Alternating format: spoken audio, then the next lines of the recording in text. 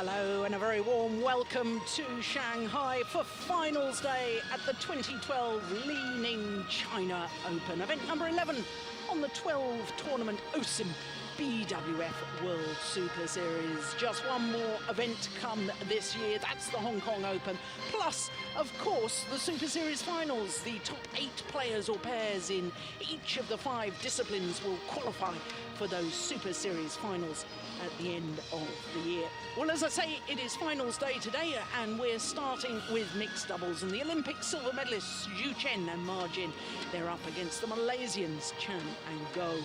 Then women's singles, and the Olympic champion Xuerui, she's up against the 3-time former world junior champion, looking for her first ever Premier Superseries title. That's Ratchanok, of course, of Thailand. Then women's doubles, and the world champions Wang, Xiaoli and Yong, they're up against the Japanese pair of Maeda and Suetsuna. Then men's doubles, and the defending champions from Denmark, Mathias and Carsten Mogensen, they're up against this new Korean pairing of Go Sung-hyun and Lee Yong-dae. Lee Yong-dae, incidentally, looking for his 6th China Open title. Then the last of our 5 finals this afternoon is men's singles, an all-Chinese affair. The number 1 seed, Chen, the Olympic bronze medalist, is up against the former world junior champion, Wang. So it really is a terrific lineup here in Shanghai on finals day, as the players emerge for the first of the finals. And it, of course, features Chinese players. The Olympic silver medalists, there's Chen and his partner, Ma Jin. Current world number 1s, of course, not just Olympic silver medalists. And the announcement for their opponents, the number 5 seeds, Peng and Go Ying from Malaysia. Well, they may be the number 5 seeds, but they've just gone up to their highest ever world ranking of 4, appearing in their first ever final of a Premier Superseries event. Of course, they won their first Superseries title earlier this year in Tokyo at the Japan Open. Well, I'm Jill Clark, and delighted to say that once again I'm joined by the former Danish world number 1 men's doubles player, Jim Laugerson.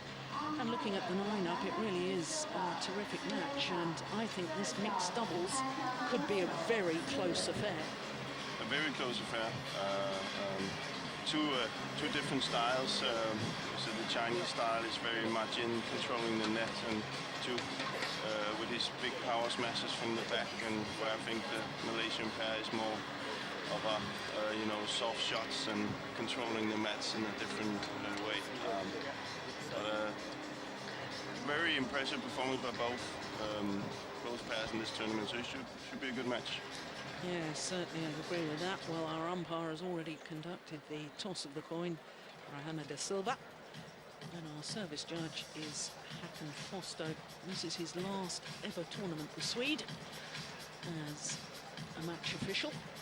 Will be retiring after this event, and I noticed that he will in fact be umpiring the women's doubles final, so we'll make mention of that again a little later on, because he has been a very good and very experienced umpire in world terms. Well, there is the 24-year-old Chen Peng, and as I say, they've gone up to number 4 in the world ranking. And their win-loss record for the year is pretty impressive, and translates into this being their 4th final of the year. They've already won 2 titles, the Malaysian Grand Prix, and as I was saying, that Japan Super Series, their first Super Series title. So his partner, she's a little younger, 23 years of age, from Malacca, historical city. So you can see their toughest match actually was in the 2nd round against Kim Sarang and Choi in. And if you were with us on Thursday, you would have enjoyed that one. It was a very, very good encounter indeed. In the semi-final, they defeated the number 3 seeds, Tantowi Ahmad and Liliana Natse, as you can see, in 2 straight games. And both Jim Laugerson and I were a little surprised at that, because we thought that the Indonesians were playing very well. Just an indication, perhaps, of how well the Malaysians are playing. So the world number ones are the number one seeds, of course, and this their 8th final of the year, having already won 4 tournaments, including the last 3 that they've played: the China Masters, Denmark Super Series, and French Super Series as well. Now, we were all terribly worried yesterday about Chen, because we'd heard that he had been taken to hospital the night before with stomach pains, and we wondered, in fact, whether he was going to play that semi-final against the unseeded Korean pair of Yong and Zhang Yana. But indeed he did play, and whilst it was quite obvious he wasn't 100%, he was still very impressive. But they haven't played against another seeded pair until today's final. And as you just saw, all of their matches in 2 straight.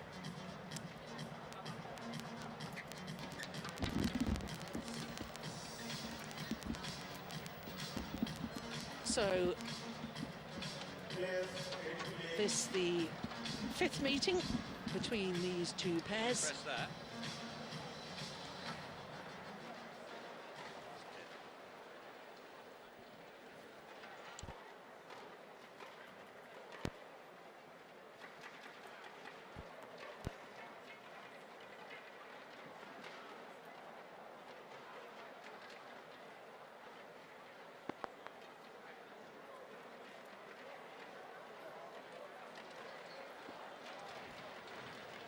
Well, there's the man we were so concerned about, Chen, the 27-year-old, although he's going to turn 28 later this month, from Jiangsu province. He's a bit of a footballer, fancies himself as a footballer.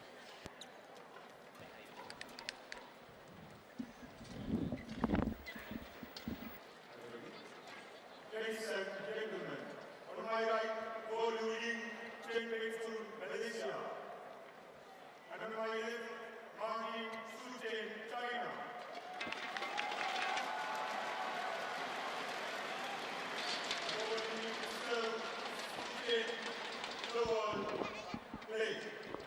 So here we go, the first of our finals at the 2012 Li-Ning China Open. Mixed doubles, the Malaysian pair Changping Pensun and Ying up against the world number ones Chen and Ma Jin.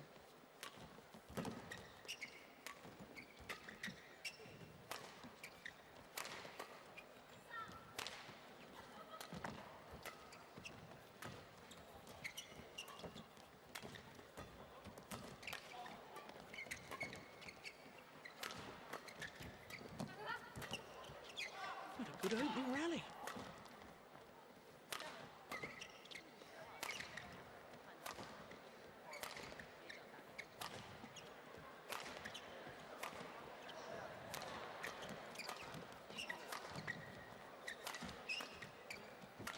It's a very good opening rally.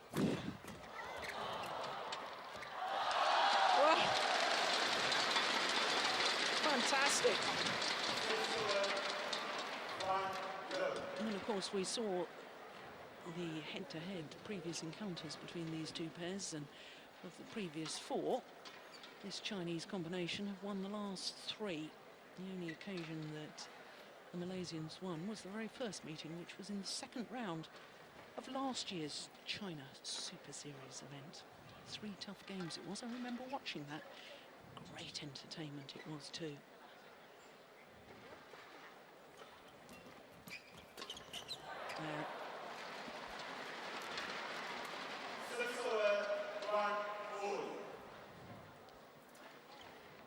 Smart service return by Chen.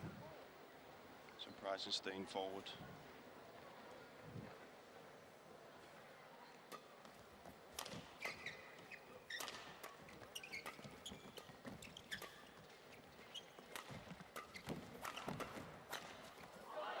Oh yes. Well, really has started in very good form, has Chen Pengsun.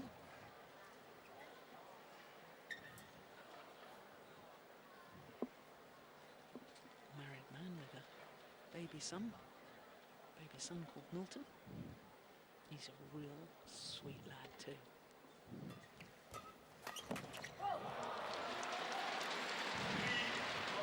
女士们、先生们，请您调整您的照相机设置，关闭闪光灯功能，关闭闪光灯功能，谢谢合作。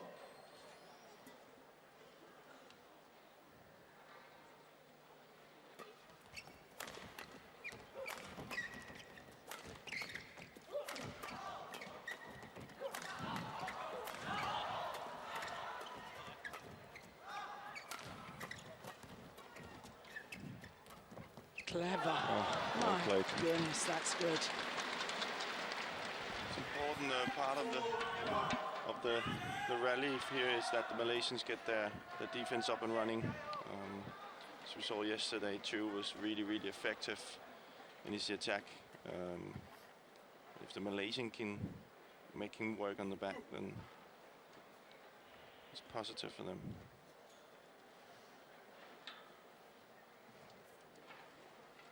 So flash on the back. Very distracting for the players, isn't it? There's so many television lights here, you would have thought the cameras could perfectly well cope without using a flash to take pictures here. Remember their day.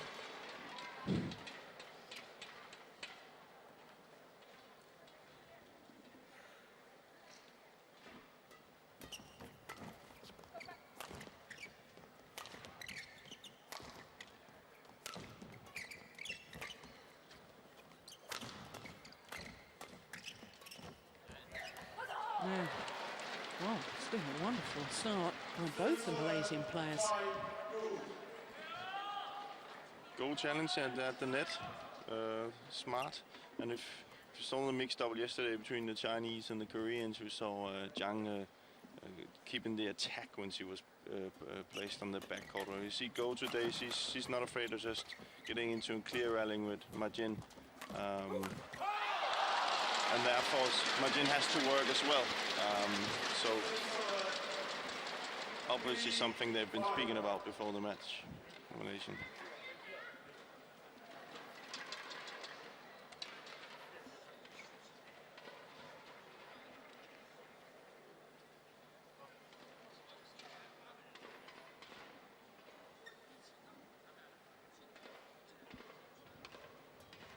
That's a good serve.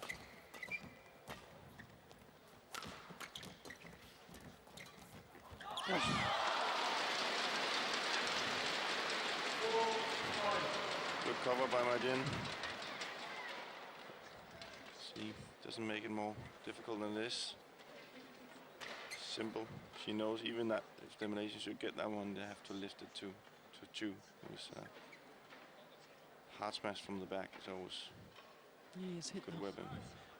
He's hit the fastest one of the week so far at 280. It's 174 miles per hour. Very good weapon, I would say.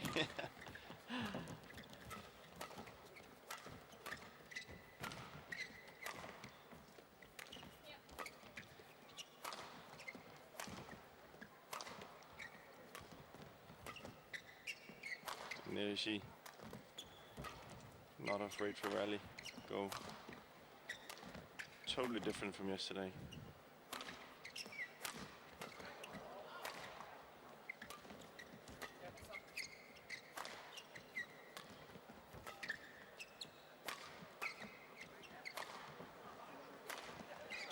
Psychological battle as much as anything, and a marvellous smash to finish it from Go Ying. Perfect placement towards the right hip of Chen. You can see there, by clearing too much in, Chu gets a little bit anxious what's going to happen, and that means her variation then with her smash surprises him. Had she just started with the smash, he would have been ready. So very smart, clever play by Go.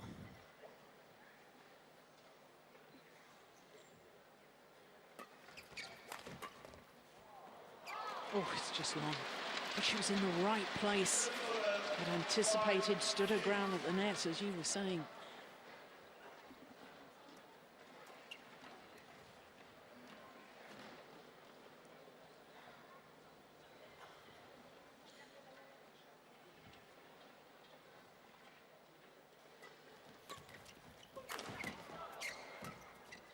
We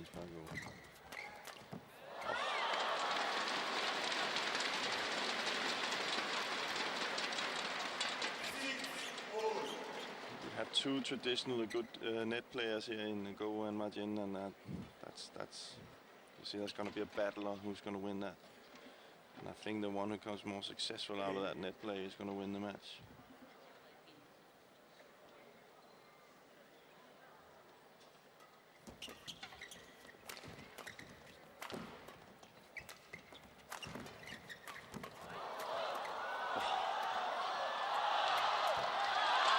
How on earth did Majin get herself out of trouble there?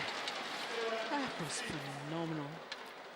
But look there, as soon as you see the first one she gets over, she moves forward and is already ready for that drive that comes, and that's something that she's really, really good at. She doesn't stand and watch badminton, she moves all the time. Makes her she has an edge, constantly have an edge on her opponent.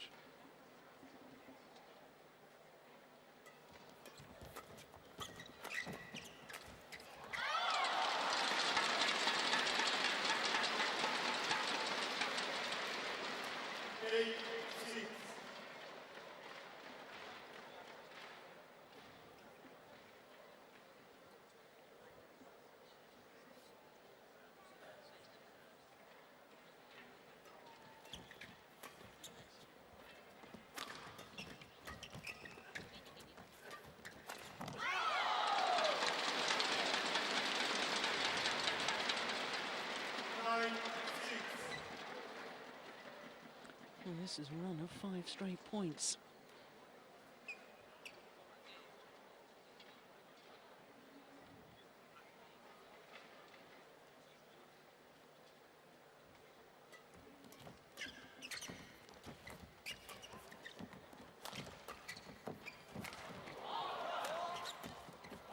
Oh my goodness. Yeah, so determined to try and keep on the attack. Way out of position. Look, he leaps from mid-court area by the time he's landed. Shuttle's already gone cross-court. Chen has to be very careful with his smashes where he places them, you know, when he has to look where Majin is standing when he hits on her. You know, mostly she will go and try to cover her forehand side. So maybe try and direct it to her backhand side.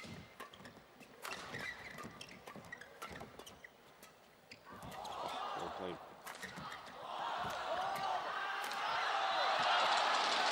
Excellent rally. And on a run of 7 straight points. From 4-6 down, suddenly they're 11-6 up and at the mid-game interval.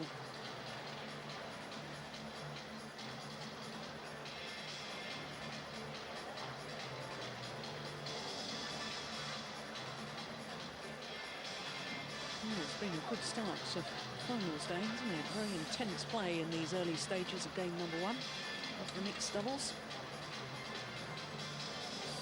Jeremy there, amazing coach there.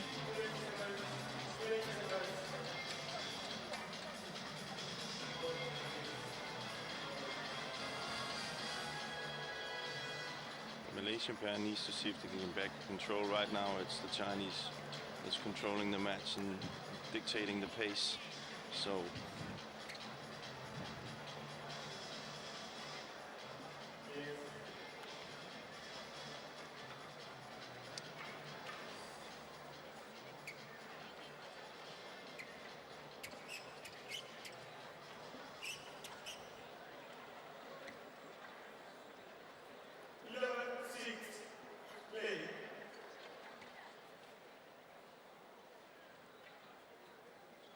and just watch this serve from Chen. So often as he plays the low serve, he sort of throws his head back.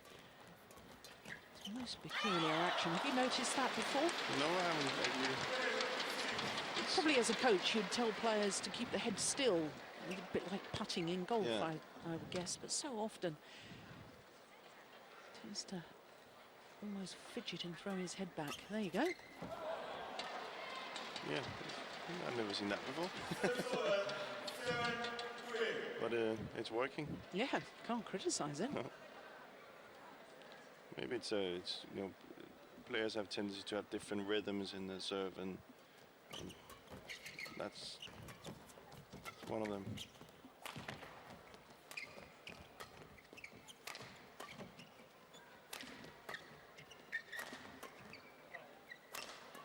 Oh, that's nice.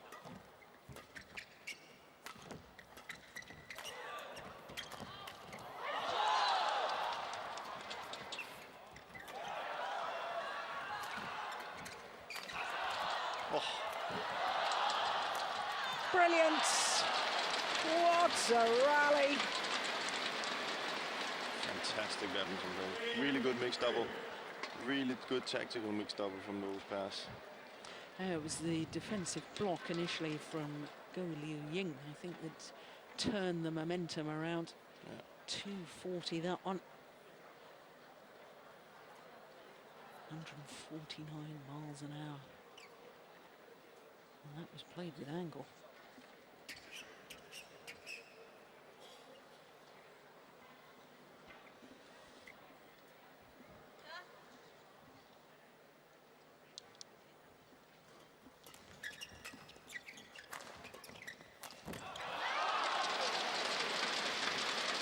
Good angle from Ying in her smash. And as soon as Su can see that angle on the smash, he moves forward. He knows it's a very difficult shot to get long again, so he can go forward.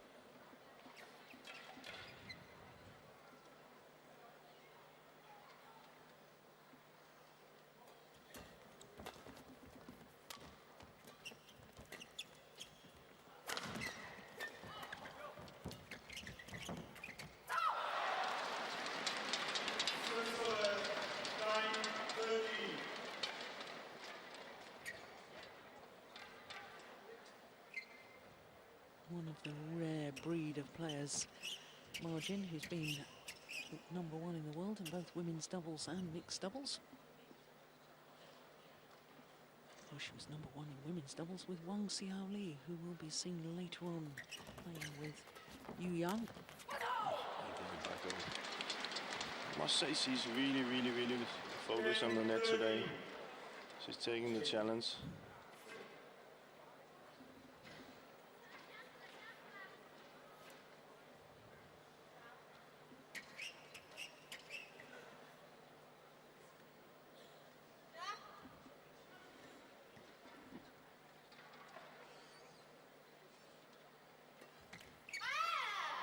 No service short. I think he tried to serve to the side, Chen, to get a little bit of variation in it, but didn't get enough power on the serve.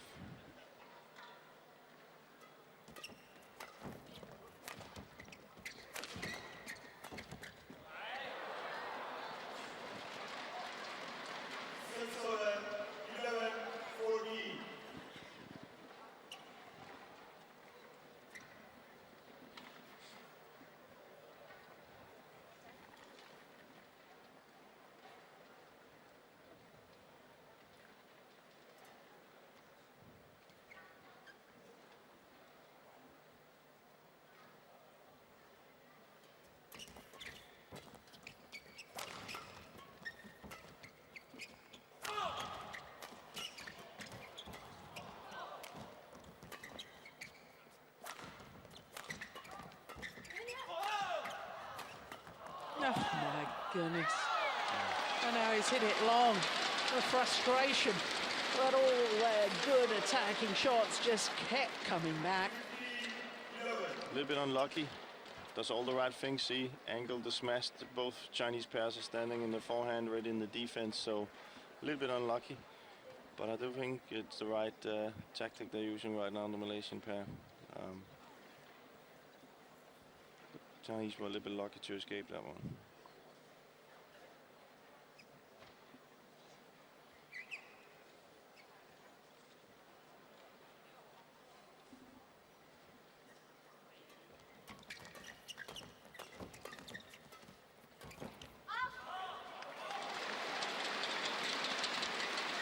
Yeah, did you notice the reaction of Chen after that rally? Turned to his partner and he pointed his finger as if to say, that's it, that's the one I want you to look for. As we saw yesterday also, his backhand drives and his backhand control is fantastic. So if he can control it there, Martin can just come forward and close the net.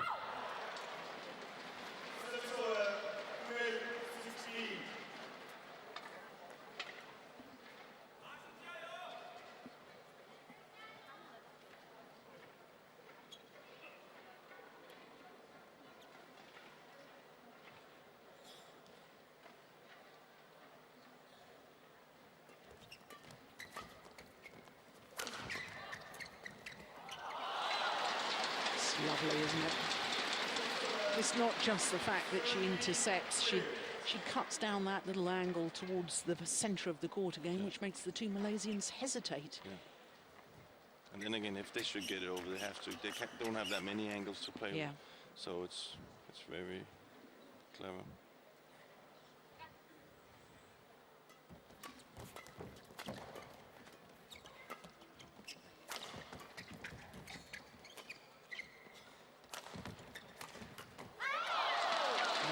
Well, get behind that big margin. There's something that I think Chen should be a little bit aware of, is that when he hits on Margin, when he hits her in the forehand, she's driving a lot. When he hits her on the backhand side, she puts it to the net. So maybe that's something the Malaysian could use, that go forward when he hits her on the backhand side, because it's very often it comes short to the net, and then he can kind of, if he hits her in the forehand, he can kind of cover it himself. But definitely just tells you you can't just hit hard, you have to really place your shots.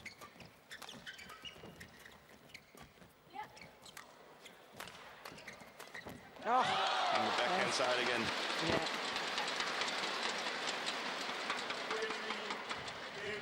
The power generated from virtually no backswing of that racket from Chen.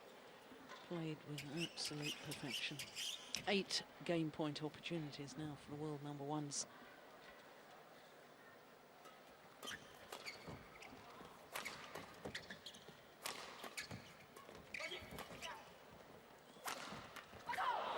That's better. Good angle on this master.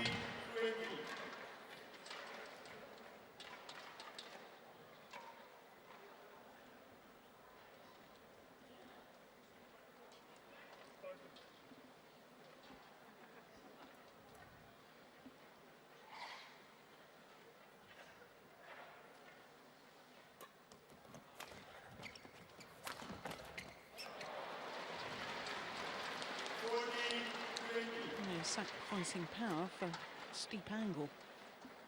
It's much more effective. Yeah.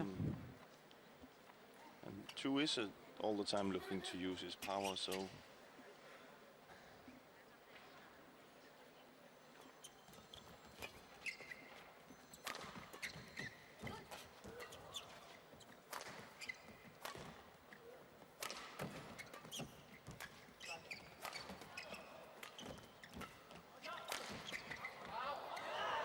Much better.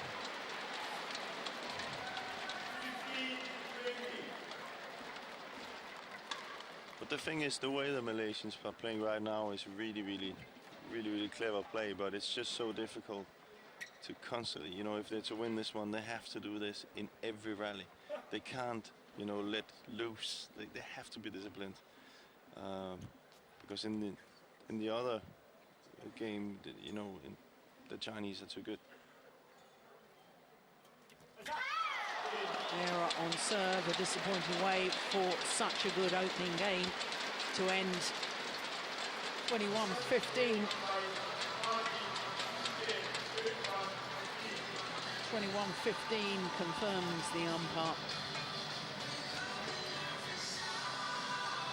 Just over 20 minutes of play.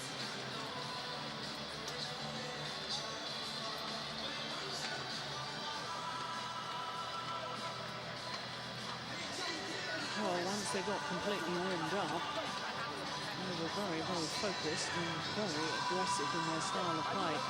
That said, when they were forced to defend, especially Ma Jin, came out with some extraordinary defensive shots.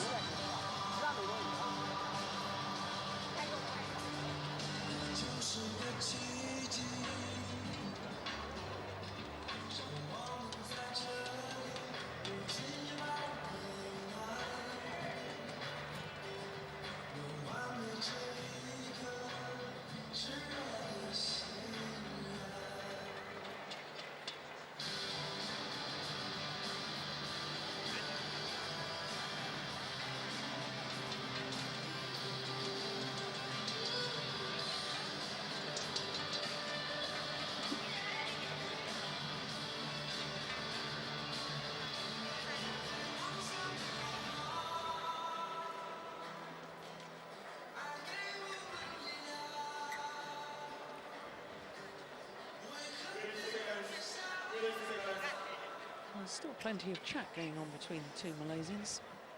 That's good to see, good communication. Still talking tactics. I think they need a very good start here. Yeah. Malaysian pair. I think they have to continue how they finished in the first set. Find the right angles and the right pace.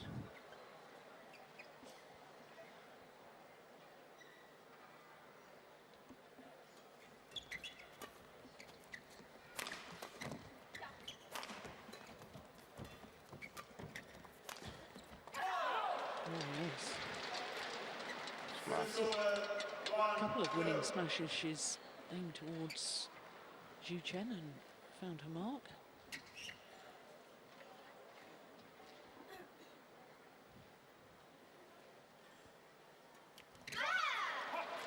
Oh, she ended the opening game with an error on her serve.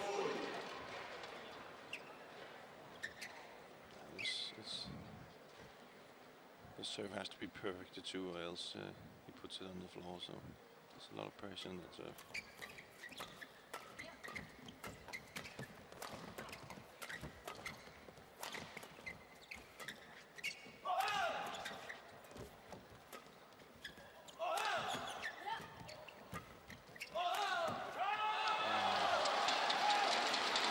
A little bit more patience. I like that first smash where you almost see what I spoke about when he went for the backhand side of Majin and went forward to close the net. A little bit more of that I think would be more effective than just hitting hard on especially on two, because they're just too good in the defense.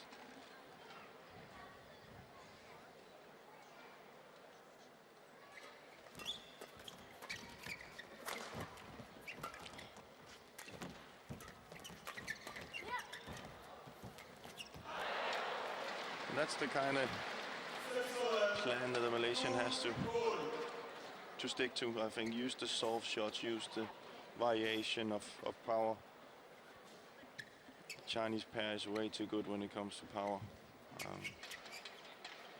Try and find the gaps on the net, find the variation in the attack, and open up the game.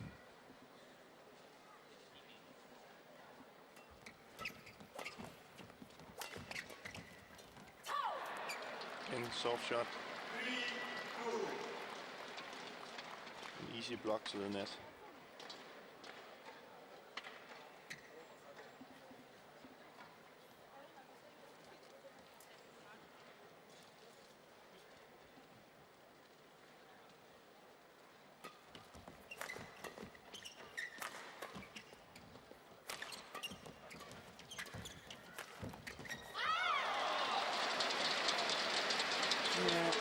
He's got the technique and can generate the power in that backhand to play the unexpected, can't he? I was expecting it to go straight down the line, but somehow he drives it across court. And just to be fair to go there, it's a very good shot she's doing, Yeah. and, you know, and it's not that often that you see guys being able to generate that power that two can do. So, and you have to accept that sometimes.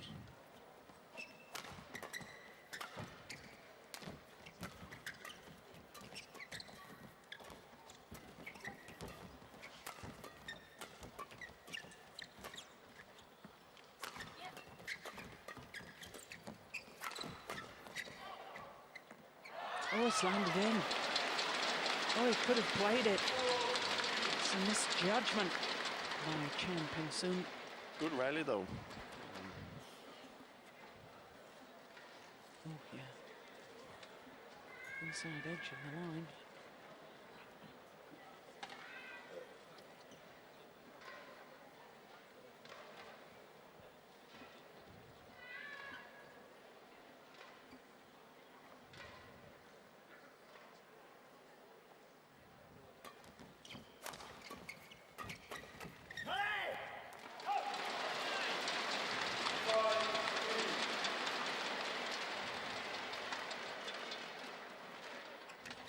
Most effective front court player in world badminton at the moment, do you think, Margin? Yeah. More so than Xiaoli? I think so. I think she's proven she's the most effective up there, and especially in this tournament. You can have maybe a net seer in there as well. She was effective, but there's also I think she's very disciplined. She doesn't make it, so you can say, more difficult than it is sometimes, and that's also a talent, I think, to keep it simple. Yeah. I think also what I like about her as a player, we were talking late last night about the women's doubles players, and we were talking about the player at the net being a little bit static. Now you watch Margin and her movements. Yeah, she's still at the front of the court. Oh, off he's gone for a racket. Oh. Almost worked. But if you watch Margin within the rallies, even when she's not hitting or trying to intercept, she's the movement back and forward, side to side, not all the way back in court, but just towards the mid-court area. And then so as she's going to try and intercept, her body movement is going forward, and it just makes her such a threat, doesn't it? It does. She's kind of like, I think it's called roaming around. Yeah. And it's so you never really know, is she going to go out cover the net short or cover the drive, and she's constantly active, and it's just very effective. It's very seldom she gets surprised by a shot, because she's moving so much, you know. So. 5-6.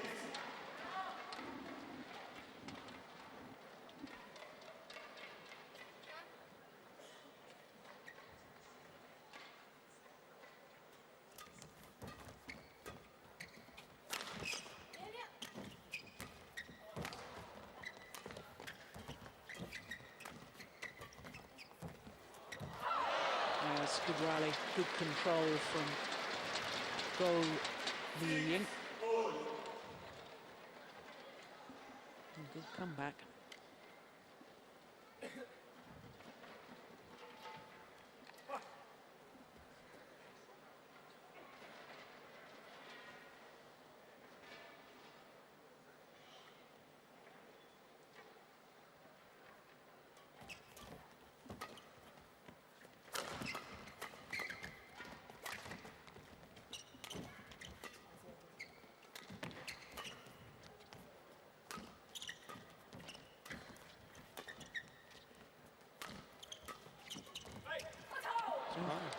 This is what we're talking about, Chen, using the variation from the back, not using power. And you see the effect of that.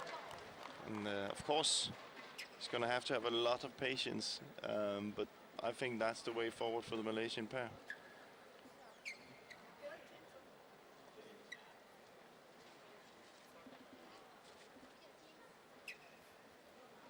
Both the Chinese are standing and waiting for power, so.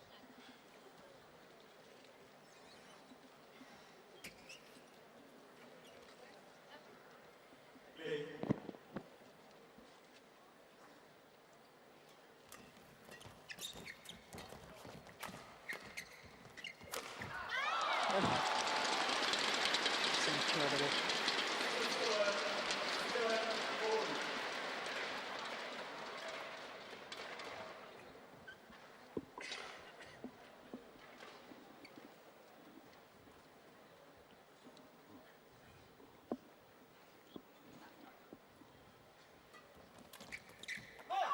What a return.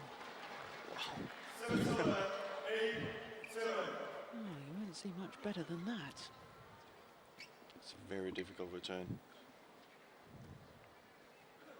There's always a tendency to pull it out wide when you do that.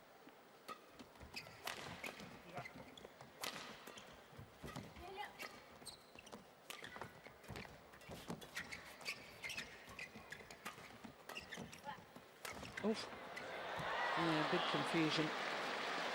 Both going for the same shot at the back of the court and leaving a huge gap at the front. But it's also a credit to the Malaysians right now that they've changed the game. They're not giving the Chinese the kind of pace and power that they gave in the beginning. So.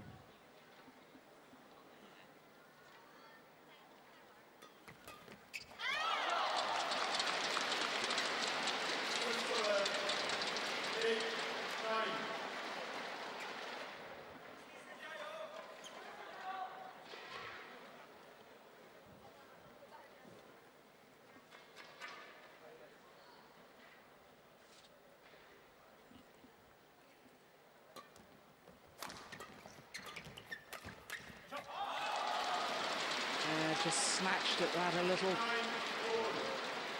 Apologises to his partner. Yeah. Well, that's good to see because he knows that. Yeah. And that's what I talked about. He has to have so much patience and discipline, and just accept that the other game is the Zhu and Margin is much better at.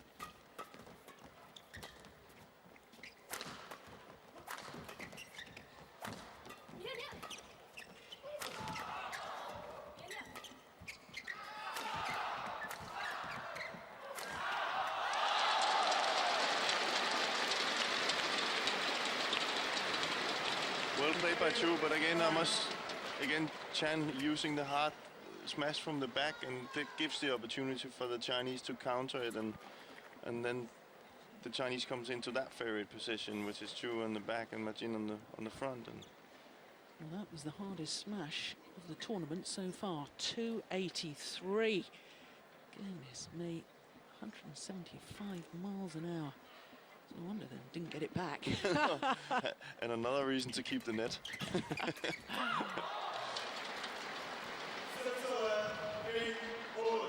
But of course, Zhu knows he hits that hard, and that means if you're playing against him, and he's not getting that lift, then he will of course be a little bit frustrated because he likes to get that lift. So.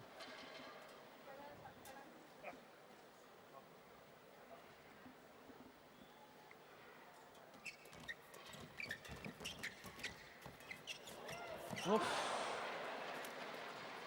little net exchange there, won by the Malaysian.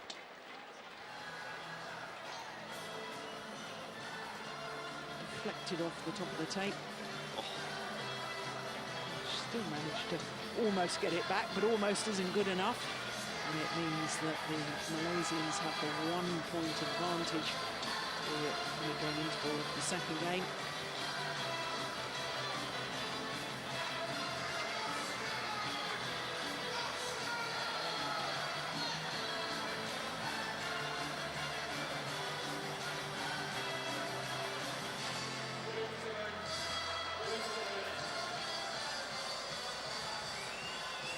She looks very cool, Margin. Yeah. Well, she's a former world champion in mixed doubles, won with Zhengming in Paris in 2010. And Zhengming promptly dismissed from the National Training Centre for bad attitude. And that's when she teamed up with Chen. And how does he compare in your mind to Zhengming? Who do you think? Chen. Chen? Wow, I think he's improving constantly. I think he's. I'm very surprised of the way he's improved his front court game now. He's always had the hard smash. I've seen that from the start, but these drives and these blocks that he's coming with now is something that can build up to that. Yeah, but to me, I mean, when Margin obviously finished her partnership with Zhengming, with whom she won that gold medal at the World Championships. He was a very, very hard hitter, as Chen is. But to me, Chen was a little bit naive as far as mixed doubles tactics was concerned. And to me, he still at times just relies too much on power, which is why he struggles, I think, against the Olympic champions, their teammates, Zhengming and But that's Xiaoli. also, I mean, I think that's where Xuerui is improving at the minute. Yeah. He's, Yeah. I think he has realized that he has to improve his game on the front court, being able to play Majin more into the game, only with the hard smash. And that's the more of success he's going to have with that. He's going to be very, very, very difficult to play against, because you definitely don't want to give him his favorite weapon.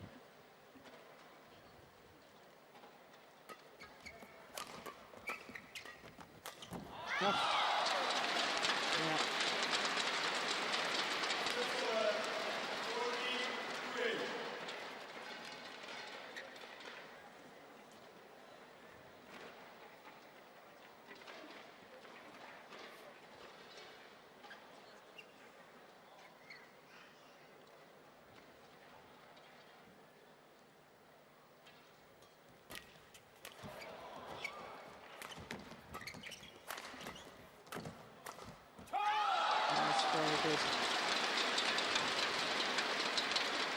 Again, Chen, I don't think it's the right tactic he's using right now. You know, they were very much successful with using the soft shots, playing it to the net. But now he's kind of picking a fight that he's not going to win. So.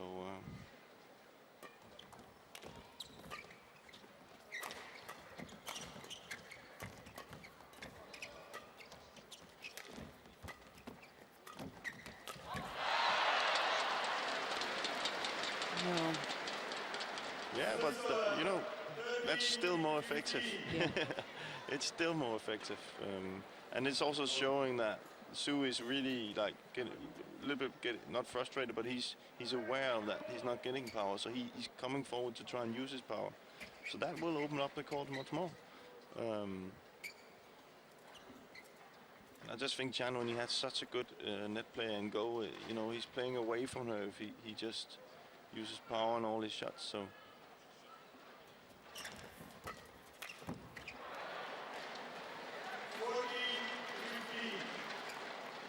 But you can also see now he looked back at his goals, he kind of knows it. Yeah. So it's just because he can't help it. He can't help to play that game.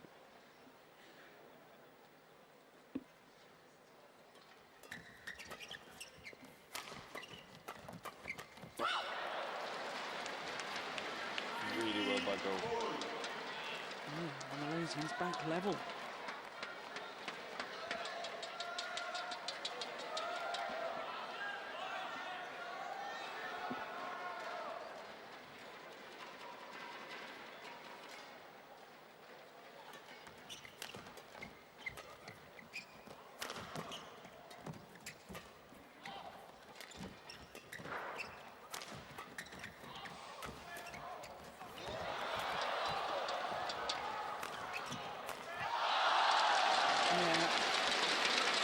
Well, the home fans loved that.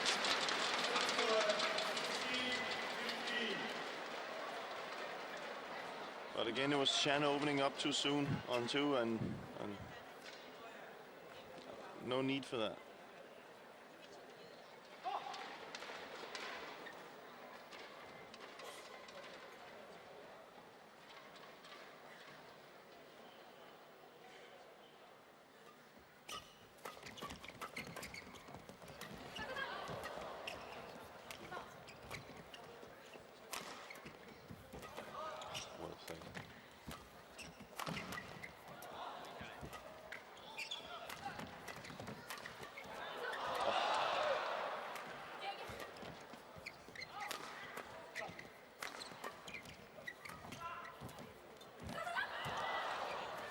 Good for Hardy.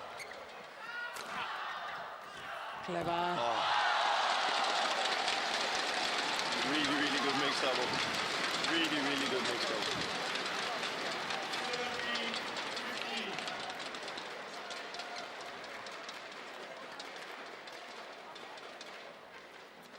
See, that's what I mean. You know, she could have done so many other things, and she just keeps it simple.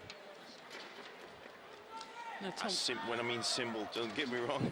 yeah, It's still a tough, but she just, you know, when you're such a good player as Majin, you can have a variation of a lot of shots up there, but she chooses the shot block, which is more effective, where a lot of other players would use the push.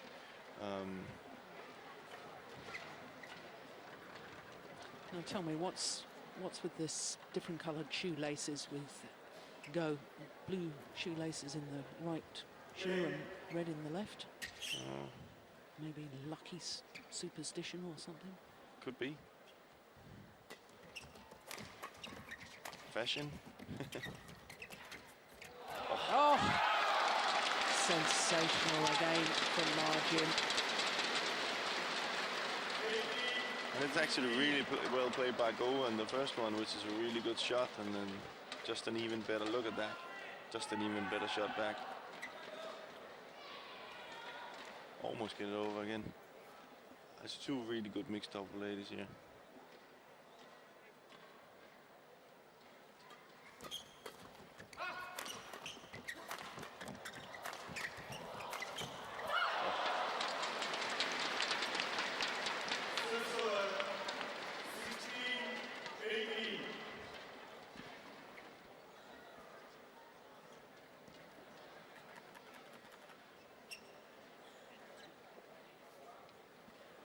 Now or never, as far as the Malaysians are concerned.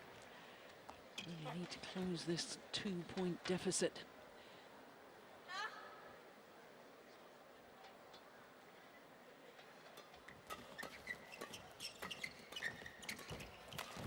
Oh, there's that backhand again. Oh. Fantastic. Oh, what do you do to counteract that? But that's we talked about before. The improvement of his game, both now uses the drive and the block. So he can mix it up from his backhand. So he doesn't only have the hard pushes.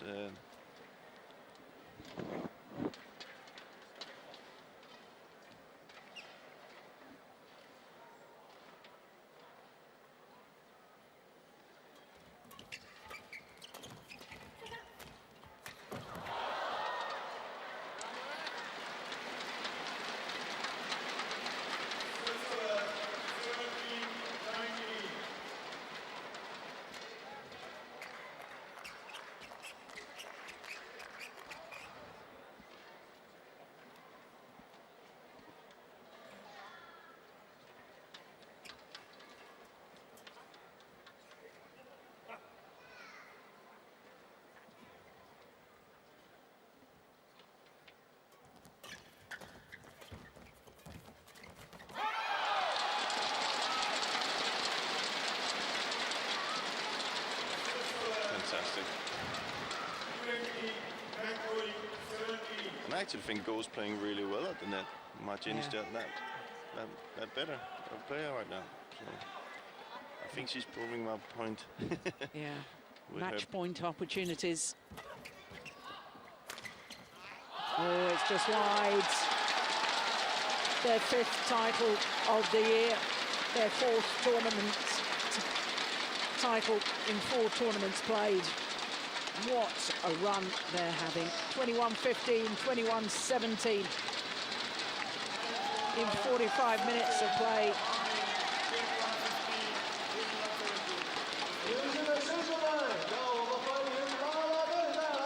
Well, they may have lost the Olympic final, but they've been the most consistent pair without any question throughout 2012.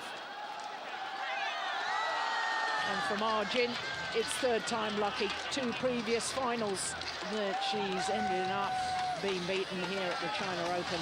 This time, she's the champion. And this time, with Chen, it's a convincing victory.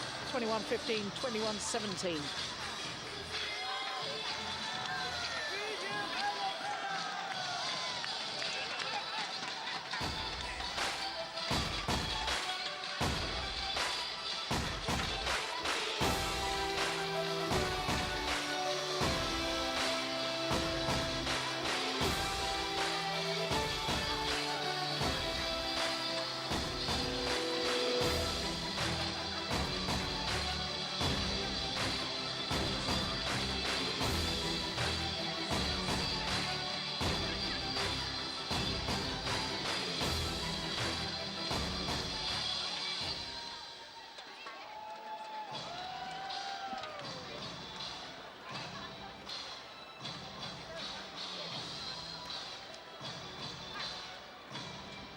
prize presentation for the mixed doubles about to commence. And for Chen and Ma Jin,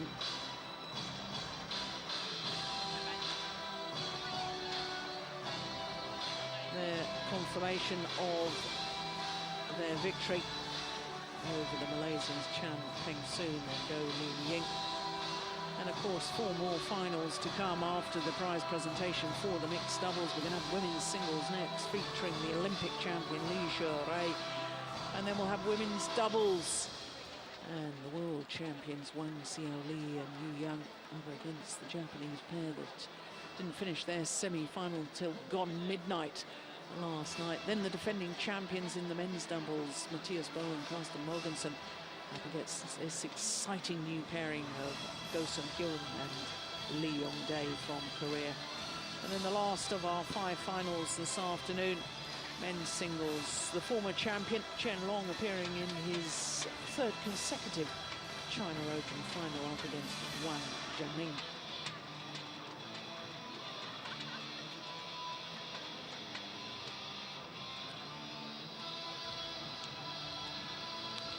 Well, a good final to get us underway here on finals day of the Li-Ning China Open.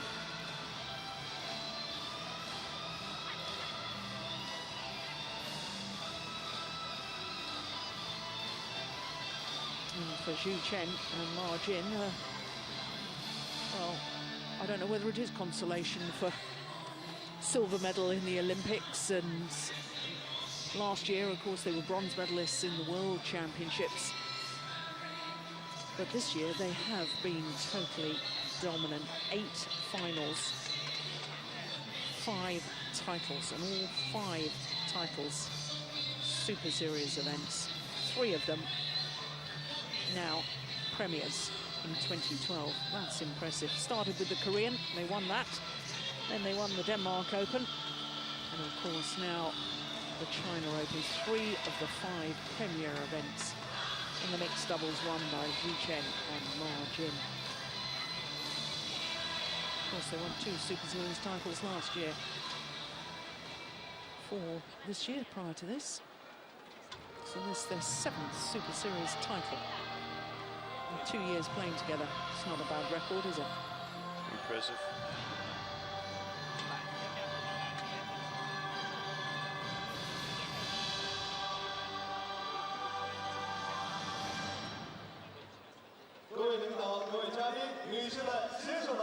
Distinguished guests, dear friends, ladies and gentlemen.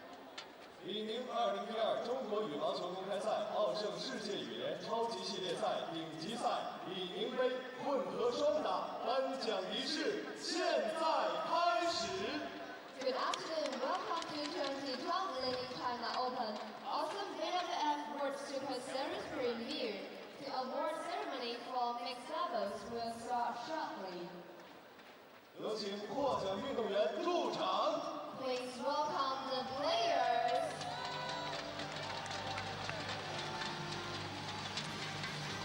So both pairs step forwards for the prize presentation.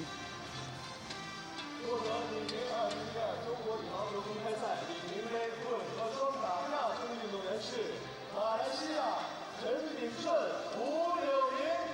The runners-up Yong from Malaysia.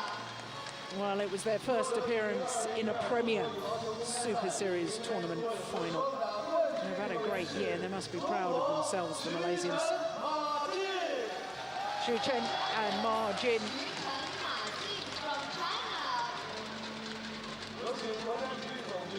Both the Chinese players have previously had to settle for second best at this particular tournament. As far as Ma Jin is concerned, twice a beaten finalist. But this year, they are the champions. Director General of Table Tennis and Badminton Administration Center, Vice President of Chinese Badminton Association, and Executive Director of 2012 Li-Ning China Open.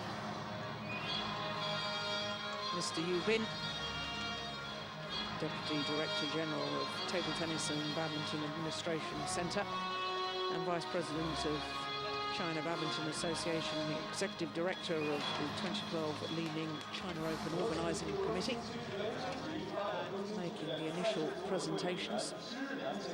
We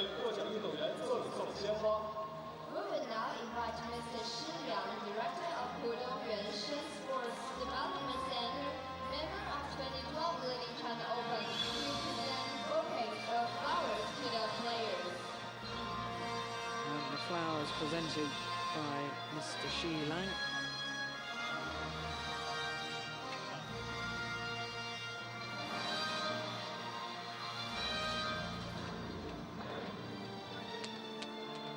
Li-Ning 集团董事长助理张向都先生为获奖运动员颁发奖金。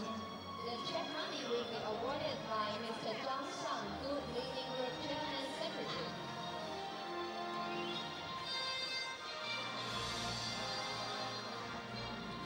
Yes, and the prize money and the congratulations from Mr. Zhang Xiangdu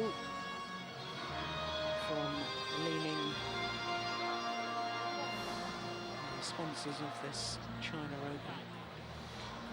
有请奥盛中国华东地区副总经理林晓慧女士为获得冠军的运动员赠送奥盛边防椅。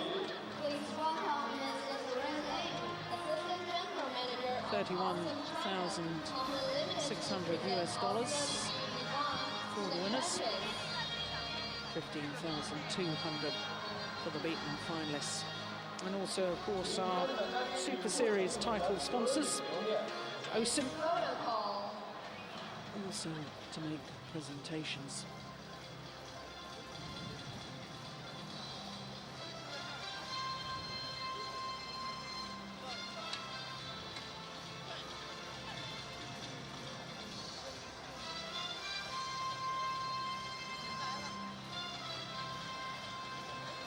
双打颁奖仪式到此结束，请颁奖嘉宾和获奖运动员退场。Ladies and gentlemen, this concludes the award ceremony for next levels. 女士们、先生们，请大家继续观看比赛。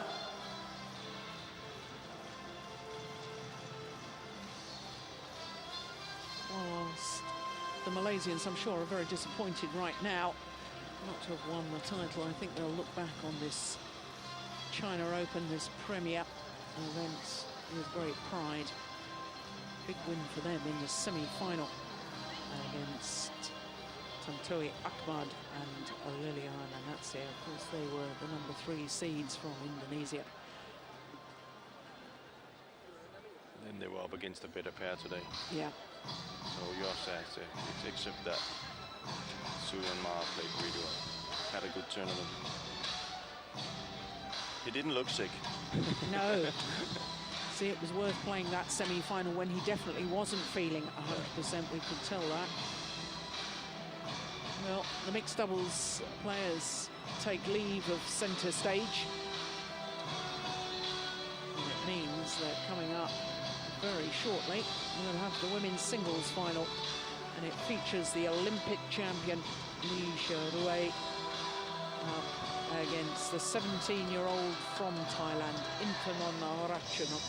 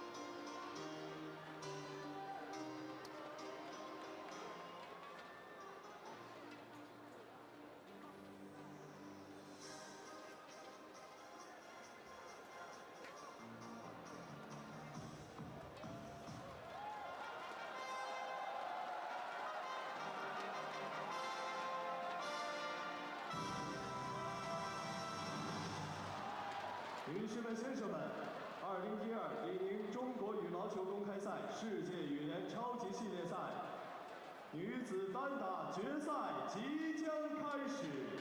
Ladies and gentlemen, welcome to 2012 Li-Ning China Open OSIM BWF World Superseries premiere. The final of women's single is about to start. 有请裁判员、司线员入场。 Please welcome the line judges.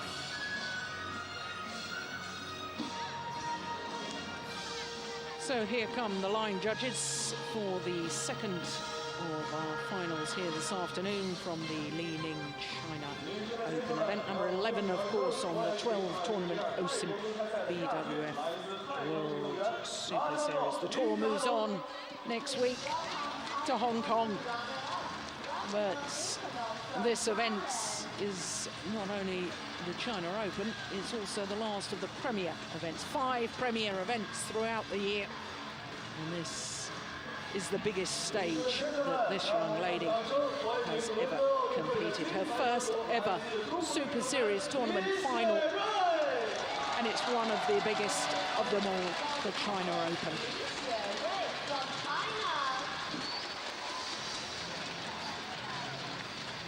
The Olympic champion, Xuerui,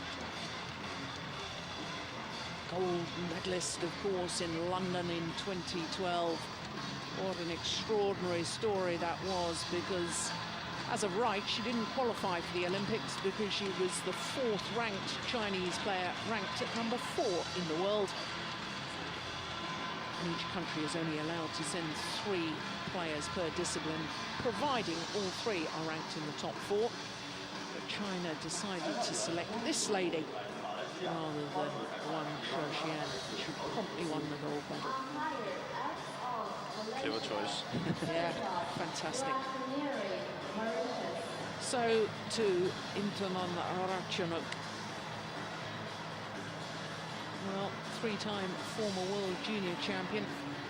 Didn't compete at the World Junior Championships 2 weeks ago in Chiba in Japan, because she'd been busy at the Super Series events in Europe, the Denmark Open and the French Super Series event as well.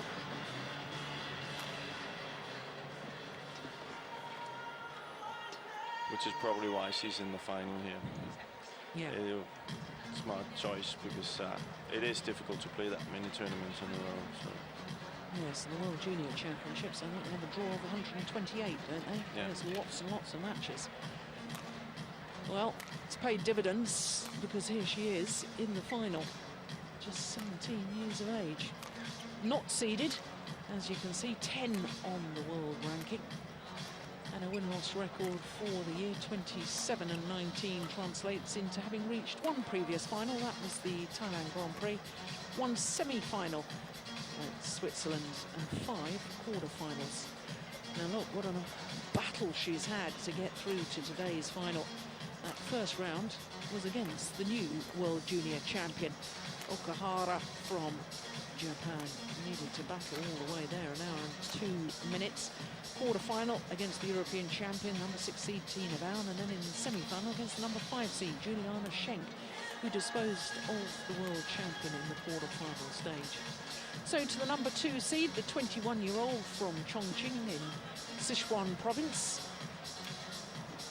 2 in the world, 2 in the seeding. But down to number 3 in the Super Series list, down from 1 after the last Super Series tournament. And there you can see her semi-final against Mitani, who won the French Super Series event. Her first 3 matches going the full distance, but no seeds. That's an interesting way through to the final for Xuerui. This is the 5th meeting between these 2 players. And interestingly, it was Intanon Ratchanok who won the first meeting, which was in the quarterfinal of the US Open last year. But the last time they met was the first round of the Denmark Super Series last month, the last of the premier Super Series events prior to this one.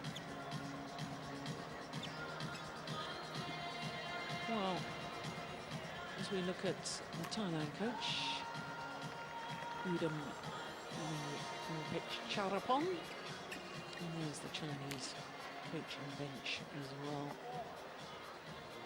Shudder to think how many times these two will play against each other in the future. Ladies and gentlemen, on my right, Ratchanok, Intanon, Thailand. And Liang. And my left, BWF Thailand. And there's our service judge, Xuerui from Mauritius. So the women's singles final, the Olympic champion, far side of the court, the #2 seed, up against the unseeded, hugely talented player from Thailand.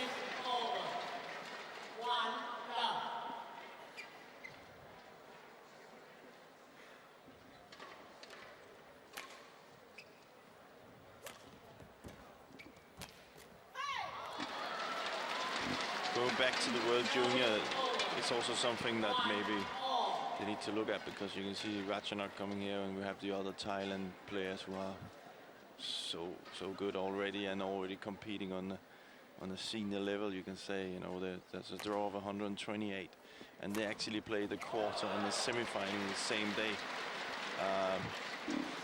So you can see that if she had played that one, it would have been way too hard, and she probably wouldn't have been fit enough or ready enough for this tournament. So.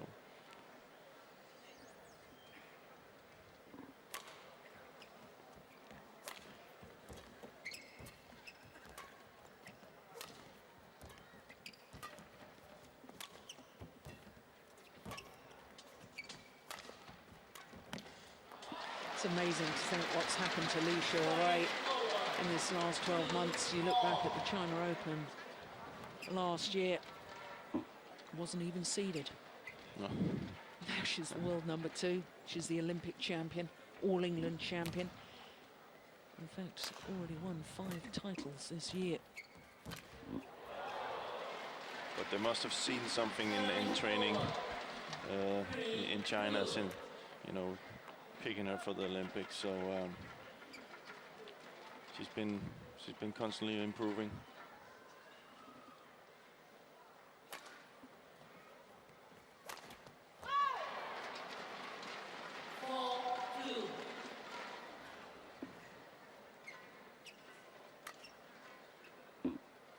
She had a period of play that included the Uber Cup Asian qualifying zone through the German Grand Prix, all the way through to the Uber Cup finals,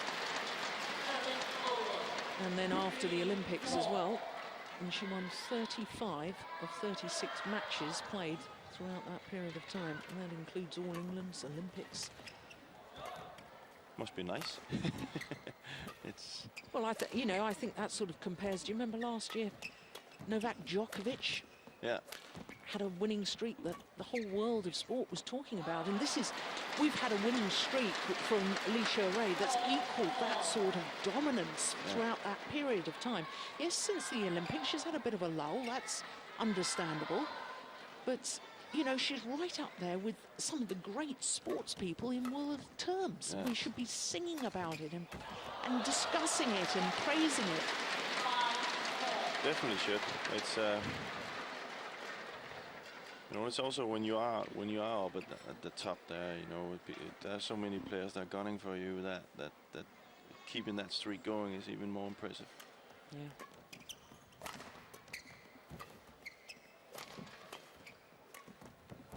Yeah, that's lovely. Now just compare these two players for us, Jim. You know, there's we talked at length, didn't we, yesterday, about the skills of Intanon, Ratchanok, and her quality of, you know, but you thought she needed to improve a little more on her deception maybe, and she got the ability to make more deception yeah. shots. And tried one there. Yeah, tried one there with her skills, which is something that was also I like to see getting more into ladies badminton. They use it more, and she has the ability to it. I think that's something she definitely should work on to gain an advantage. Something that most other ladies players doesn't use so much.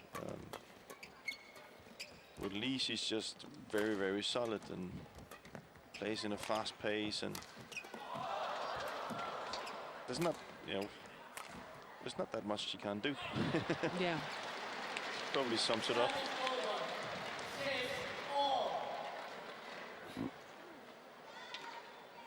And then she's cool, you know. She doesn't really show any panic at all.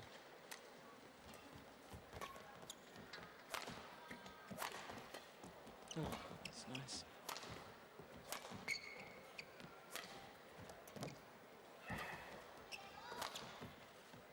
It's gone wide. It's interesting you should say that, though, but I think it's going to be fascinating to see now how she deals with the status of Olympic champion, because she's going to be Olympic champion, come what may, for the rest of this 4-year period until the next Olympic Games. And, you know, I'm thinking of the number of Chinese women's singles players who become world #1. You know, Wang Hyun, when she first became world #1, struggled. Then Wang Xin did the same thing. Wang Lin, she then got injured and has struggled ever since. You know, Wang Shixian won the Asian Games gold medal. She became world #1. She's really struggling now. And it's how you deal with it is relatively easy when you're an up-and-coming player. And the pressure isn't on you. You're not expected to win. No, but it's. I think she will do better. I think she's more solid. She's without knowing her personally, she looks like she have a mentality that is stronger than the other ones. After, as you say, after the Olympics, we saw kind of like most of the players had a little bit of a break. But I think she will be able to keep that status and deal with the pressure. Of course, there's also another thing when you do win the gold medal and you do become the best player in the world. That, well, everybody else studies you. You know, there's not a video camera that's not on you, and there's not that video that footage that's not been watched. And how do we play against her? And you know, what's issues and what can we learn from it? So every can you say, all the concentration goes into you. But I just think she has that game where she can deal with it. Well, it's going to be interesting. It's, in case anybody was thinking I was being a little unkind, mentioning only Chinese players who had been world #1 in badminton, you can also look at tennis and see the like of Jankovic, Wozniacki, Ivanovic, Safina.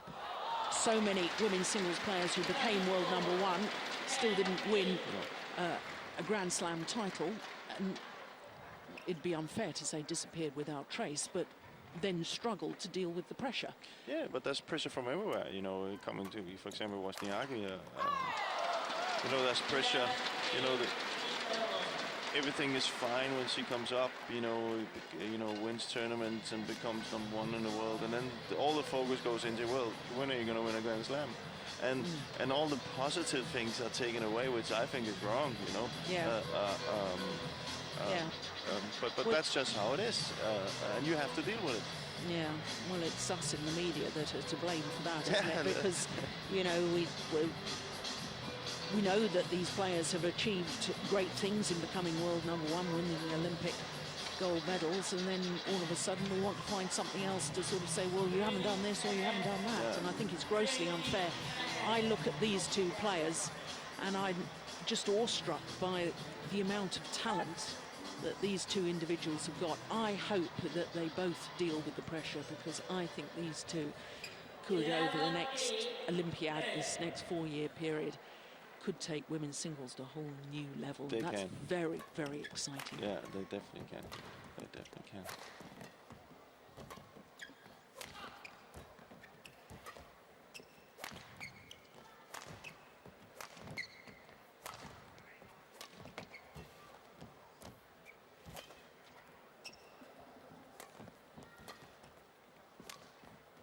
Clever.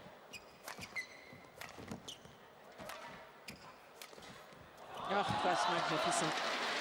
Well, we talked earlier in the week about singles. You've got to try and outmaneuver your opponent, especially in women's singles. We see the shuttle played from the back to front, from side to side, gradually making your opponent late back to the base position in the center of the court, and then that's when you can go for your winner. That was a classic example. And what Li's doing right now against Ratchanok is she's really using these punch clears to the backcourt, which is a little bit flat, as it doesn't really give Ratchanok time to use her favorite shots from the backcourt. And then she comes in with the counter move herself with these cuts she has from the back, Li. So she's just very, very solid. There you have it again.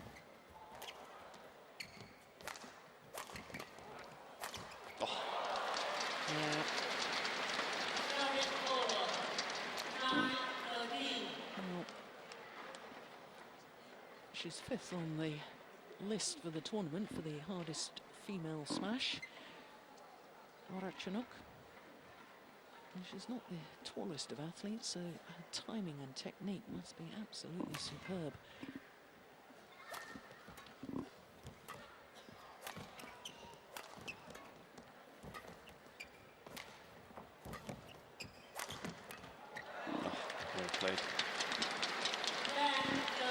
See, it's up to Ratchanok to try and gain control of the match and being able to set the pace and not let Li force her around. Seen a good example of that last 2 rallies here.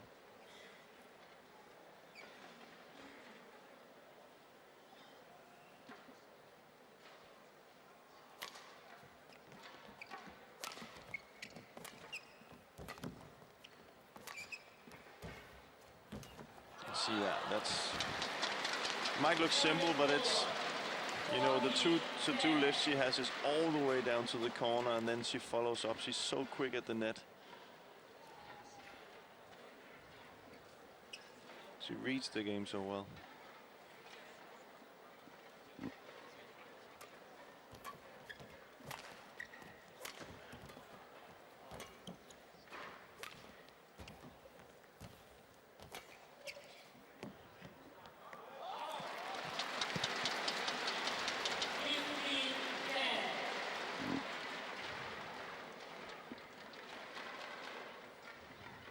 One thing with Li that's also helping her, without knowing it again, it looks like she is extremely fit.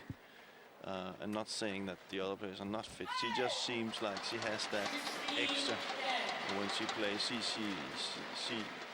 She doesn't show that. She's a fine natural athlete, isn't she? She probably could have played or competed in any sport and excelled. Absolutely, no doubt about it. She has that presence on court that, you know, where the opponents they don't see any weaknesses. Just look at Ratchanok, she's like, ooh, you know. And she just keeps going.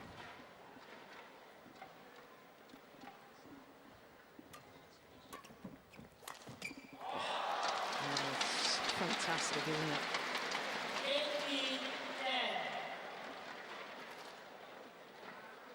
5 straight points, and it's a very, very different looking opening game now, isn't it?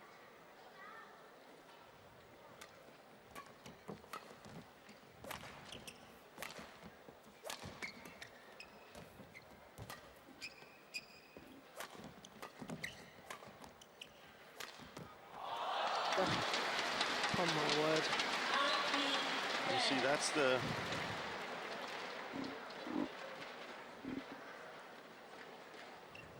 can you do against that? That's the problem. Yeah.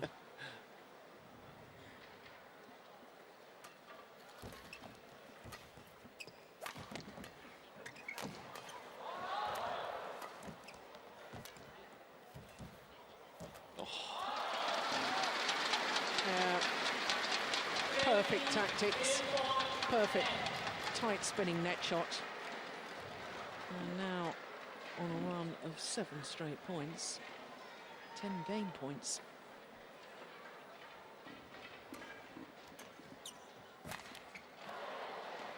Service over. 11-20. And you can see now why she's won 35 matches or so out Yeah. of 36. That's probably the easiest point she's given away in this set.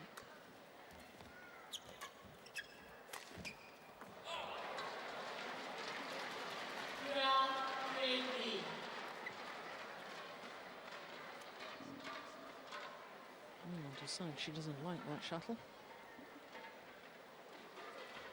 Yeah, but you see that, you know, very focused, you know, that's where normal players probably would, you know, okay, I'm up 20-12, I'll just try one more. But she's not taking anything for granted. She's focused 100% all the time, so.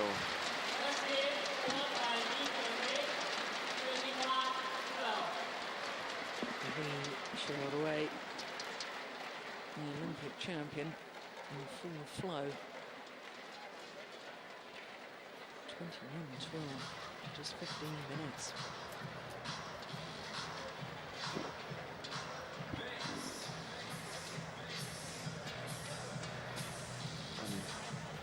Well, they must be pretty happy with her, but She must be a pleasure to coach. I don't think there's that many negative words coming out of her.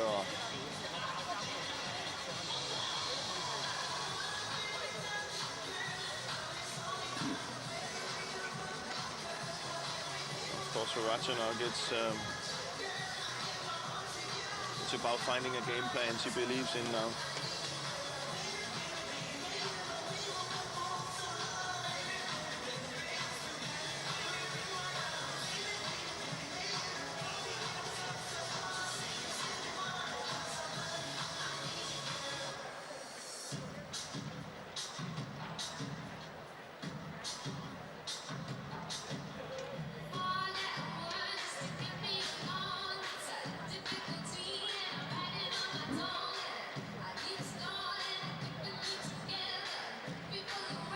He's using all of his allotted time, isn't he?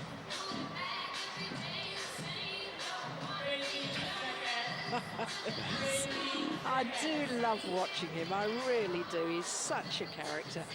He's so animated the way he talks to his players. Yeah, well, that's, you know, it's really good right now because he needs somebody like that. You know? She's been totally overpowered in the first set. Nothing has really, you know, everything she's come with, she's been countered. She needs some belief.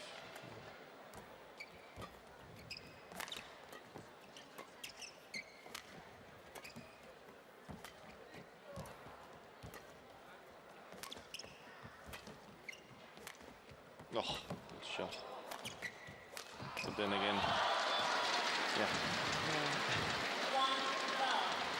Well, of course, when we watched Ratchanok's semi-final yesterday evening against Juliana Schenk, Ratchanok did a lot better from that far side of the court, didn't she? But I think it's... She's not giving her the time, you know.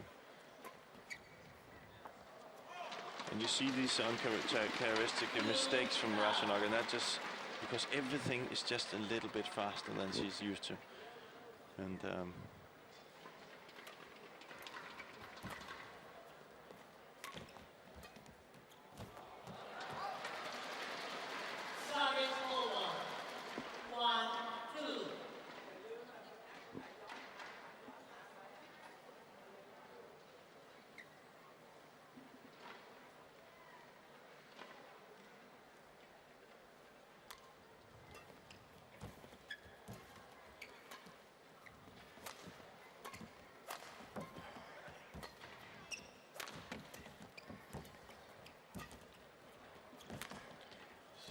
She's forcing her from the net. Oh. Fantastic. Well, you said to me yesterday you'd like to see women's singles players playing more and more like the men's singles players. I thought Xuerui in that rally, style and tactics, very much like the men's singles players. And we will see more and more of that, I think, in ladies singles. Also because they do, as you said, they are much stronger nowadays, so they do hit harder and they do move quicker, so a lot of other things will open up.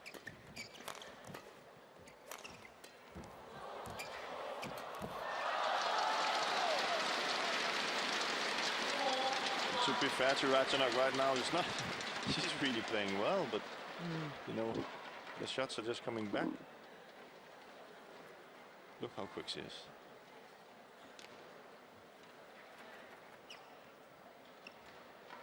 Of course, her 2 tournaments in Europe, Superseries tournaments. Well, she only played 1. She only played the Denmark. Lost in the quarterfinal stage to Chen. And the China Masters, her first tournament after that Olympic gold medal. Lost to the young Indian player, great talent, Sindhu. And she seems to have got back her focus and her form now that she showed in London. Not to take anything away from the players that beat her there. No, but not at all. This is the Li that won the gold medal. They should expect to play the next time. So.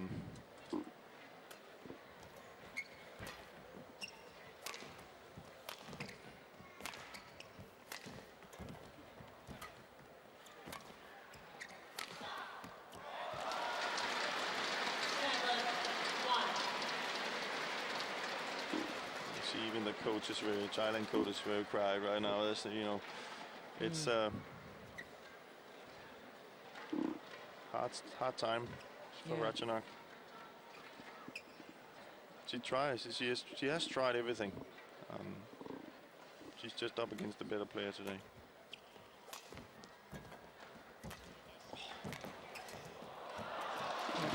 Fantastic. Pleasure to watch. Yeah. Both skill and tactical wise and movement. Look how quick she is up. She's almost on top of the tape when she hits it.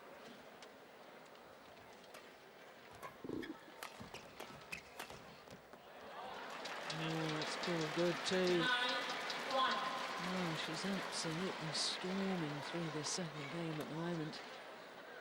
It's funny to see her attack compared to the other attacks we've seen in the game, in the other matches, in the other days. She's not afraid to play on the lines.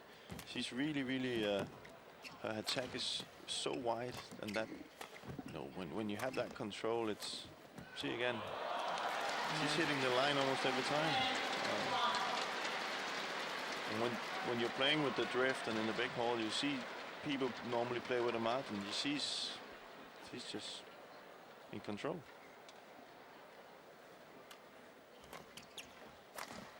Yeah. This He's time proving my point. Yeah. Really is incredible to watch. 10-point advantage, 11-1 lead in the second game, having won the first. Just showing us today, so far, why she is the Olympic champion.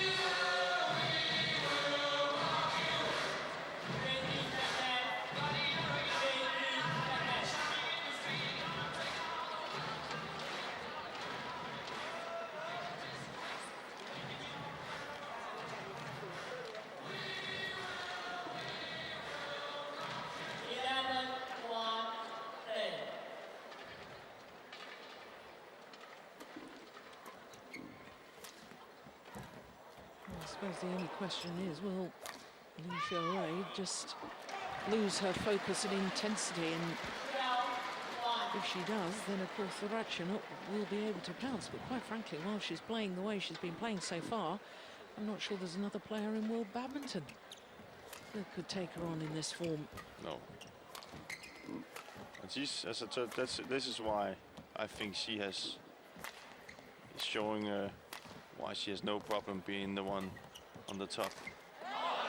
She's not taking anything for granted, even though if you have a gold medal or whatever, she's in there and she's up with 10 points, and she can be up with 11 points. She would do it. 12 points. She would do it. You know, she won't lose focus.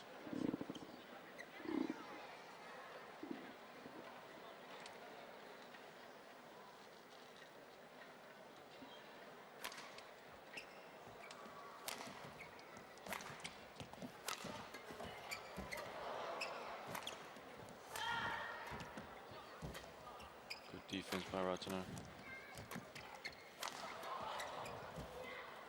Oh. Look at that net shot. Oh. Out. Oh. It looked like Look, a little wry smile from Xuerui, because that shuttle that hit the top of the tape had been lifted woefully short, but it was spinning ferociously. It was actually quite difficult to control. It is very difficult. You know, often see people mishit that. You know, because it almost comes down with the, you know, the feathers first, and not the cork.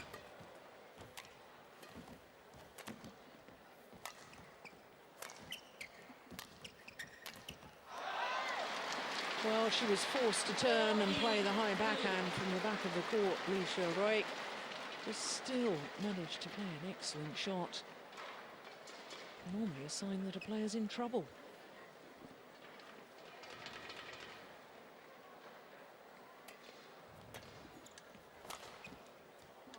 And it's gone wide. Service over. 3-14.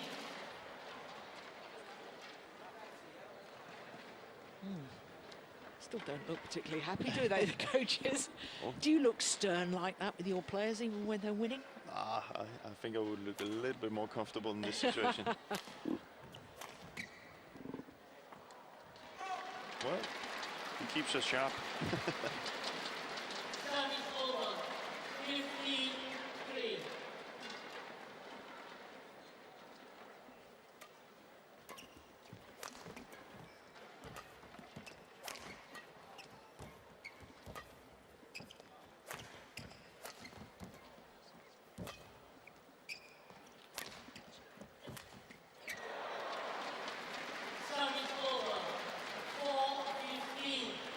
That's about the first occasion she hasn't really got behind the shuttle, isn't it? Yeah.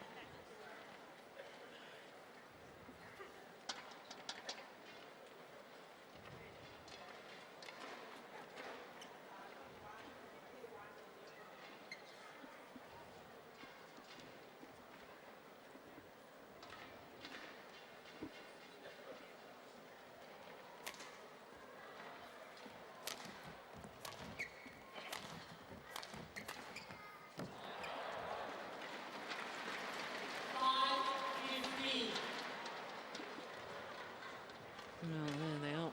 Calm down. Don't panic. Still got a 10-point advantage.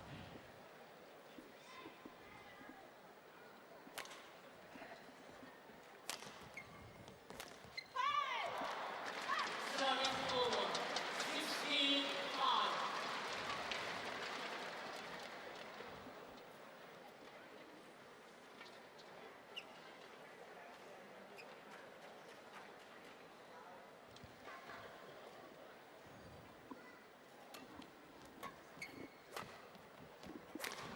Oh, Good that's shot. a great smash. Service over. 6-16.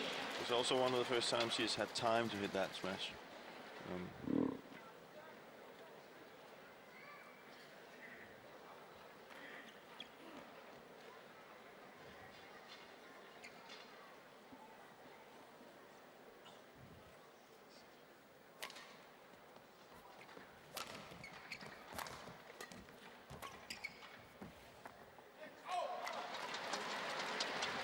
Service over.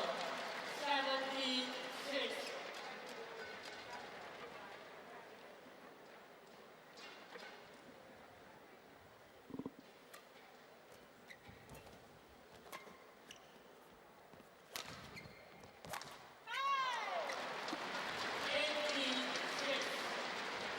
Oh, she's just got better and better as the tournament has progressed, hasn't she, Xuerui? We watched her on Thursday, didn't we? She'd been playing against another Thailand youngster, Busanan.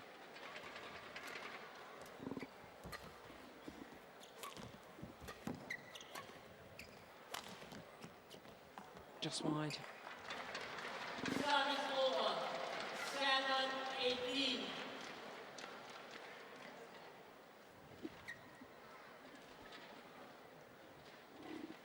Seems she's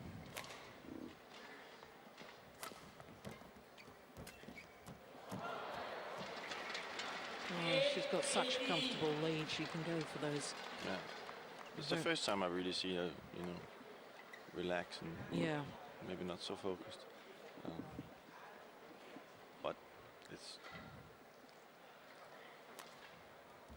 I think the chances of catching up from a 10-point deficit against our Olympic champion. It's not surprising that Xuerui feels that the match is already won. She now only needs another 2 points. But you can see she feels comfortable. Yeah. And she knows she can turn it up anytime. So. Service over. 9-19.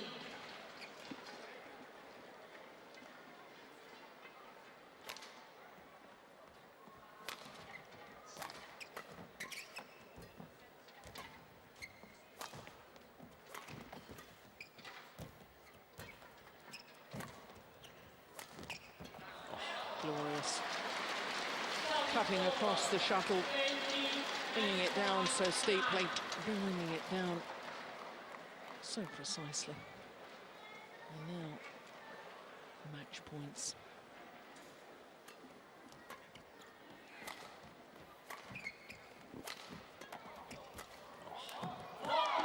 First time of asking, and the Olympic champion has given a masterclass today. 21-12, 21-9. And the fans in front of our commentary position are on their feet, giving her a standing ovation. And she thoroughly deserves it. Now let's spare a thought for this lady, the 17-year-old Intanon Ratchanok. But what a performance by Xuerui. Her 6th title of the year from 7 finals. And their confirmation of the scoreline, 21-12, 21-9.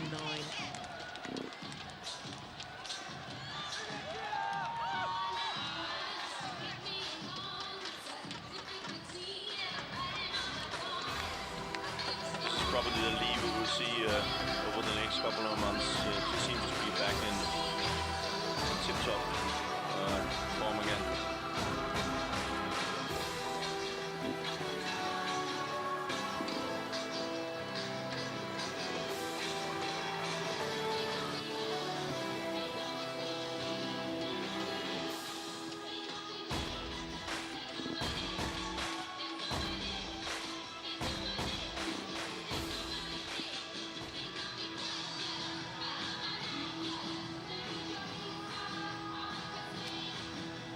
So there you can see our first 2 finals, won and lost in 2 straight games. First 2 titles, the mixed doubles and the women's singles, both going to China. China represented in the next of our finals, the women's doubles, in the form of the world champions Wang, Xiaoli and Yong. But China cannot make a clean sweep of titles here because the men's doubles is the Danes, the defending champions, up against the new Korean pairing of Go Sung-hyun and Lee-Yong Dae. But of course China are guaranteed a 3rd title here because the men's singles is an all-Chinese affair.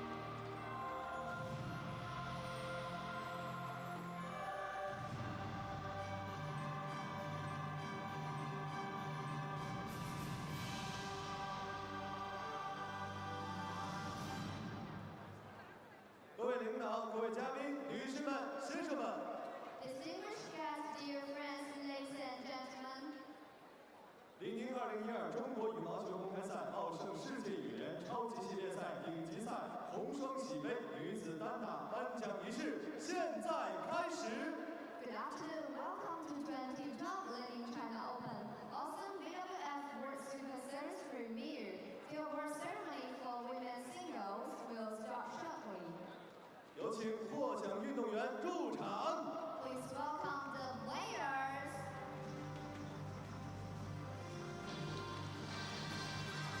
So the women's singles finalists brought forward to the podium for the start of the prize presentation. 红双喜杯女子单打亚军运动员是泰国运动员拉扎洛林达龙。 The runner-up Ratchanok Intanon from Thailand.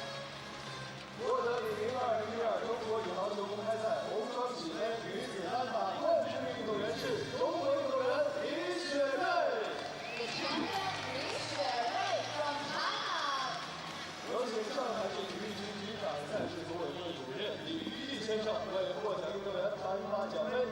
The award will be presented by Mr. Li Yu-yi, Director General of Shanghai Administration of Sports, Director of 2012 Li-Ning China Open.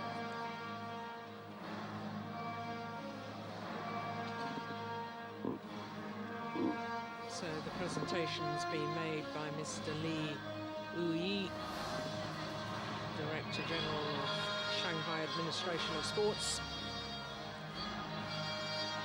有请副局长、赛事组委会执行主任谢玉明女士为获奖运动员赠送鲜花。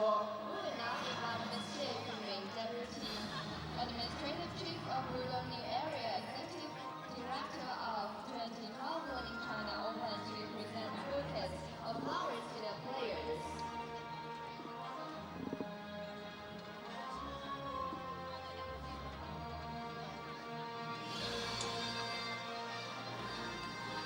So there, Hyun 上海红双喜股份有限公司总经理侯世和先生为 presenting 获 the 奖运动 trophy, 员颁发奖金。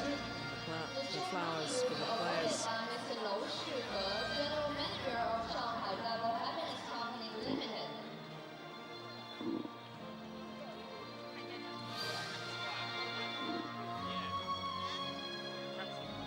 Mr. Lau Shihe presenting the checks. 有请奥盛中国华东区副总经理林小慧女士为获得冠军运动员赠送奥盛天王礼。 Please welcome Mr. Zhengming, Assistant General Manager of OSIM China Company Limited, to present OSIM Blue Divine to the champion. There's a limb from OSIM Super Series title sponsors throughout the entirety of the year. Also making a presentation as well.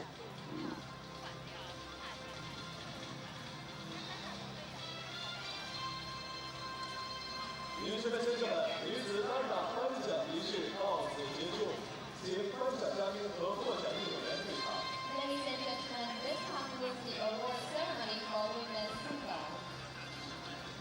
女士们、先生们，请大家继续观看比赛。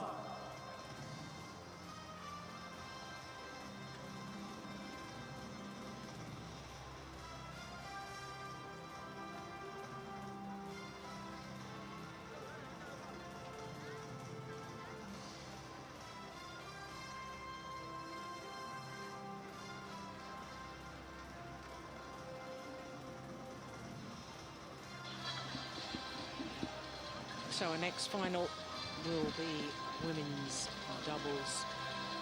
The current world champions, the number 2 seeds, Wang, Xiaoli and Yang, up against the Japanese pair that were kept on court well gone midnight last night in winning their semi-final. Miyuki, Maeda and Satoko, Suetsuna, overcoming the number 8 seeds yesterday in 3 tough games. An hour and 27 minutes it was.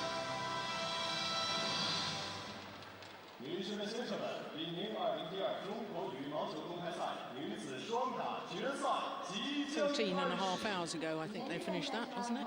Yeah. 2012 Li-Ning China Open OSIM BWF World Superseries premiere. The final of women's doubles is about to start. 让我们用掌声欢迎裁判员、司线员入场。 Please welcome the line judges.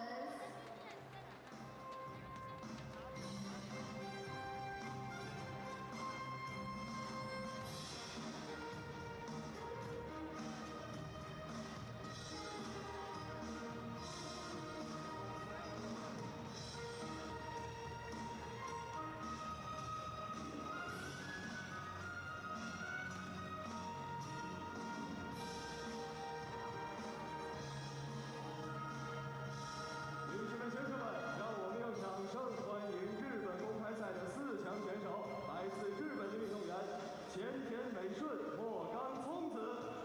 Please welcome Japan Open semi-finalist Miyuki, Maeda, Satoko, Suetsuna from Japan.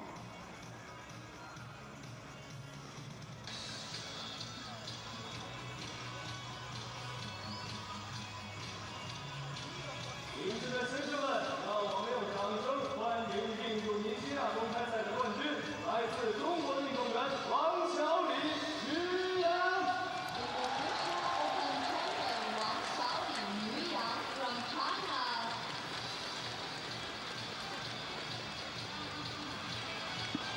The world champions, Wang, Xiaoli and Yong.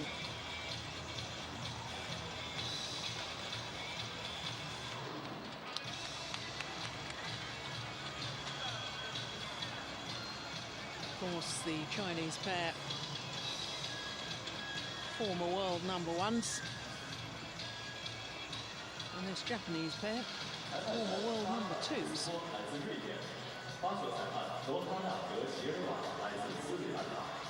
Well, the umpire for this match, Fosto from Sweden. This his last ever tournament as a match official at the elite level. Will retire after this women's doubles final. He's had a fine career as an umpire, highly respected all over the world. So the women's doubles final. Wang, Xiaoli and Yong against Maeda and Suetsuna from Japan. There is Yong, the 26-year-old from Li-Ning province. Was the Olympic champion in 2008 in Beijing with Jing. Got a bronze medal as well in the mixed doubles with her Hanbin. Her partner, Wang Xiaoli, 23 years of age from Hubei province, who's been world number one in the women's doubles with two different partners. Of course, she was world number one with Ma Jin 3 years ago. And she beat her former partner, as you can see, in their first match, because of course they had a bye in the first round. Not a full draw in the women's doubles, which we talked about at length yesterday. A very disappointing statistic, that. Very comfortable semi-final, as you saw, against the Thailand pair. 9-4 in 26 minutes. What a difference that this Japanese combination had, who played the evening session. They were last match on. As I say, it was well gone midnight that they finished their semi-final against number 8 seeds Hai-Wan and Zhang Na. So there is Suetsuna, oldest player on court at the age of 31. And there you can see that their first match, which was the second round, against the pair from Singapore, that was 1 hour and 12 minutes. And their semi-final, 1 hour and 27 minutes. What a battle it was. So as far as the Japanese pair is concerned, this is their first final of 2012. But that statistic won't help their supporters feel at all easy about today's final, because they've played 3 times previously, and Wang Xiaoli and Yong have won on every occasion. In fact, the Japanese pair have never even taken a game off this particular Chinese combination. In fact, the most number of points they've scored in a game, I think, was 16. So, as yet, made no real inroads into the dominance of the current world champions. And definitely one of the reasons for that is, we spoke about yesterday, if the Japanese pair decides to just stand in their defense, the Chinese, compared to the Koreans, are way too strong for that today. So if they're to have any chance in this match, they need to go up and try and play some front court.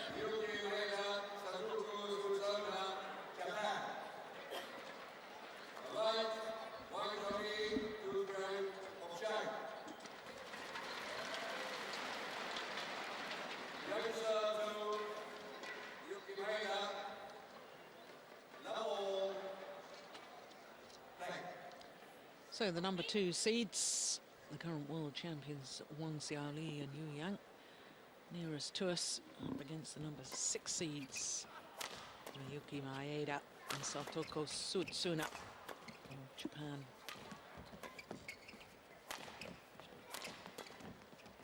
And of course, this is a match that many people thought might never happen. Because whilst it's all been well documented what happened at the London Olympic Games, I think we'd be remiss not to make mention of the fact, we have to make mention of the fact that this pair from China was one of 4 pairs that were disqualified from the Olympic Games for not giving their best efforts in the last of their group matches. And this lady, Yong, actually on a social networking site immediately announced her retirement from the sport and conveyed how heartbroken she was, and she said, "Farewell, my beloved badminton," which was a signal that she intended to retire. But Li Yongbo made note of the fact at the time. He's virtually said, "I'll decide when my players retire," and I think she'll be back. It's not her decision. And indeed, she is back.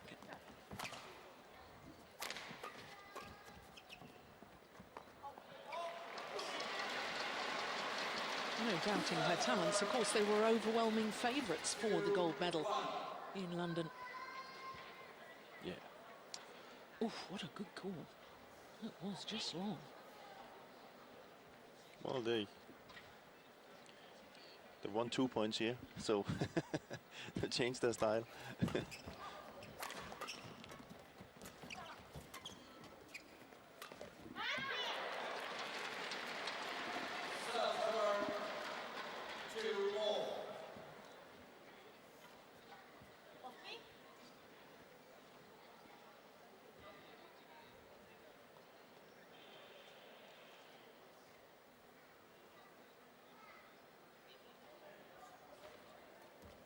Good serve.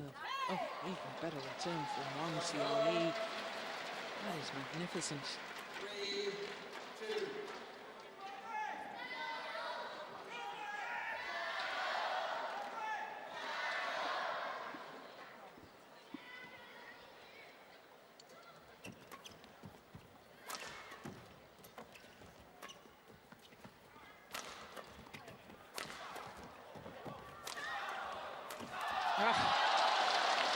There's the power play from Wang, Xiaoli.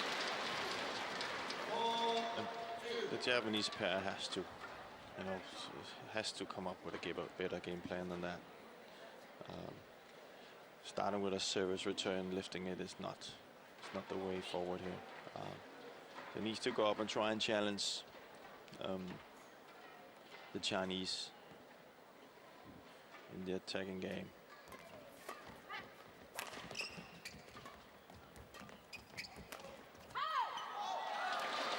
Well, in my humble opinion, I think Wang Xiaoli is the best women's doubles player in world badminton.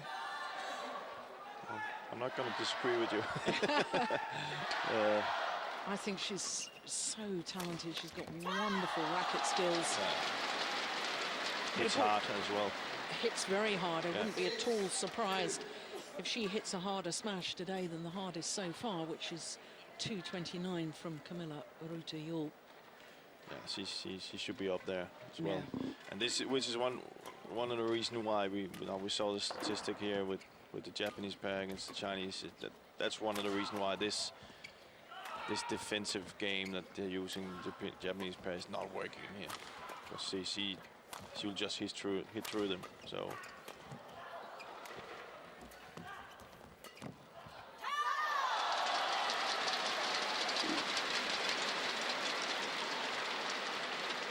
They're way too powerful.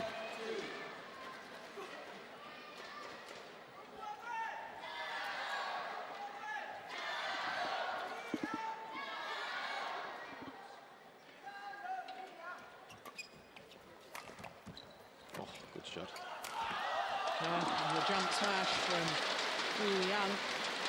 But you can already see in the Japanese pair compared to yesterday that they're not in so much control here, and they're all communicating what to do, and their heads are a little bit low. Maybe they're still a bit tired from yesterday. Yeah, wouldn't be at all surprised. Yeah, that's just Wang at the back line. Umpire Hacken Foster just warning Yong not to try and influence the line judges. He did it in a very quiet way. That's why he's such a good umpire. Yeah, well, it's good because it wasn't the worst case of that, but he's telling it, and I like that. And I think we should see much more of that, because we have to remember the line judges are human. You know, they can be influenced as well, and you know, top players telling it if it's in or out is you know, makes them doubt what to call it, and therefore it's important. It's important that the umpire comes in and says, "This is the end." You know, don't try to influence the.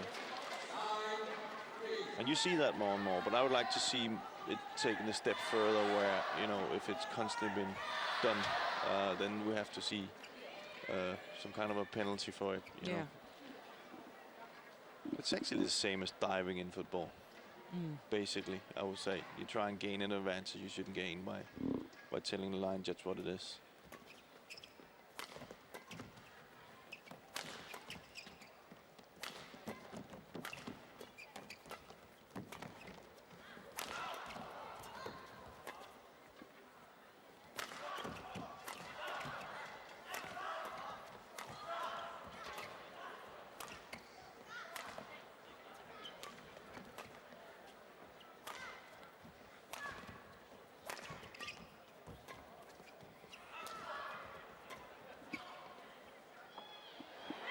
It's landed in. Well, it's called in.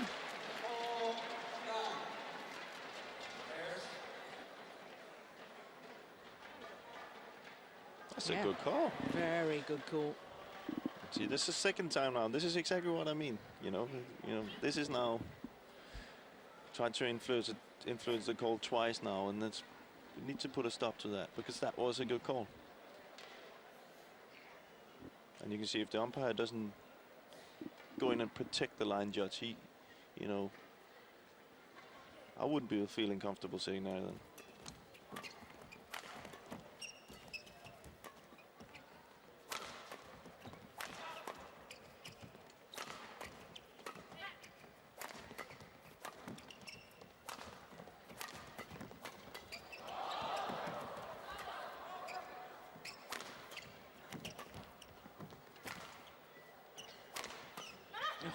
Good defense. That's better.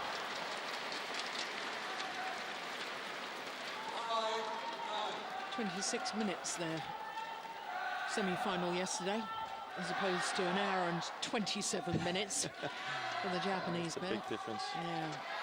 And so late. You were talking yesterday about how players will need to warm down, physically stretch down, and then they need to have something to eat, maybe need to get a massage and so on. I think on top of that, if I'm to understand correctly, one of the Japanese players got called in for giving a sample for a random drug test. Wow. So Yeah, that's tough.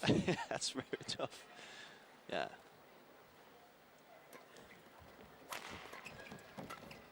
it's not the best of odds. No. And then I must say, all those things you're talking about is the well played. They can play that. Yeah. Those are all professional things you're talking about. And the worst thing with this is that we probably both felt by sitting here and watching badminton is the adrenaline. Yes. When the adrenaline is running in your body, you can't just go to sleep, you know, and then that's the biggest problem. You know, the whole system is up and running, and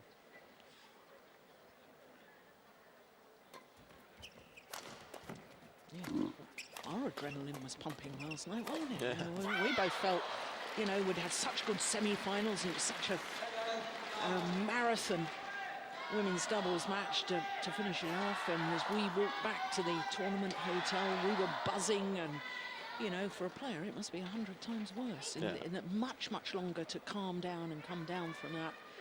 Much longer. You can see I was up in Carsten Mogensen's room just saying well done for yesterday, and what was the time, around almost 1 o'clock there?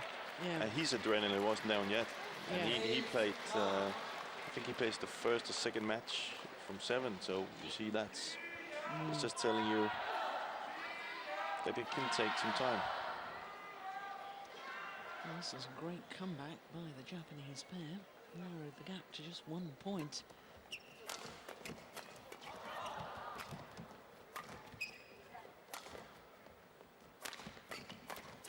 Oh, that's okay.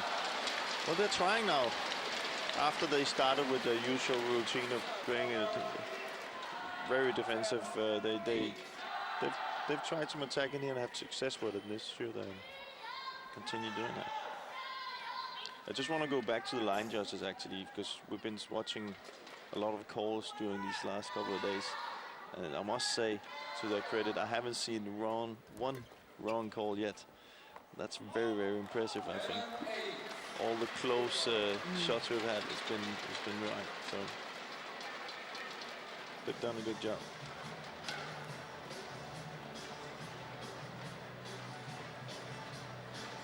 Well, at least the Japanese pair closed the gap down considerably. There was 6 points adrift just a moment ago. Halved that deficit to just 3 points now, but look at the body language. They do look very positive, don't they? Yeah.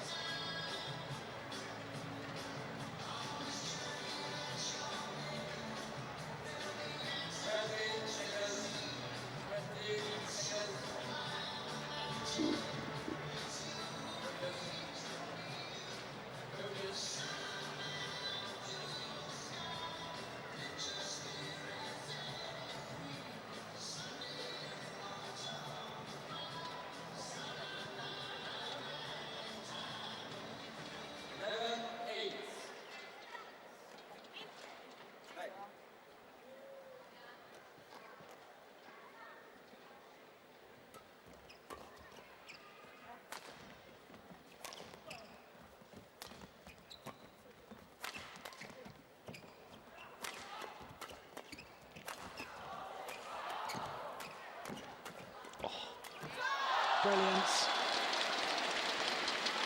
I like that. That's really, really good. Yeah. And this is the interesting thing, you know, when you watch these two pairs. We were talking last night about the Japanese pair, how we'd like to see them taking more chances going forward and trying to intercept, take those half chances, you know. And I think that the reason that the Chinese women's doubles pairs in general have been dominating over recent years is because they do that. They do try and build the rally. They do try and get the net player involved. Yeah. And so they have taken it to a more positive, more aggressive level than we did go through a stage at one time with women's doubles where, you know, I hate to say it, but it did become a little boring because everybody was just wanting to defend. Yeah. Now, the real top players in the world, they want to try and attack. Yeah, that's good to see because, but it's also again coming to that they're stronger and hitting harder. Yeah. So they've kind of taken it to we see some of the ladies do jump smashes now, and they've taken it to the next level, and that means that opens up a possibility of other tactics, you know, and you know, the rest. Oh, that's good. The rest needs to, you know, you can learn from that and then, you know, follow up on it, because that is the way forward now.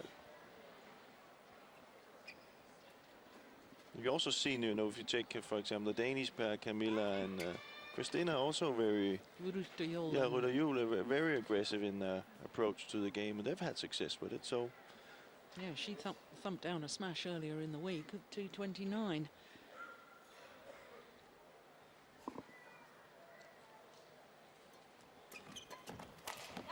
It's about 143 miles an hour. yeah, so no reason not to use that.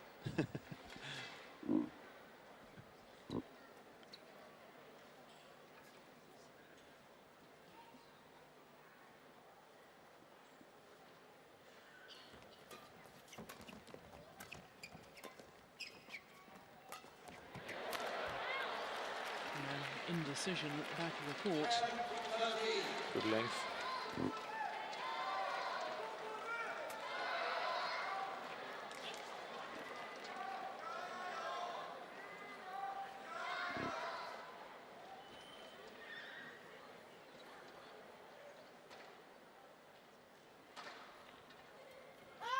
Oh, what a pity.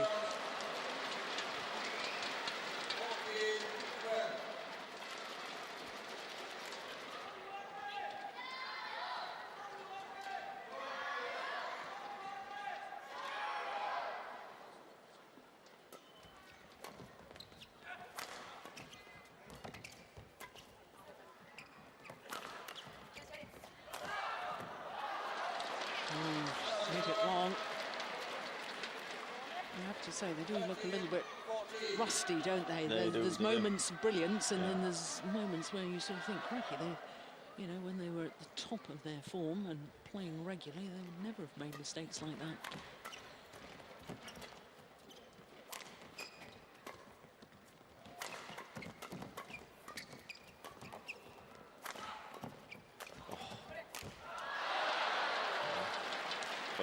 But you can just see if the, you know, the Japanese are known for being good in defense, but when Wang hits it, you know, they can't get it long. They can only try and drive it back, and you can get in on the net. So, but they've missed the two big shots here. Brought the Japanese pair back in the match.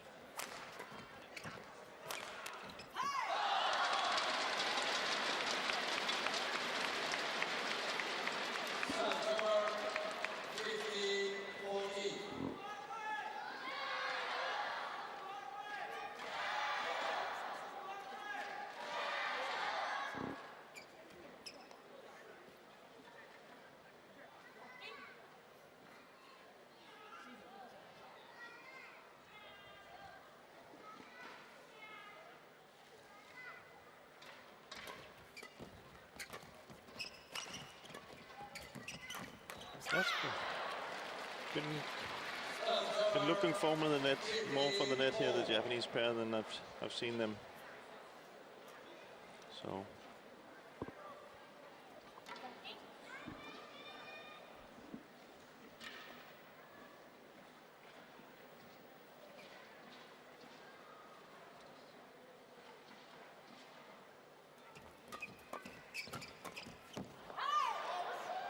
Just long.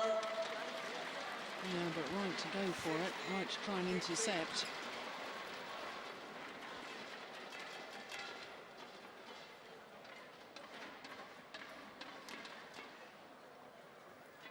Another flash.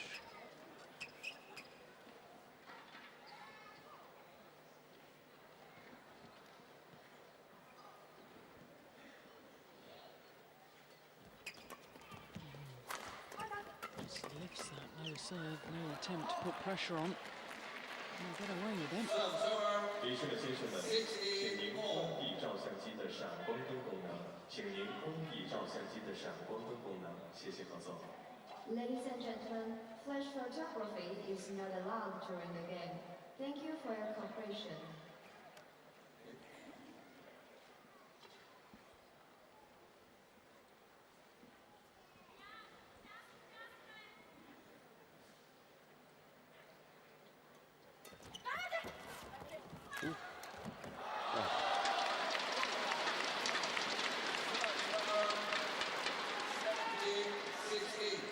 See you communicating to Wang to come forward.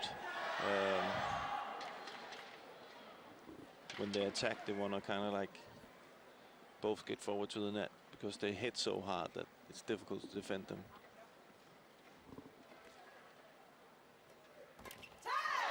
That's a good serve from Wang Xiaoli.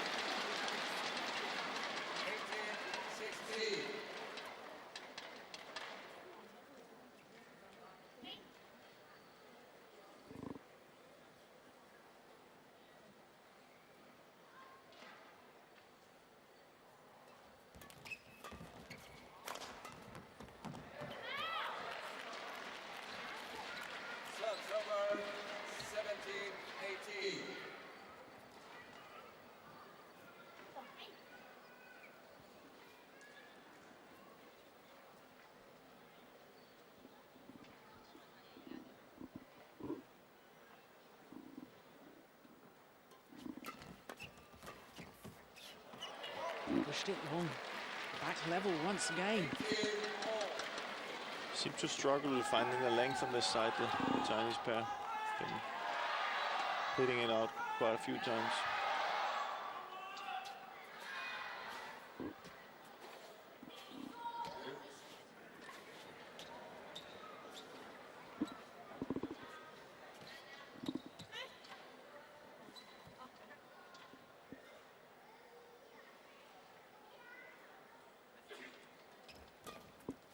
What a good return.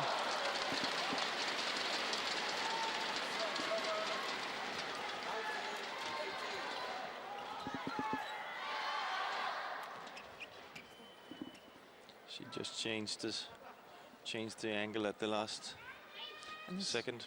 This is why I rate her so highly. Yeah. I think her racket skills and variation is second to none.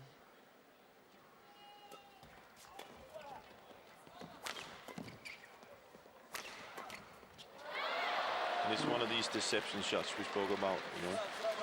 So you can get a lot out of that.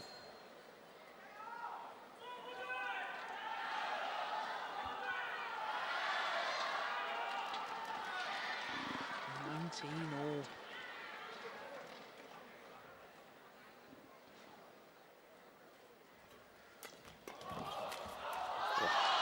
So good from the return of serve.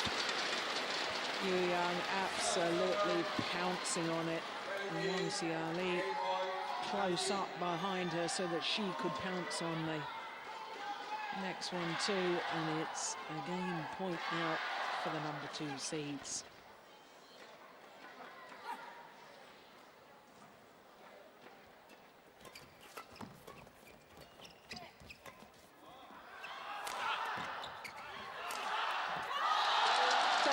First time of asking, much to the approval of the fans here in Shanghai.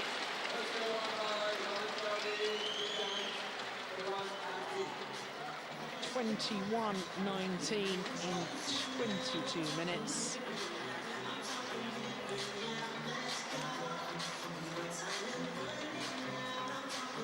Game number 1 to the World Champions.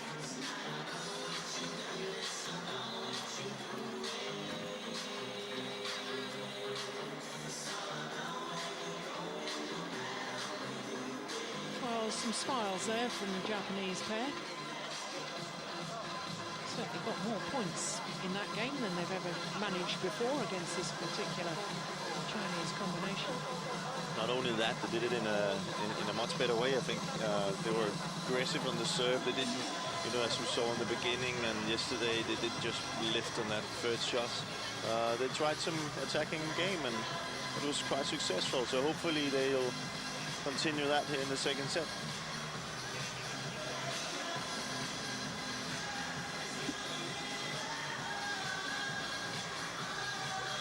The Chinese pair are very effective in the service situation. So if I was the Japanese, I would maybe try and flick serve them a few times to try and get them out of balance. Because the last part of the first set, their returns were really good from the short return. So that could be a way to to get the Chinese out of balance in the service situation.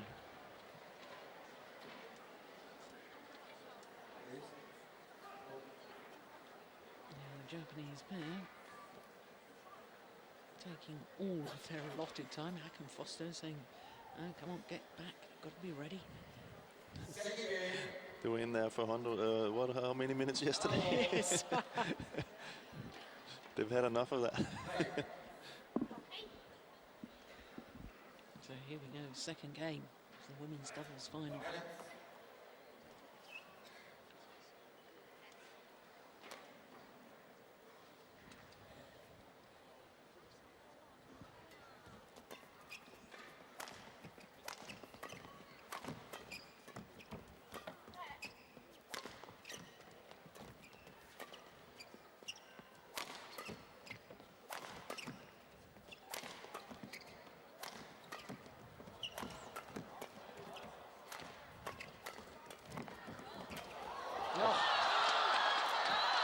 What a rally.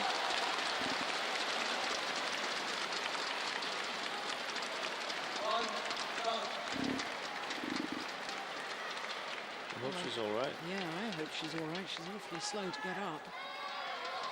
Oh dear me, I'm not convinced. Or maybe just the... Oh. Remember, of course, she had a knee operation a couple of years ago. Yeah,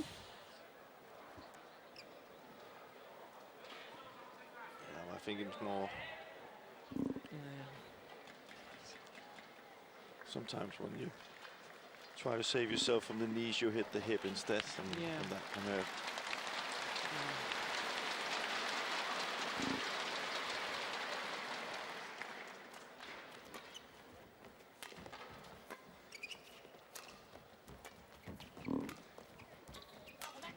That's well played. Well, we've talked at length, certainly when we were working together in Denmark, about Lee Chong-wei's support of Super Series events and the fact that he's won 27 Super Series titles. As far as women are concerned, do you know who's won the most?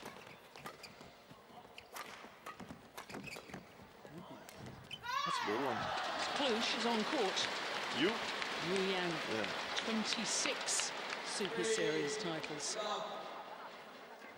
And we're going to see the third most successful player in Super Series history in the men's doubles final. Lee. Leon Day with 25 Super Series titles so far.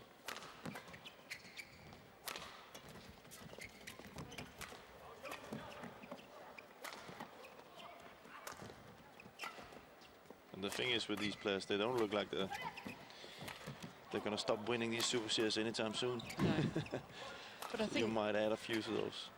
I think that's why, you know, whilst I'm sure there's a lot of women's doubles players in the world, you know, disappointed to see this lady back on the courts and back playing so well again, having thought that she was going to retire. You know, I'm actually very pleased to see about. Don't condone what happened in the Olympics, and you know the way that those matches were. I use the words contested in a measured way. Yeah. It was awful to watch, and I'm not for one moment, but they are wonderful badminton players. And you know, Young, she's only 26 years of age. Yeah.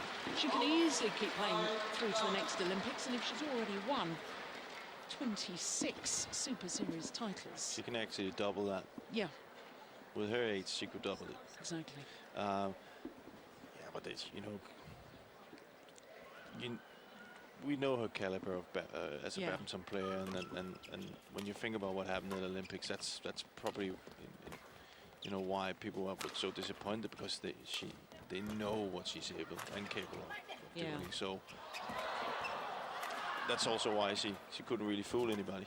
Yeah. So I'm just happy that she's still playing, because she has something, I think, that a lot of the other ladies doubles could learn from. Her way of approaching the game, her way of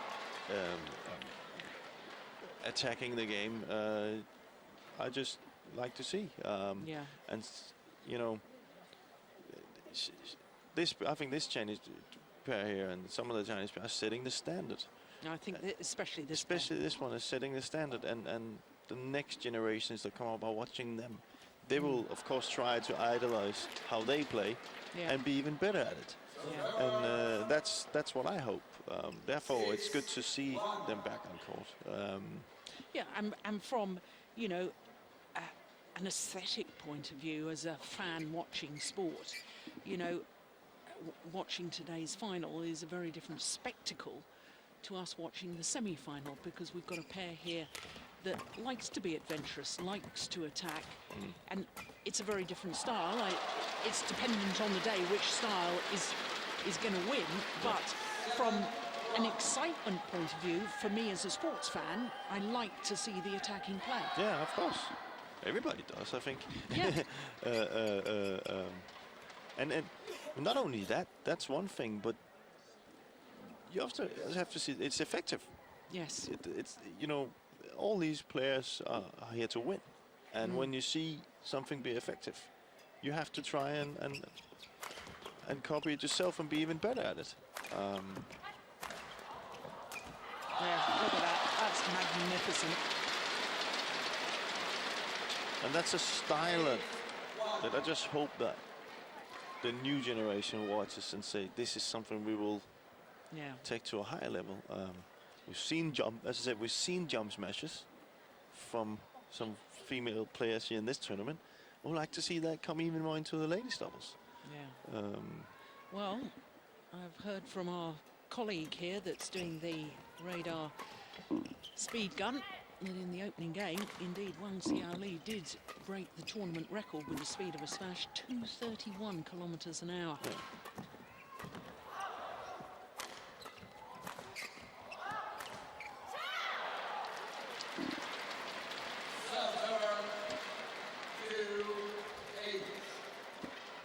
And make no mistake of that, she's worked hard to gain a match like that. And that's what I'm saying, the rest has to follow up on that. So we need to get our smashes up to 231. Well, I tell you what, next time we'll bring our kit down a little early before the finals start, and we'll get our colleague to time our smashes. And then we'll just see how brilliant these players are today in comparison to us old fogies. Yeah. Oh, good try. Yeah, I know she made the error, but it's exciting what she's trying to do there. It is. It is exciting, and it gets, you know, the rallies gets more exciting. But I also do think you can see today on the Japanese, they have accepted that they're not going to win by just playing the game they played yesterday, and are trying to change their style a little bit.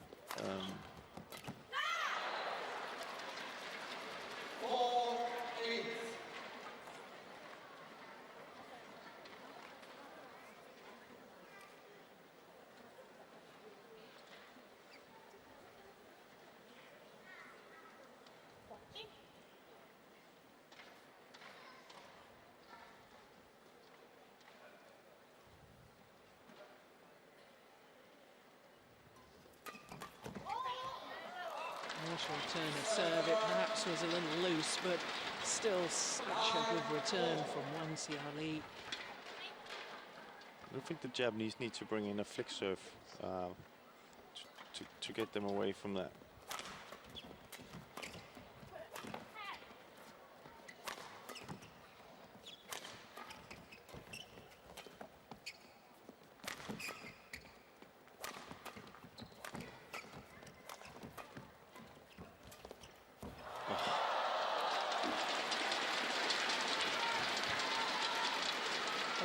Tell you that Jim Lauderson was applauding that. But that's superb. That's superb. Little, not lucky. That's superb. Yeah. You see, that's well, that's the way forward, I think. To have more and more ladies players playing like that.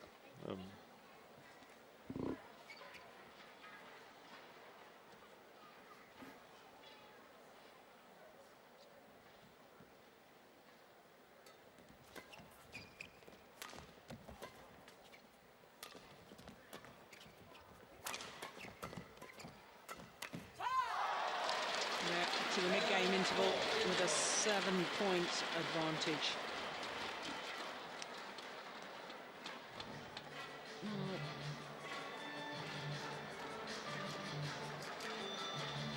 I have to say that I'm pleased to see the Japanese pair are trying something different, as you've already pointed out.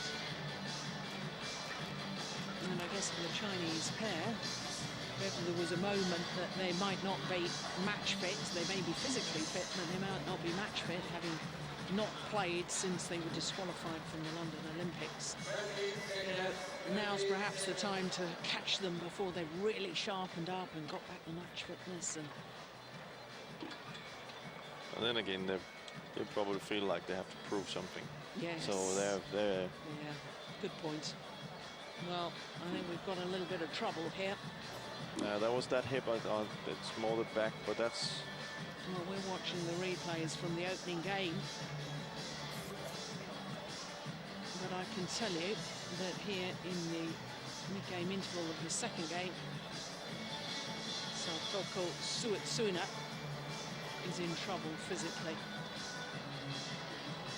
The medics are all around. Putting spray onto her back. She got a push when she tried. I think she tried because of her knee injury. She tried not to land on her knee, which meant she kind of fell on her hip and her back instead. And yeah, glad to see that she's all right to continue. it's also another thing, you know, when you have to take into consideration when you haven't had that break between your matches, and if you haven't slept that much, and you had to do drug testing and all these things, you know, injuries becomes. Oh, she doesn't look good. No, she did, in fact. Oh, she looks very stiff. Yeah, I think she's in big trouble. This is critical times for her, because you don't want to. Of course, you're in the final. You want to do everything you can, but if it's. Yeah, but I mean, against the reigning world champions, quite frankly, you'd have to be your absolute best. Yeah, you see, she can hardly move. It's the last of the Super Series tournaments next week in Hong Kong. She doesn't want to do any serious damage. She should be careful now, because you know. Yeah, she's. Well, unfortunately, we're not seeing it here. Yeah. But she was bent double. Yeah. The back is something you shouldn't really take chances with, you know, especially in badminton. Yeah. Dear me, I'm really not convinced. There's many good badminton players over the years that's been out for a long time. Sonny Xuerui is one of the. That took a year for him, and he still struggles from it. So knee and back, be very careful. Well,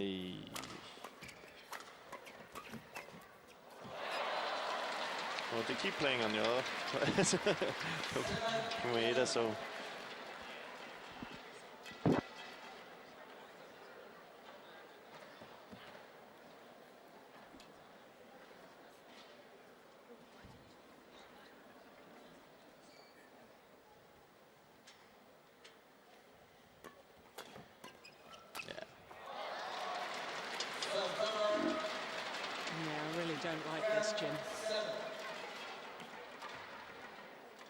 She tried a flat flick serve, and just to stay forward. Now we see her stand close to the net now. Yeah. I wouldn't be surprised if she just moved up to the net. Yeah. Yeah, there you go.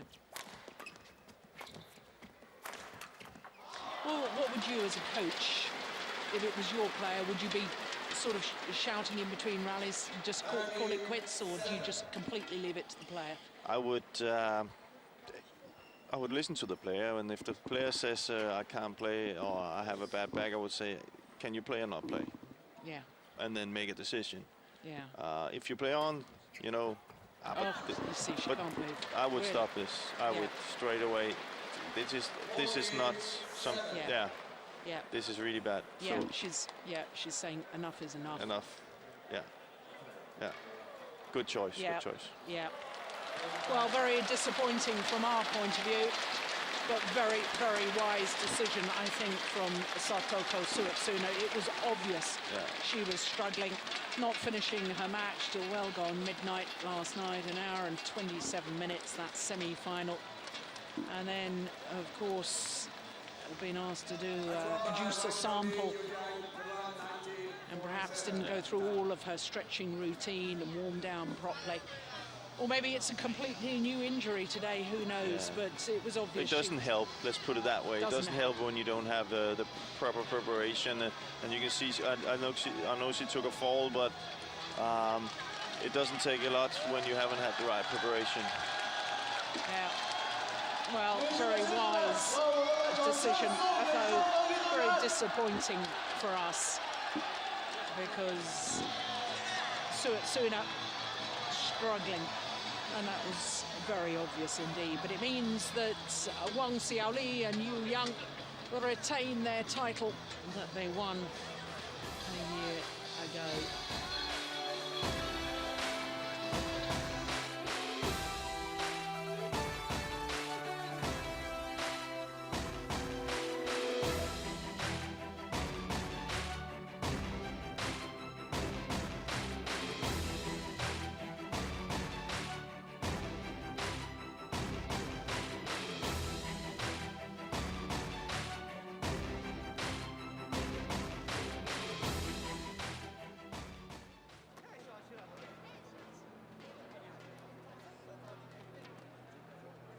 So there you can see confirmation that 3 of our 5 finals have been concluded, albeit that the women's doubles sadly had to finish with the retirement of Satoko Suetsuna with that back injury.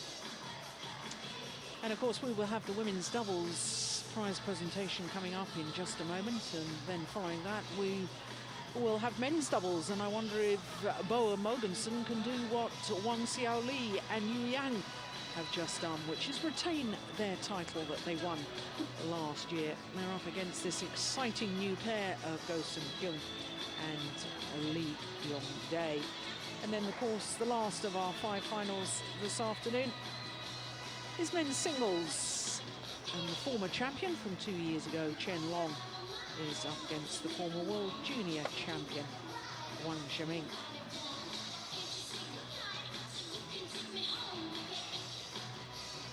So the women's doubles, well, disappointment from the start, I suppose, with only 8 matches played in the very first round. There was only 25 pairs in the main draw. And then we had a number of pairs that withdrew ill or injured. And so instead of having 16 matches in the first round, as is normal in a draw of 32, we only had 8 matches. And today we've ended with disappointment again, with one of the players quite obviously injured, and very wise to stop, but disappointing that women's doubles final ended in such a manner. But I have to say, I am delighted to see the return of the current world champions, Wang, Xiaoli and Yong. I think they're good for the sport. What they did at the Olympic Games when they played was not good, but I think their style of play, when they give 100%, is very good for the game, the discipline of women's doubles within the game of badminton. It's a very important thing, I think. It's very important that you have those doubles players like these two who can take ladies doubles to the next level. So exactly. Yeah.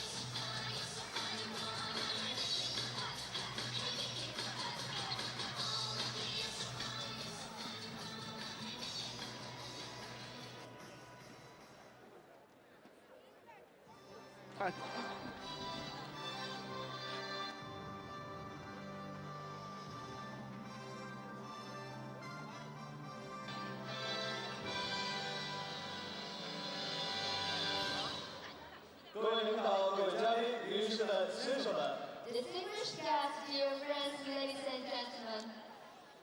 本次中国羽毛球公开赛得到了冠名单位李宁公司官方合作伙伴瑞萨电子有限公司的全力支持，在这里我们表示衷心的感谢。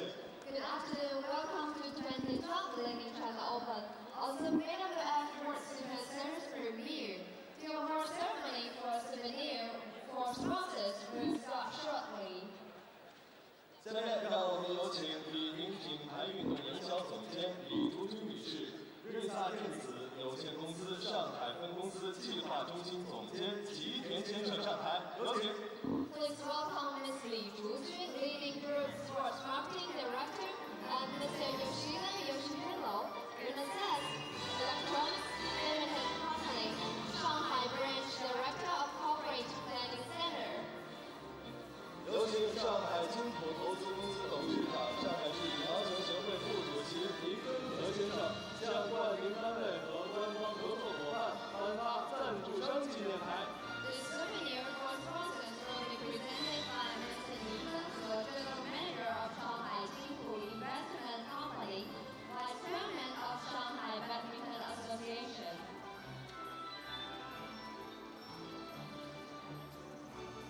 So the presentations for our sponsors were presented by Mr. Ni Jinhe, General Manager of Shanghai Jinpu Investment Company. Ladies and gentlemen, this concludes the souvenir presentation for sponsors.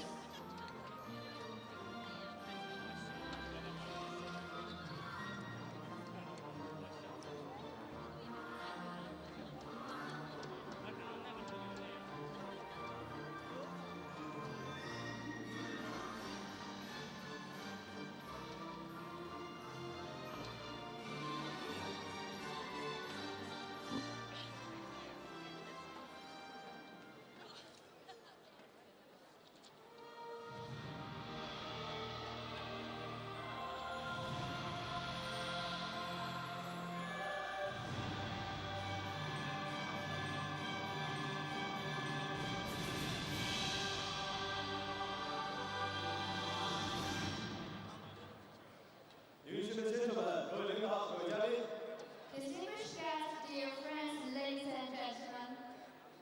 2012中国羽毛球公开赛奥盛世界羽联超级系列赛顶级赛瑞萨杯女子双打颁奖仪式现在开始。 Good afternoon, welcome to 2012 Li-Ning China Open, OSIM BWF World Superseries premiere. The award ceremony for women's doubles will start shortly. 有请获奖运动员入场。 Please welcome the players. So the players are called forwards for the prize presentation for the women's doubles, led out by Wang, Xiaoli and Yong. 中国羽毛球公开赛瑞萨杯女子双打亚军的运动员是来自日本的前田美顺、莫冈聪子。 The runners of Miyuki, Maeda, Satoko, Suetsuna from Japan. So the number 6 seeds, Miyuki, Maeda and Satoko, Suetsuna,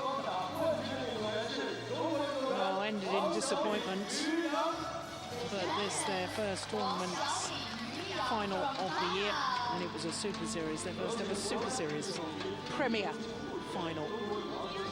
But now Yong joins Li Chongwei as having won 27 Super Series titles. 18 women's doubles now. Sorry, 22 women's doubles and 5 mixed doubles. Head coach Li Yongbo, head coach of the Chinese team, making the presentation.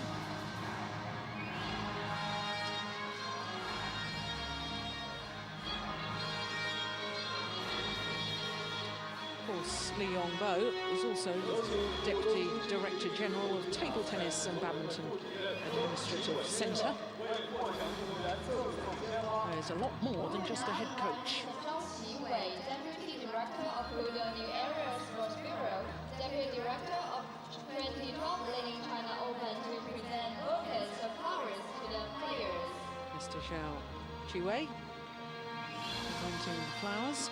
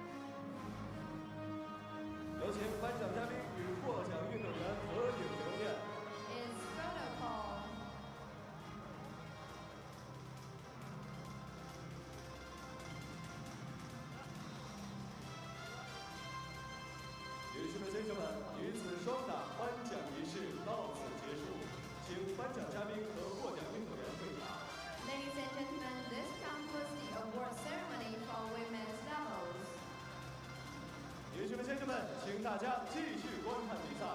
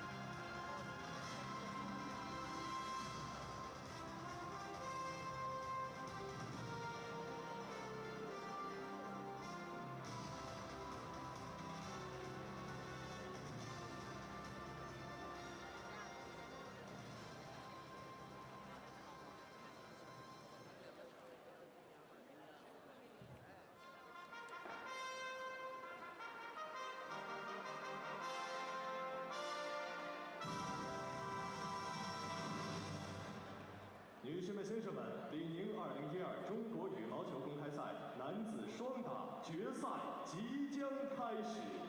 Ladies and gentlemen, welcome to 2012 Li-Ning China Open OSIM BWF World Superseries premiere. The final of men's doubles is about to start. 有请裁判员、司线员入场。 Let's welcome the live judges.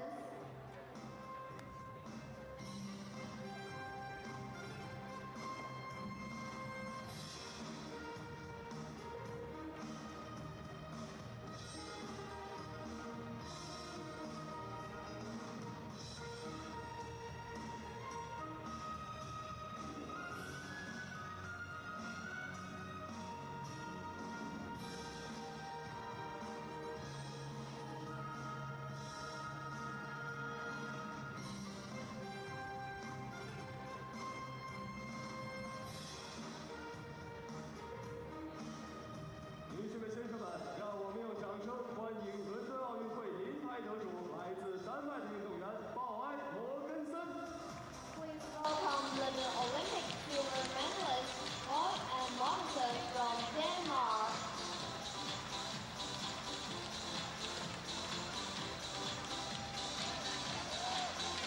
The defending champions, the world number ones, the European champions, and the Olympic silver medalists. That is Mathias and Carsten Mogensen.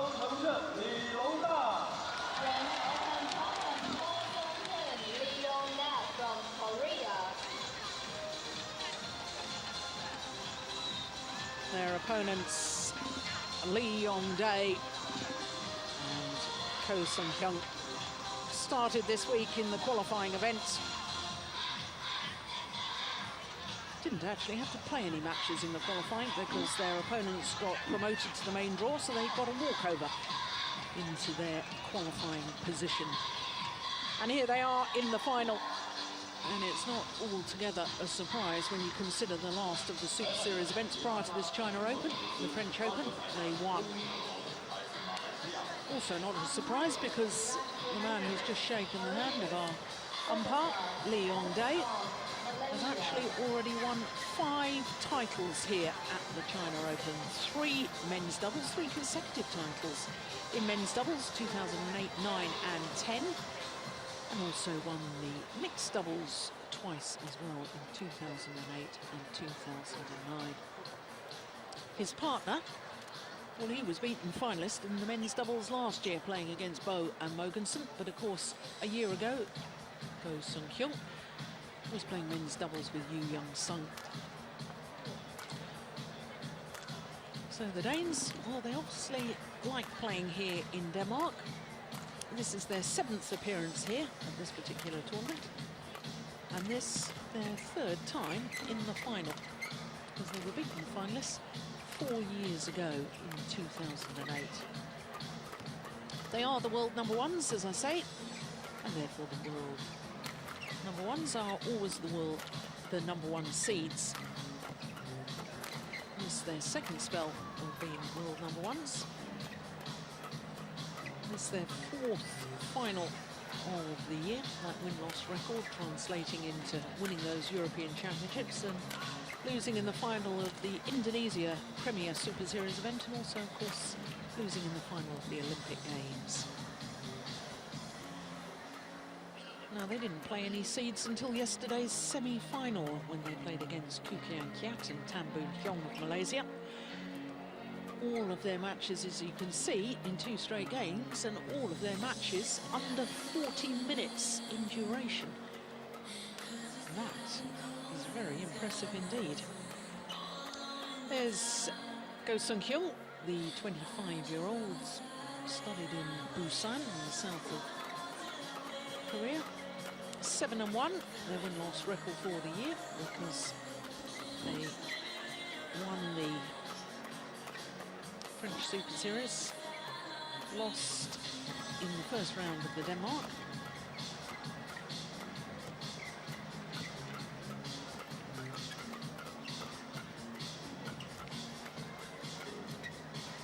Well, they too, like their opponents, have won all their matches in 2 straight games, including a second round encounter against their teammates and Asian champions Kim Ki-young and Kim Sa-rang. Quarter-final against the number 2 seeds. That was impressive, wasn't it? You were with us earlier in the week. You will have enjoyed watching them play against the Olympic champions Hyun and Fu Haifeng. They won in 2 straight games, and yesterday's semi-final against Endo and Hawakawa from Japan.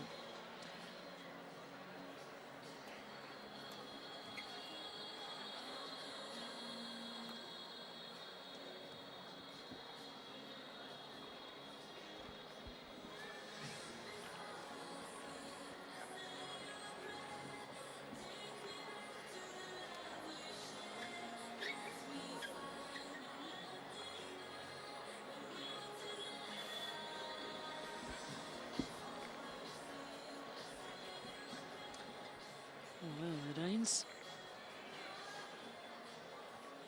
looking calm, taking their time as always.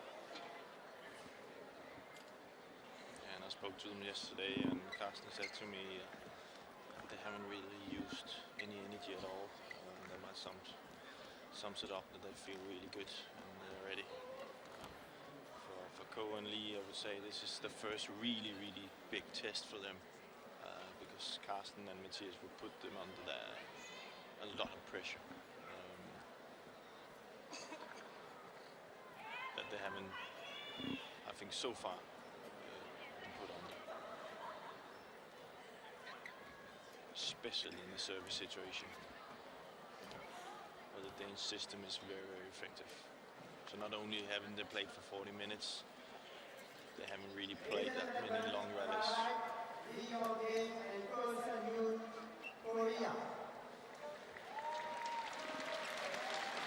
Barrage Genera Lampard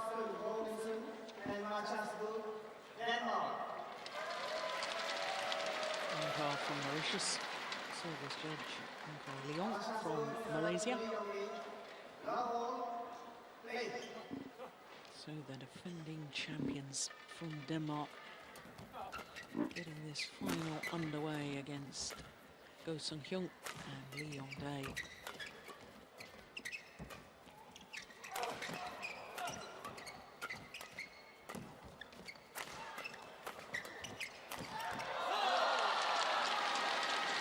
Well, we were lucky enough to watch the Koreans play their quarter-final against the Olympic champions Hyun and Fu Haifeng. And I thought they were very impressive. Yeah, but there's no... let's not hide that these 2 pairs here has been absolutely the best in this tournament. So in that perspective, it's the right final, and we should be in for a treat, as you say. They play really well. Kang Hyun-jin, Korean coach.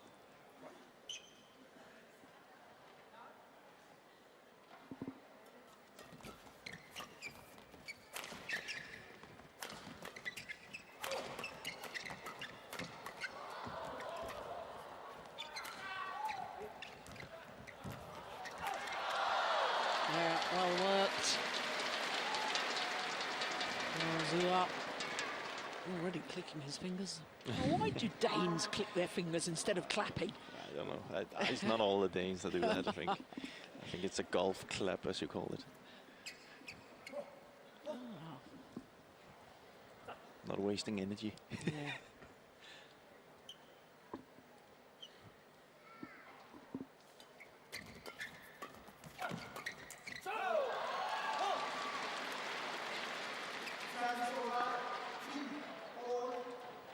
Good start from both pairs.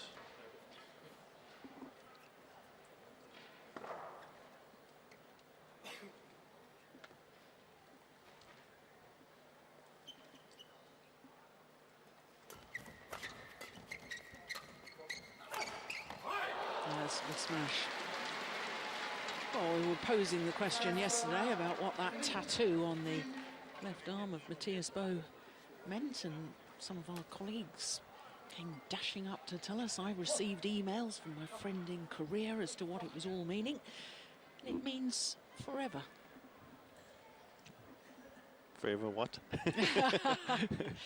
Now, you're supposed to be our spy in the Danish camp, finding out these little details.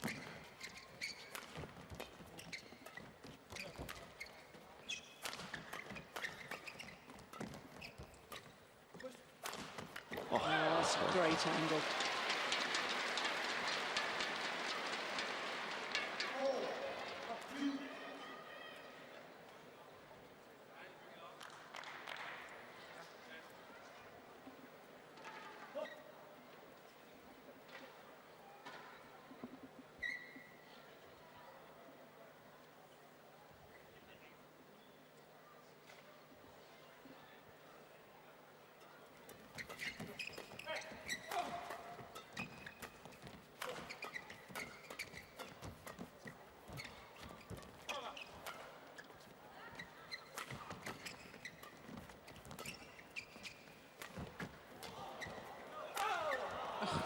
Goodness.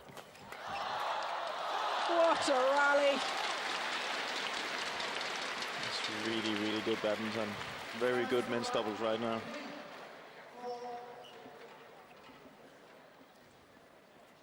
.266. Wow. Said yesterday some of his part of his game missing was hitting really, really hard, and that's must be doing some weightlifting during the night. It's 266. It's very, very hard.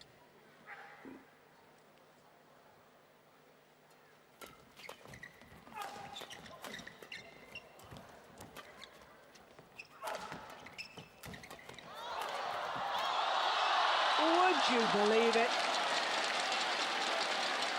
Fantastic. Having a little lie down and still got it back. Yeah. Yeah.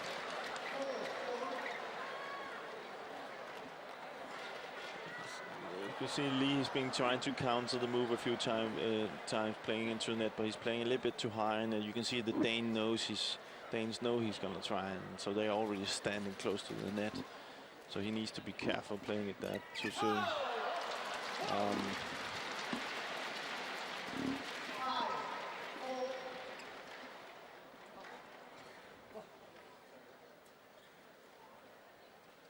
I noticed that Li Yong has got some strapping on his right knee. He's played a lot of badminton recently too, hasn't he? Both the Super Series events in Europe and then the World University Championships last week in Korea, where he won a gold medal with Kim Ki-jung. I think that strap there, you see that a lot of players have that strap right under the knee. I think it's just more of a support for the knee than it is an actually injury. So a little bit of patella tendonitis. Yeah, we can say don't it ask me. Yeah, good attacking play. And that's what you were talking about earlier in the week, isn't it? This way they work the left-right combination so well. Yeah, and it's for the Koreans, it's important that they just don't stand in that defense, lifting from side to side, because Carsten and Mathias is just going to rotate and it's into their game. So they need to be a little bit more constructive in their in the defense.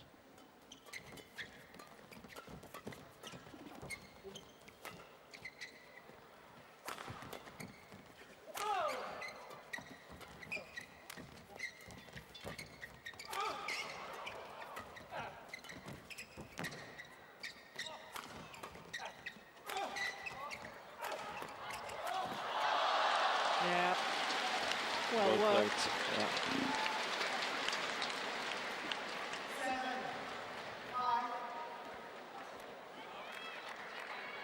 Very effective in the attacking game right now, Mathias and Carsten.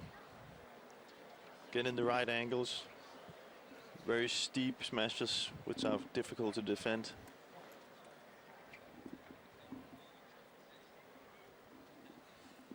And a much different game today than we saw yesterday, where they were much relying on the service situation. Way more rallies today.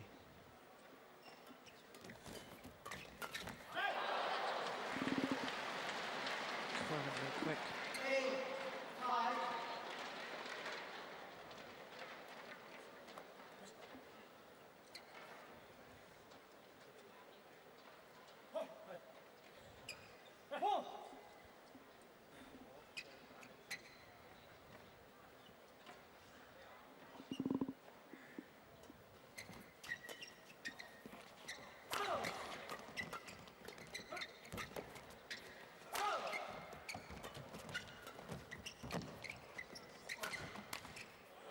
Missed it.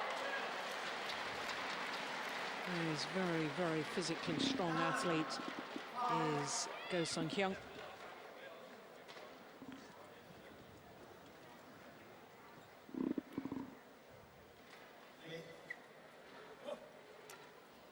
I've just received a note from my colleague to say that Go Sung-hyun has just hit a smash at 273. Just proving my point. He's give it a fair whack, can't he? Yeah.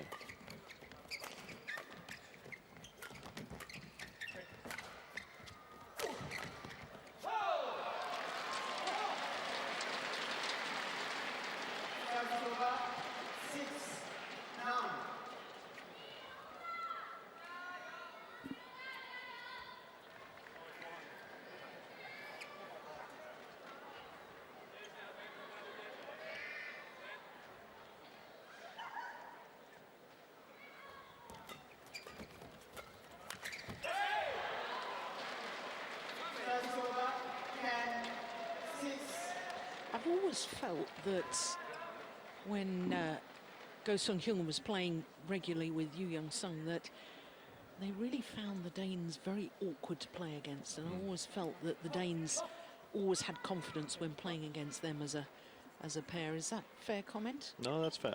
It's a fair comment. You can see it's a little bit the same here in the start.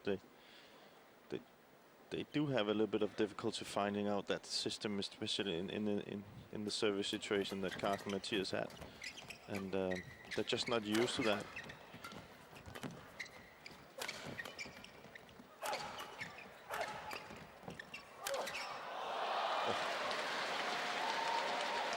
And the Danes are in total control. Total control.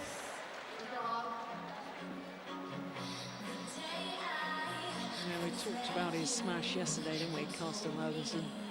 The angle, the steepness, not the biggest of athletes. He's a tall man, though, but not as solid as his Korean opponents. But he's probably got the best smash on court. Yeah. Probably not the hardest, but he probably gets more winners from it because of his placement and his angles. He still hits pretty hard. Yeah. But it's actually... It works in his favor to have the hard smash, but he's using a lot of these smashes that are steep instead, and that's because then Mathias can get into the rallies at the net. So there's no point for him to hit hard, because then the opponents will be able to counter it quicker. So he's more of a solid player from the back that keeps it down with drop shot, and then when the chance is here, he will hit hard, and he can hit very hard. But it's more or less he's relying a lot on his really good technique, but he has also worked a lot with his strength, so he is stronger than he was 5 years ago.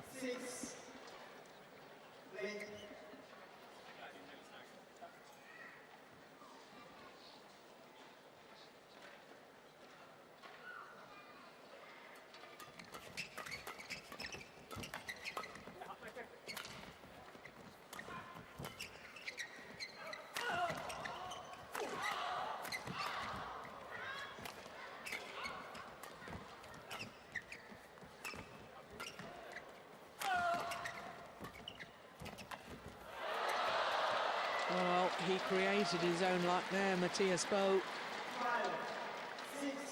Yeah, but Ko had to go forward and broke his string, so I don't even think the Danes saw that.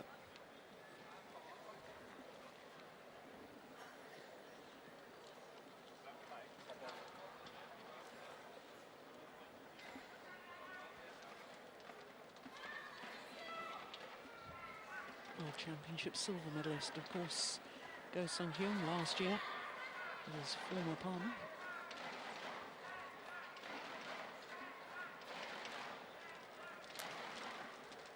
World Championships is an event where the Danes, after all their list of successes, All England titles, and Super Series titles, Olympic medal, never actually won a medal at the World Championships yet. Yeah, but there was, I saw that match at Wembley for the World Championship, and they were not playing to the same standard as we've seen them here and at the Olympics. So was there a logical reason for that? well, of course, that's Not ill or injured or anything like that? no, there was no real that. It was just, you know, I think there was a lot of pressure on it. People were expecting just to take a medal, and that sometimes gives a little bit of a, you know, not that free a feeling when you play. What a great flick serve. And of course, they were expected to medal because they were the number 2 seeds at the World Championships in Wembley in 2011.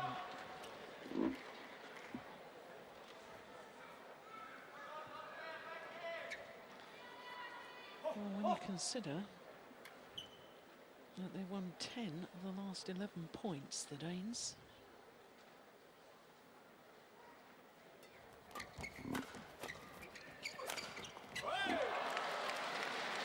That is incredible, isn't it? Yeah. I'm very surprised by the Koreans' tactic here. It's not, I don't think it's in their favor. I know Lee with his former partner was playing a lot of defense, but they were also better at it.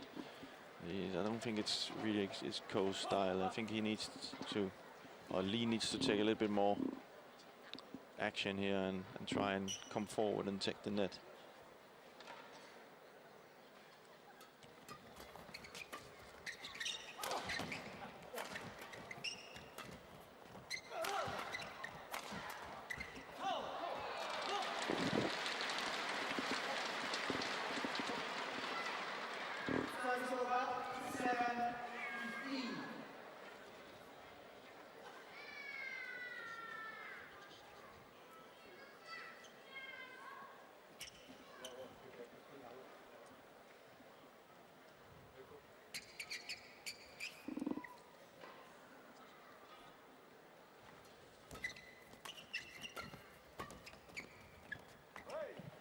It's landed in. Oh, well, no, it's overruled by the umpire.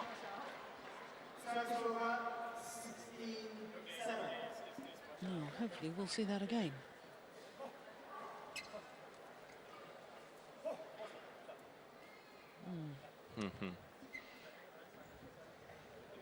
Yeah.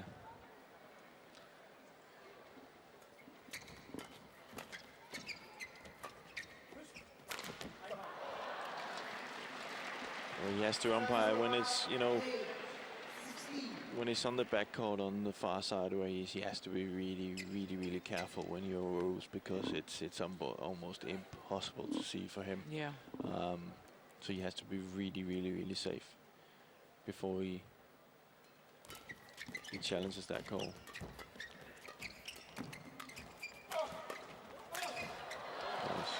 Peng's gone in the racket. But I'm okay with him overruling it. But where I have a problem with it, when I also had a problem with when I was a player myself, is if it's been overruled after the players have reacted, if you know what I mean. You know, it first after that Carsten and Mathias told him it was out, then he called it out, and you know.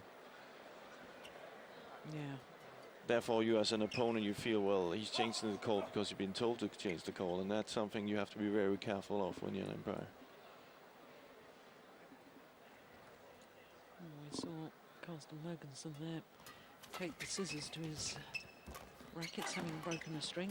He wants to release the tension throughout the internal racket head, so just cuts all the strings.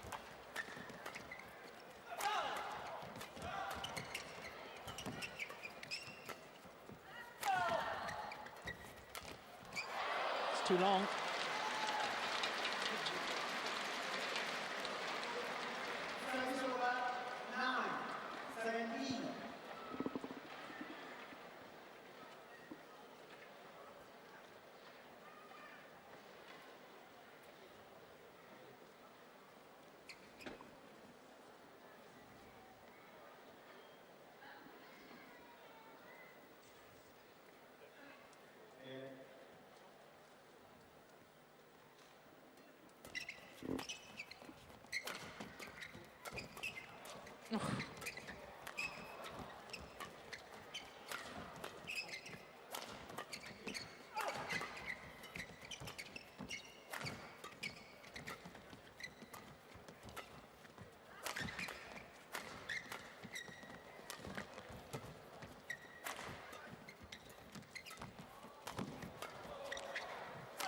Good ready.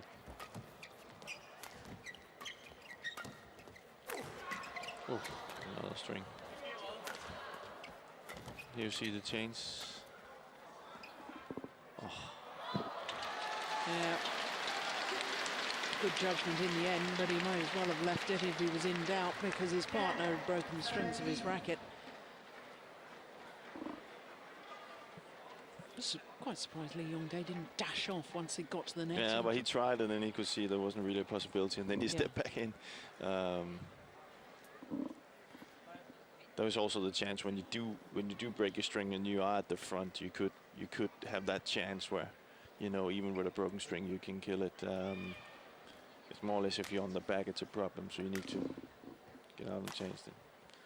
But we've seen a lot of broken strings this week, and it's of course because today it's a little bit warmer than yesterday, I must say, but it is a little bit chilly, and therefore the strings have a tendency to break.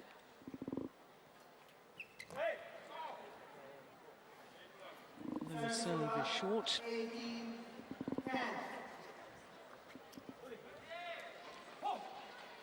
And that's a gifted point that the Koreans really can't afford.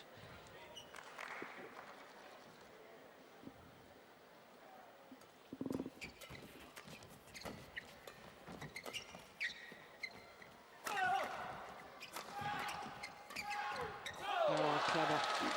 It's nicely done.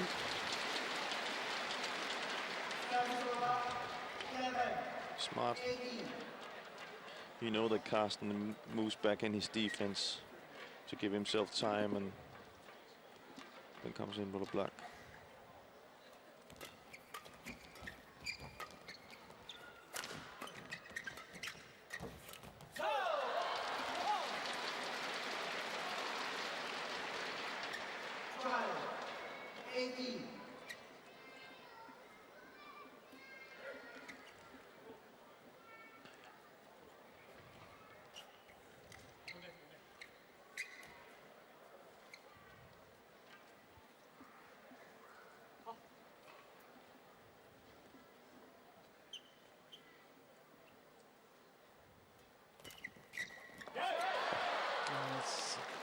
Good return. May have been deflected by the net cord, but it's a lovely pace, just enough pace to get it past the net player.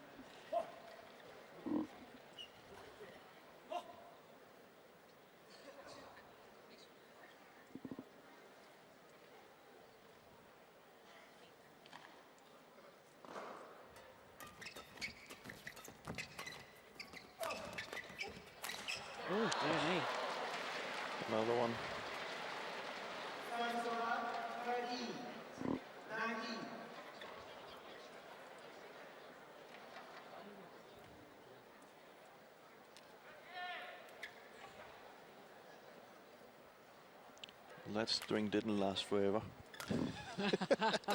So it's not that. It can't be because of the strings. Now this is your homework, Jim Laugerson, to find out why he's got forever. Oh, we'll find out for next time. I will find out. Good man. Yeah, good smash from Lee Yong. 14, 19.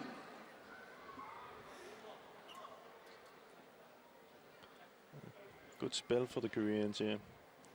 They changed their games a little bit and played to the net and building it up better. Keeping the Danes in defense. Comes much better out of the service return, as you can see, the service situation.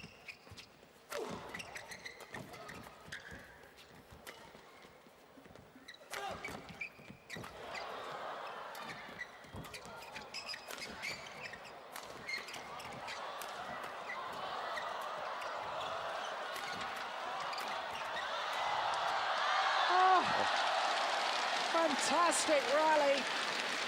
Final shot just long of the back line. Good save by the Koreans, but I must say, again, see how effective it is for the Danes to go that left-right hand all the time. They seem to fool the Koreans into playing to their forehand all the time. But really good defense by the Koreans. And closing the gap.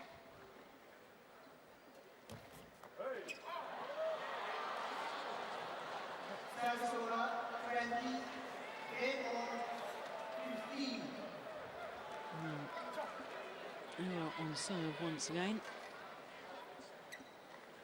And 5 game point opportunities for the defending champions.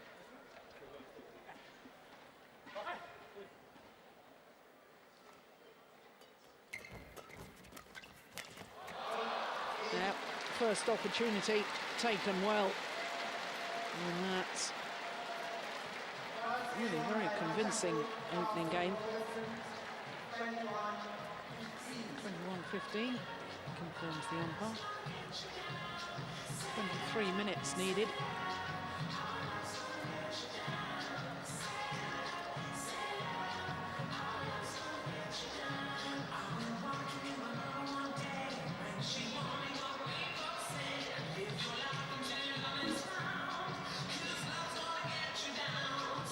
No, unfortunately, we can't hear what Coach Xuerui is saying.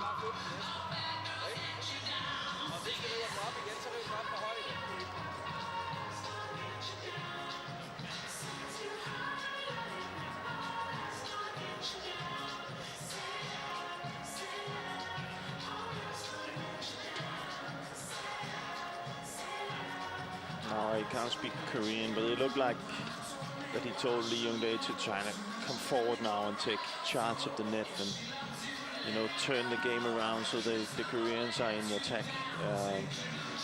And then from there, have some variation. Carsten and Mathias' defense today has been very, very good. So as soon as they hit without precision, they're being counted. So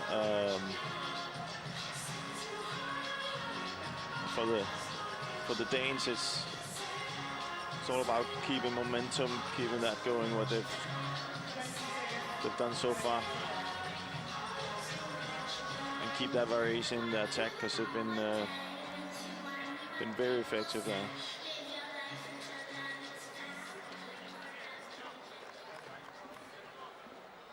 Start important here.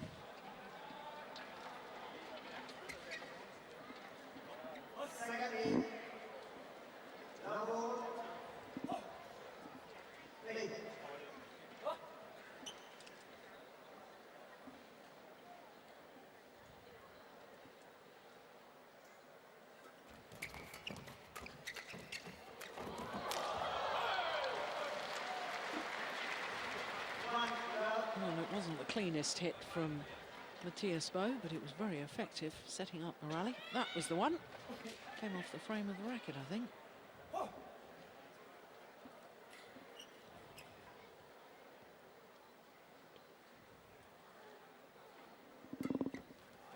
good flick serve.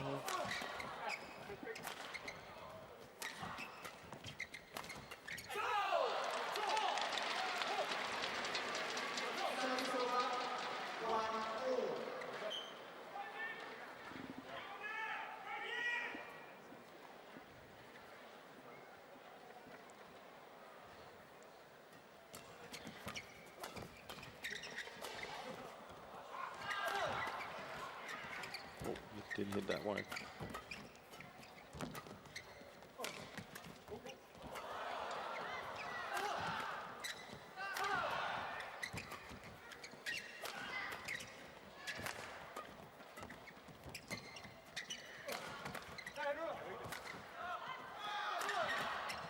It's a good rally. Oh. Good interception. Li way more active now. Covering the net much better.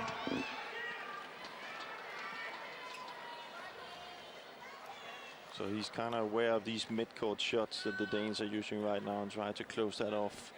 So Yo can work from the back. Or Ko, sorry, not Yo.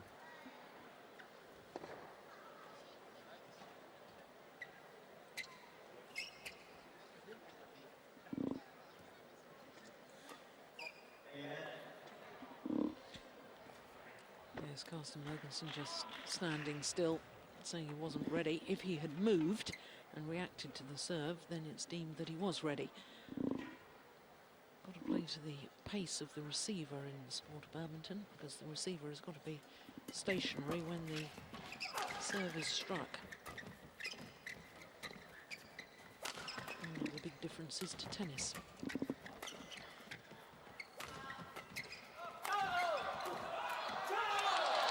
Well worked again.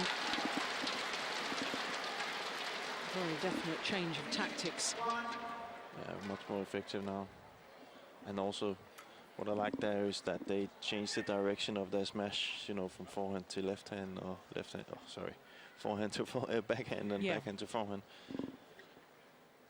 Which means that they can follow up on the shot. Oh dear, that's a shocking serve, isn't it? Struggles with his serve today, Ko. Normally an area where I think he's pretty good, but maybe he's a little bit nervous.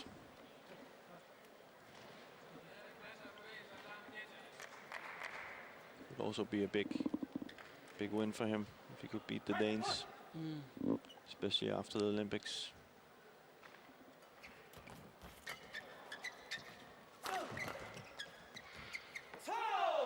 Yes, because inevitably people are going to compare Hyun to Lee Yong-dae's former partner, Jung Jae-sung. And of course, with the Koreans losing to this Danish combination in the semi-final of the London Olympics, I mean, then of course, if this new Korean combination could beat them, then it's sort of saying, yeah, we're going to be a better pair than... Approved. Yeah, exactly. Yeah.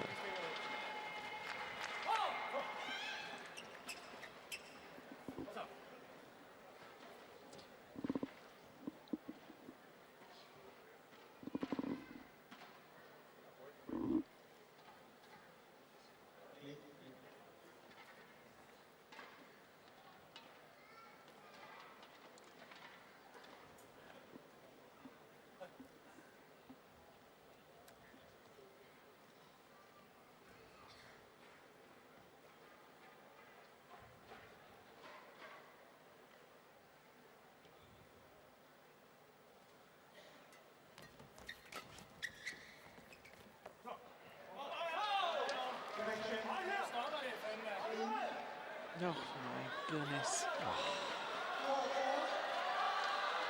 Well, there's another overrule by our umpire, and once again it's in favour of the Danes. That's out. That's definitely out. Oh dear me. Yeah. Well, you saw this coming, really, didn't you? Yep, and I said it again and again and again. Yeah, for the umpire to overrule on that back line, far side from where he's sitting, he's got to be absolutely certain. That his I'm okay with him overruling something if he's really, really safe, but I'm not okay with overruling when players are telling him to overrule it. That's the problem. Yeah. And there you need a strong umpire. Yeah. Yeah, unfortunate. Yeah, but that's the way, you know, that's the way sport is going. You know, so you need a strong referee in a football match nowadays too. So that's he will learn from this. Yeah. See all sorts of things going on the court right now. You know, waiting too long, discussing, overruling. You know, this is not the kind of game we want to watch. So. Yeah, it's what we were talking about the other day, isn't it? The fine line between you're playing within the rules, so you're playing fair, but are you using gamesmanship where you're stretching the rules to the cusp of legality? Yeah.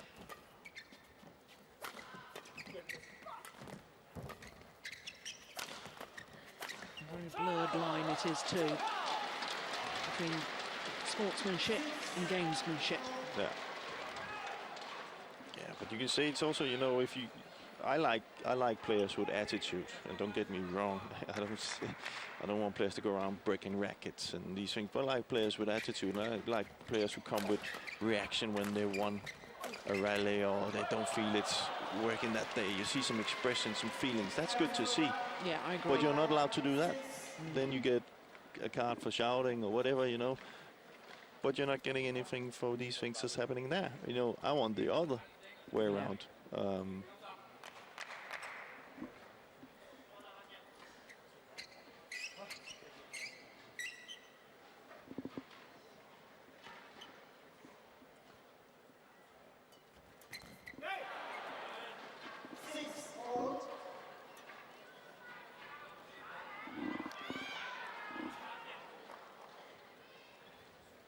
And from the first set where we had rallies, we went into this where it's a lot of breaks and no rallies, and this is really, really a tough time for, I think, especially for Korean pair who lost that first set but wants to play.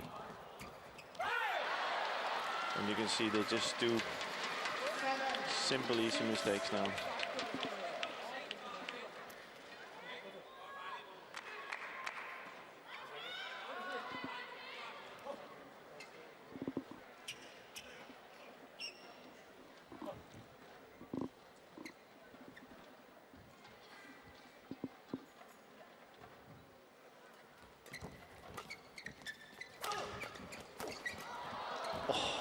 Great defense from Carsten Mogensen.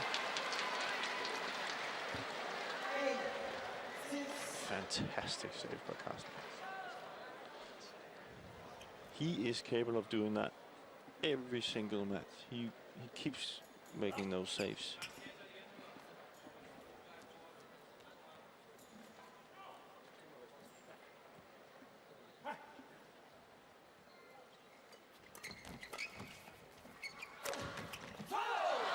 Clever placement of the smash. That's why I think Mathias Bo has got a weakness. He stands very committed to that backhand defense, doesn't he? And you aim towards.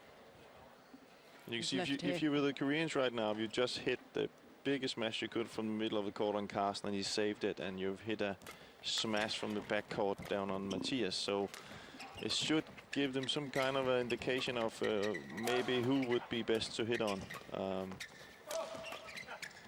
Or smash on, not hit on.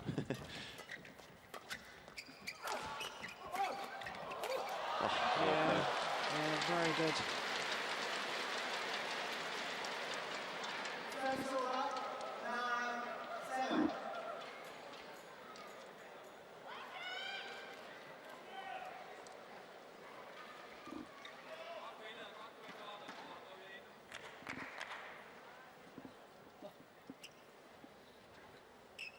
Playing really well, the Danes.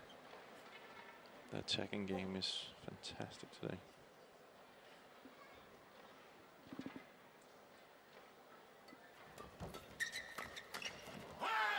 Yeah, as proved there.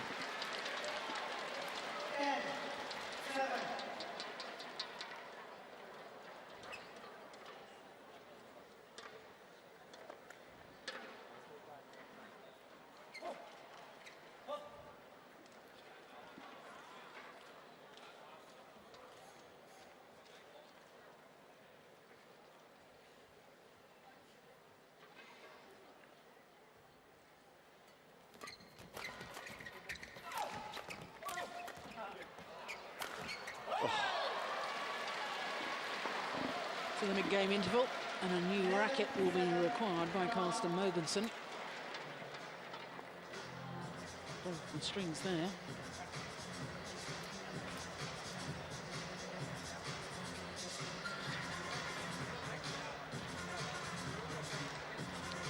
So a 4-point advantage. Sort of reminiscent of the opening game, really, isn't it? Remember, they were 4-5 down in the opening game. Before they race through to 15-6. 11 or 12 points. 4-6 down here in the second game. 7 of 8 points. They have the advantage at the mid-game interval.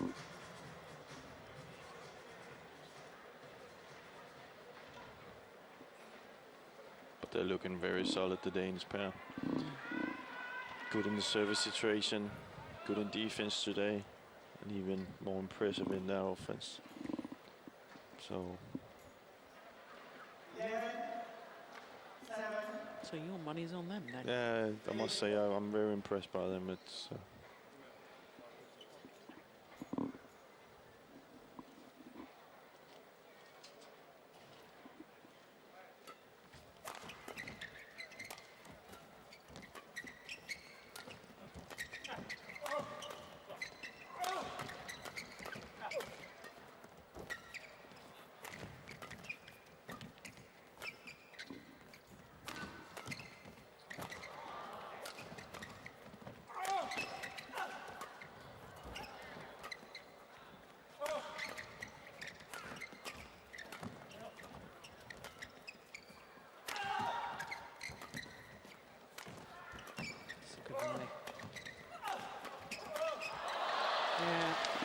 relentless with their attacking play.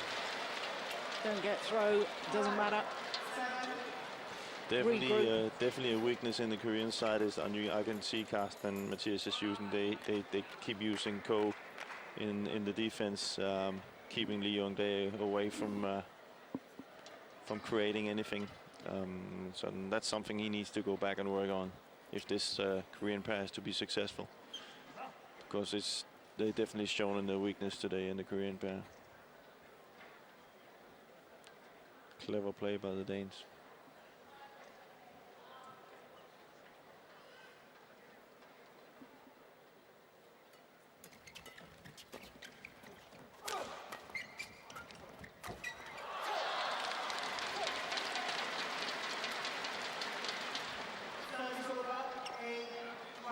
Defense is something Li-Ning he's in his old partnership could rely on.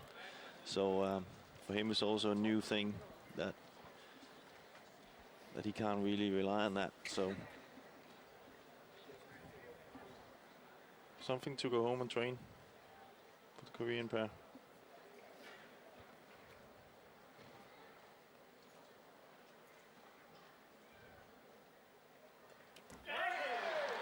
Dear me, well, he needs to work on his serve as well, doesn't he? Yeah, but it's that break there. It's interfering with his rhythm. Smart move by the Danes.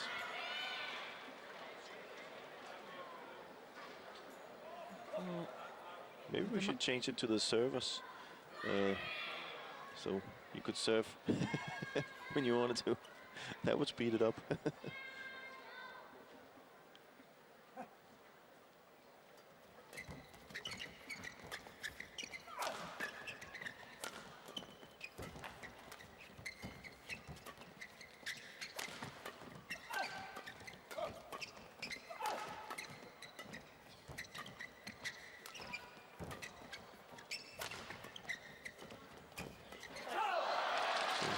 Well, the Danes, we thought this would be a close encounter. They're certainly having to work harder. This is the longest match they've played so far. Match time clicks over the 40-minute mark. All their previous matches won in less than 40 minutes.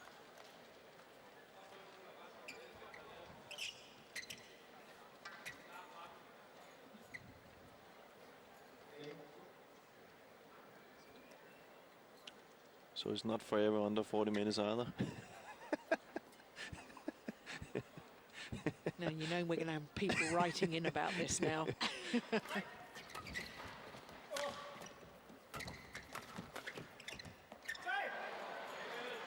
Forever optimistic or forever young, I don't know. Oh yeah, that's plumb on the line.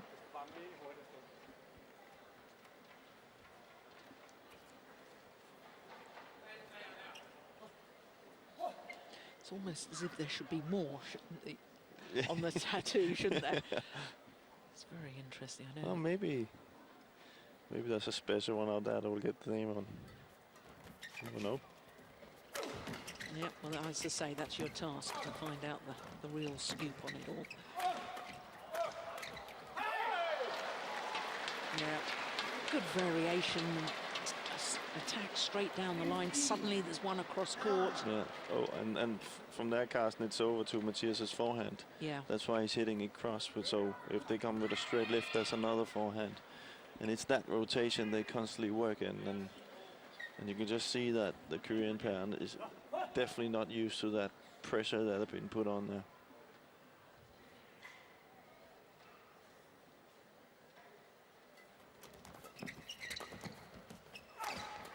I think you have to find one pair that, of course, you have to say is by far the best at that. It's Fu and Kai, or Fu and Chai.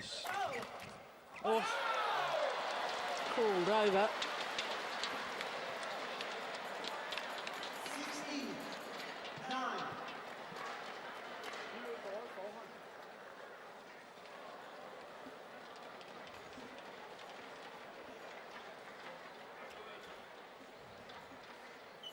He's under pressure, there's no doubt about it. Goes on Hyun. Both in this court, in this match, and also emotionally, a lot of expectations of this new partnership.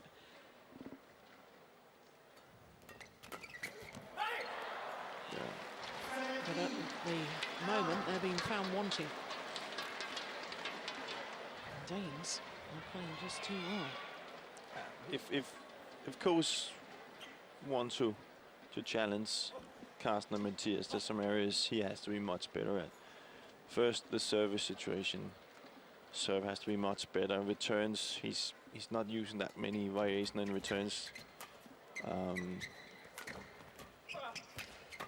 That would always give a problem when he plays Carsten and Mathias. Then another thing is, you can see they constantly hit on Ko in his defense, and there he has to improve as well. I'm not saying he's bad in defense, but I'm just saying if he wants to beat Mathias and Carsten, he has to be better, because they are that good and they are that effective.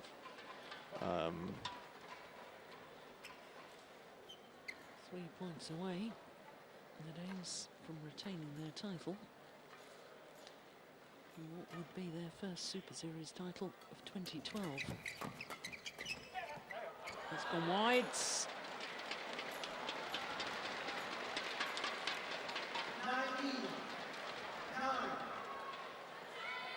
I think this must be one of the best tournaments ever for the Danes. I don't think I've ever seen them being so effective. 2 sets all the way. Yeah.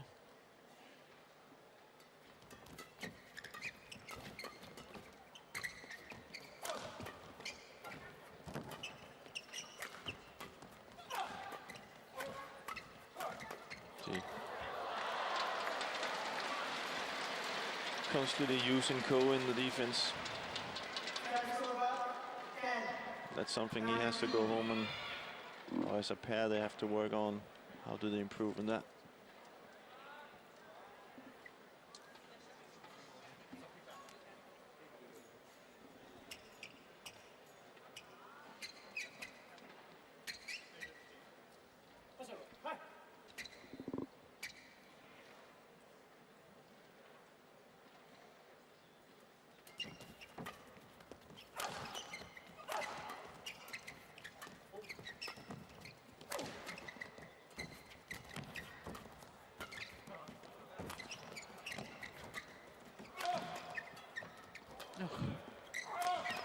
See again. Yeah. Using Co. So Li-Ning is not in the game at all.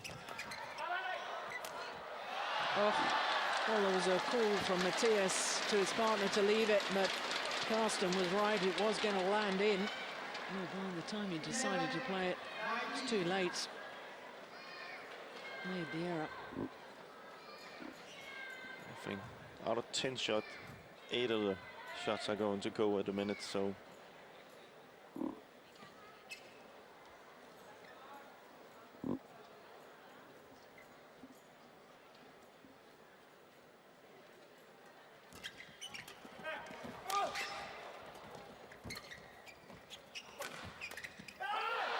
Slower smash, once again directed at Hyun, and up comes match points for Bo and Mogensen.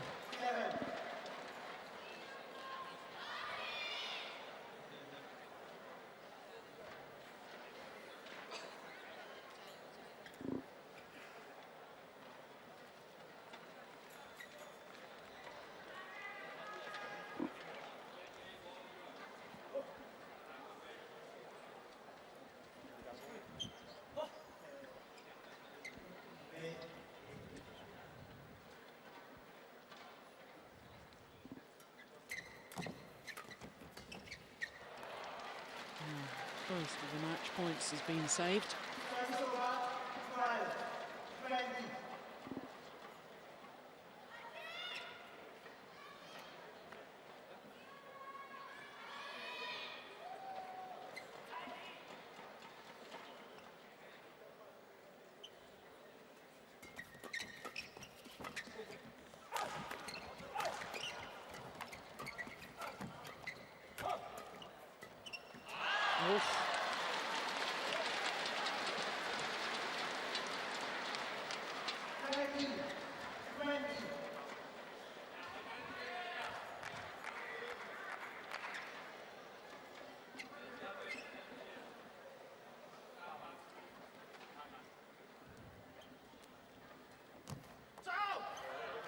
Oh, low servers landed in.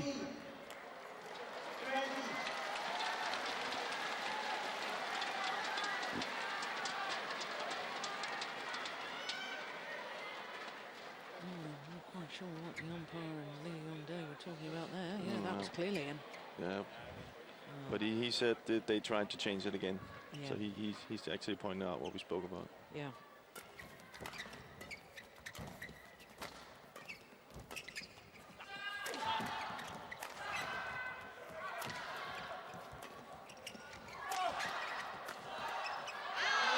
This time,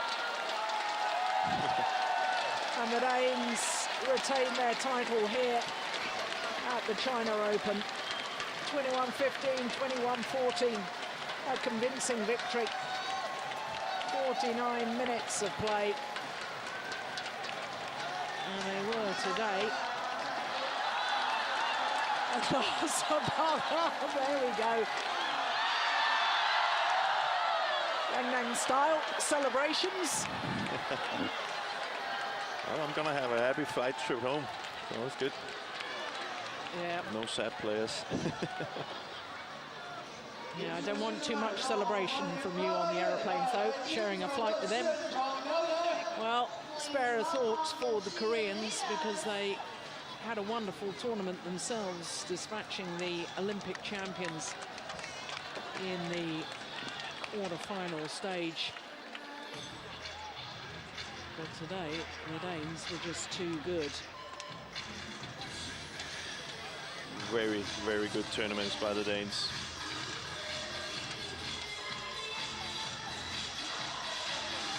Some rhythm. That's the best dancing I've ever seen them do. Especially from Carsten. 21-15, 21-14. And their first Super Series title of 2012. And it's a premiere. Their 15th title in total. And their 8th Super Series title in total. The Danes in great form.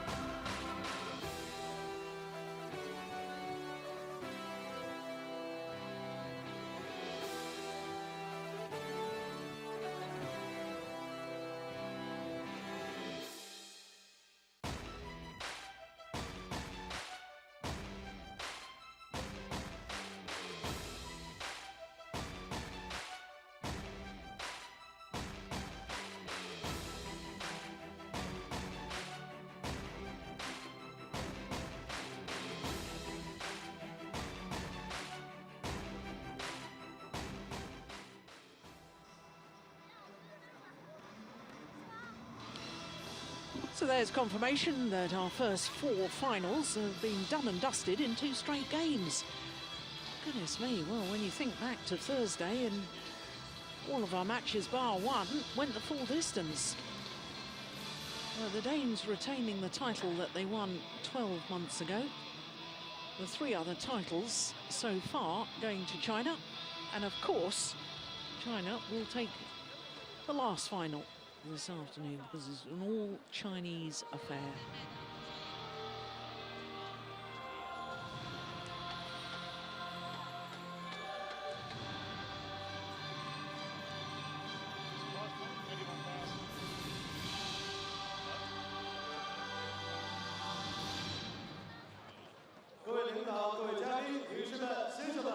Distinguished guests, dear friends, ladies and gentlemen.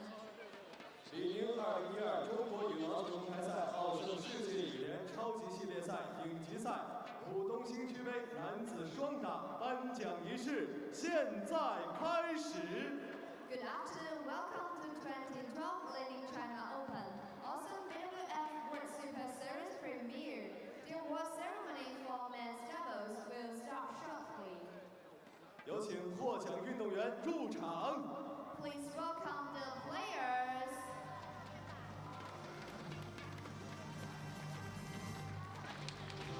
So the Danes retrace their steps to the foot of the podium, the steps they made 12 months ago.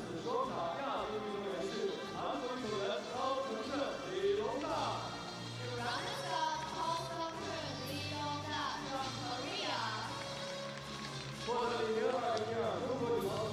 Go Sung-hyun and Lee Yong-dae,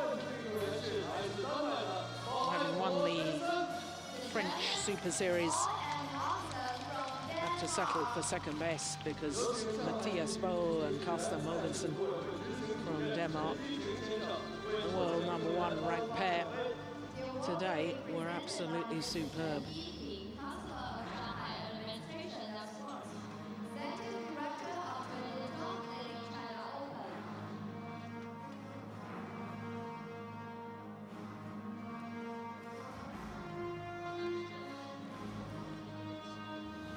So the trophies being presented by Mr. Chen Peng.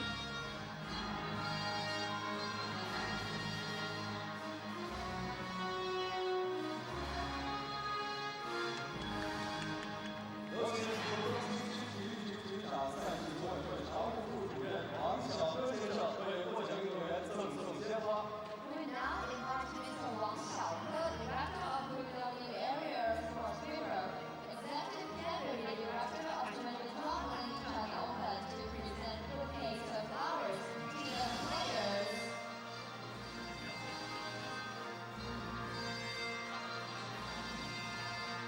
Trophies, flowers, prize money, mementos. And of course, treasured memories too. Awarded by Mr. Li Yong to a general manager of Memories Shanghai forever. There you go. I thought it was China Open champ forever. Oh, yeah. It's a good victory for the Danish pair. I know they've been working hard here. Also, as we spoke about after the Olympics, had to have a break and wasn't really up for the Denmark Open or the Paris Open. Badly wanted to win the Denmark Open. And winning this one is fantastic for them. And deserved. I think they played really, really well from the start to the finish.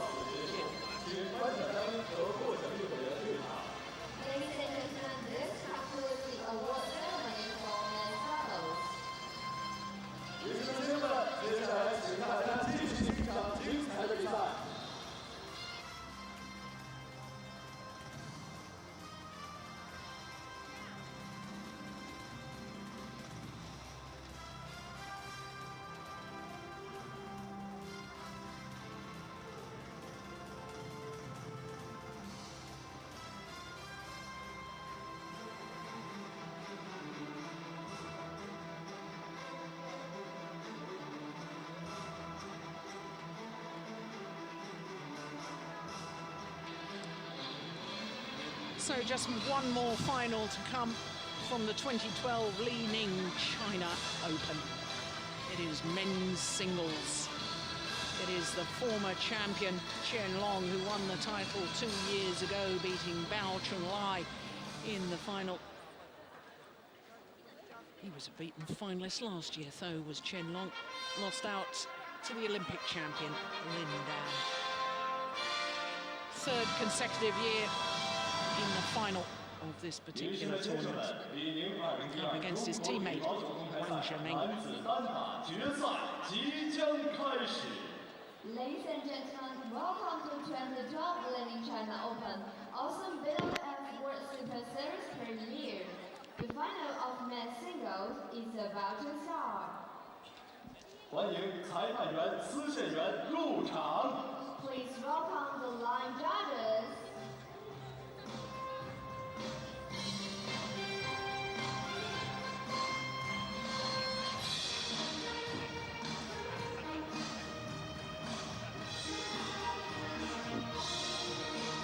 So as the line judges come onto court, just before the men's singles players emerge, I just want to ask my friend and colleague, Jim Laugesen, about his overall memories of this tournament, because of course a premier Super Series event, and we've seen, I think, probably some of the most intense badminton this week since the Olympic Games, and that's been good to see, hasn't it? It has been good to see. I think especially in the men's doubles, we saw here Mathias and Carsten. They're back in gear. The ladies singles, Li, she's definitely back.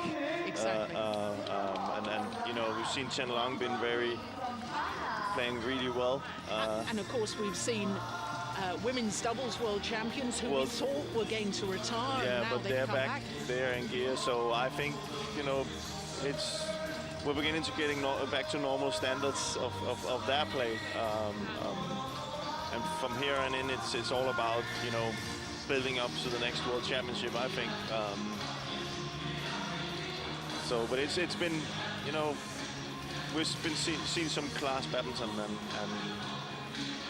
it's been a pleasure. Yeah, it has been a good tournament. And apart from you and I feeling a little chilly on a couple of days, I see you didn't bring your jumper earlier. Right? Can't blame them for that. That's your fault. Yeah. So an all-Chinese men's singles affair, and of course these two players will know each other's games inside out because they train together on a regular basis. And of course our match officials, because it's two Chinese players, two match officials are indeed Chinese because it still remains neutral. So we've got Tai Fengji and Li-Ning, our umpire and service judge for this one.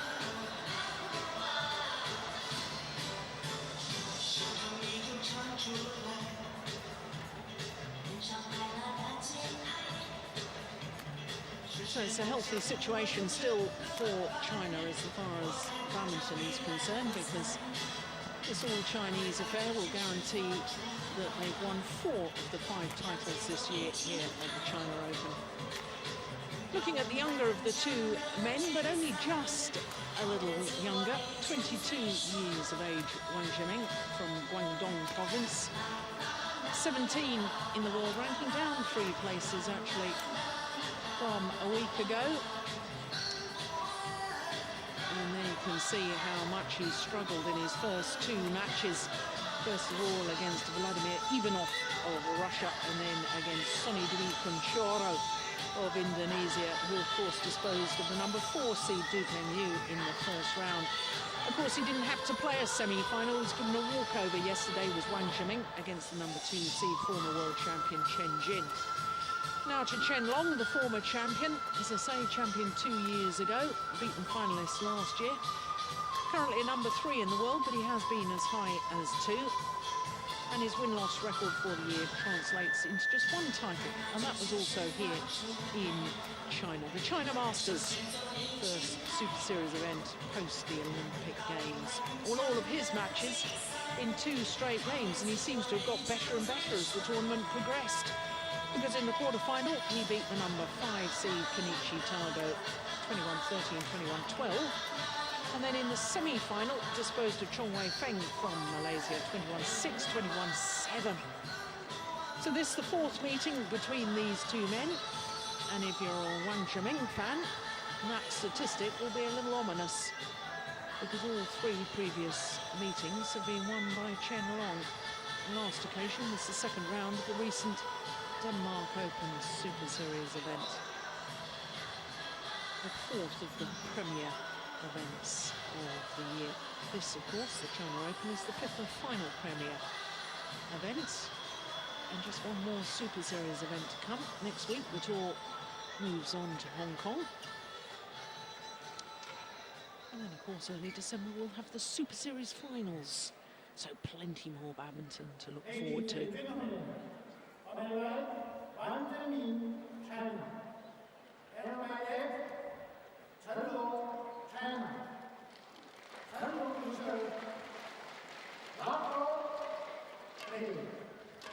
So Chen Long, the number 1 seed, far side of the courts, against the unseeded Wang Zhengming. We said from the first time we saw Wang Zhengming in this tournament that he looked stronger. He looked Wang Zhengming. Yeah, Wang Zhengming. He looked much stronger now. Today, I would say this is the big test on how far he's come on that, because Chen Long looked very strong yesterday, solid also. So.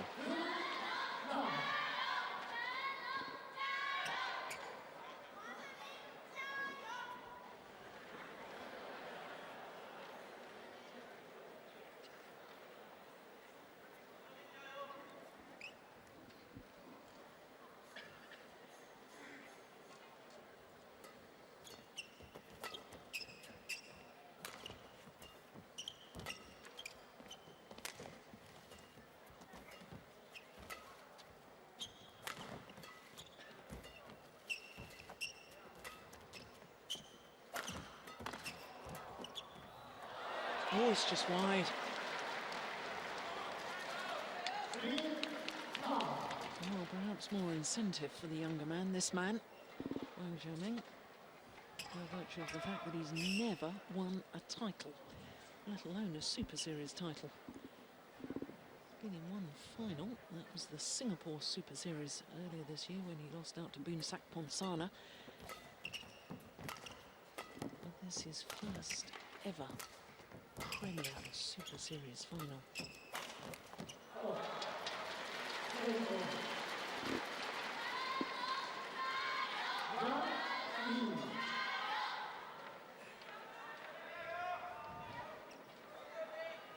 should just explain, though, that the Premier status only came into existence at the beginning of 2011.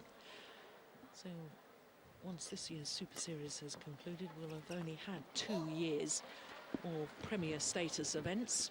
And a wonderful... He was only 22, wasn't he? So he was 20 when it started, so he's got his time ahead of him. Yeah.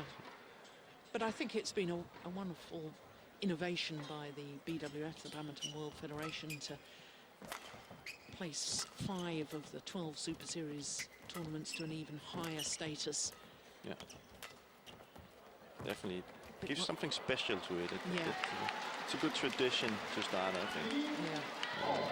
And they are also getting much better, these tournaments. So, I like the setup is getting better and better and better, and it's much better from when I played, I can just say it. So from much that, better conditions. better conditions, better organisation, better presentation. Everything is getting much bigger. Yeah, I agree with that. The arenas they play in is much better. I played once in Shanghai. It definitely wasn't under these conditions. Yeah. So that's, it gives a nice touch to it, that it's good organized, and it's, you know, it has something special to it when it's a Premier. I like that, and it will only get better. I'm sure of that. There's still, it's only 2 years it's been there. Yeah. But you know, you look at other major individual sports such as tennis and golf, and they have their equivalent of our premiers in that they have the Grand Slams in tennis, they have the majors in golf, you know, and it's a system that seems to work well. We obviously want the 12 Super Series events because we want to keep players playing on a regular basis, and that's exactly what tennis and golf do themselves. But to have that Premier status, that higher status, as you say, just makes it that extra special. And it has to be. You have to have these tournaments. And therefore it's also important that badminton keeps continuing down that path or road, if you can say that. Yeah. So we get a, you know, we can talk. There's a few things we discussed a few things this week that can be better with the ladies doubles. You know, that needs to be addressed. That's not good enough if it says Premier. You've got to have a full draw. Yeah, or else there needs to be done something there. The other thing, having a final now, I'm not saying that was, you know, not going to happen anyway. But having a pair that plays that late, and then already, you know, doesn't have the break before the final is something that probably also needs to be addressed somehow.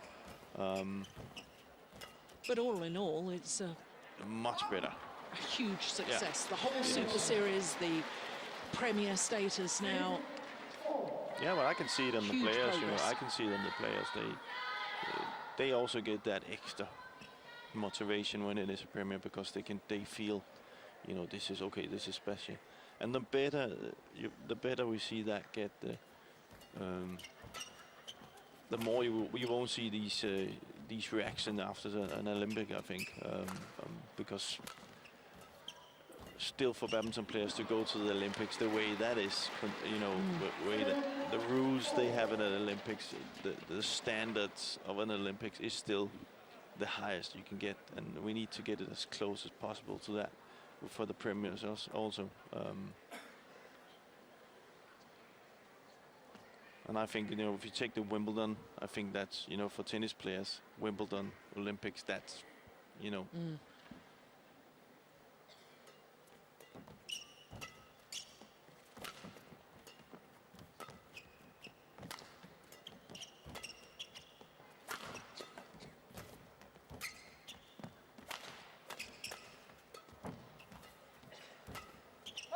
It's gone well wide. Another thing in the standard of a Premier is, again, I think the umpiring here and the line judges and everything has been really, really good. And that's something that also gives, for the players, gives that special thing that they know, okay, it's really, really professional line judges that are out there. They're doing their job well. And as I said, I haven't seen one wrong call. The one wrong call was actually an umpire. It wasn't actually the line judge, because he was right. So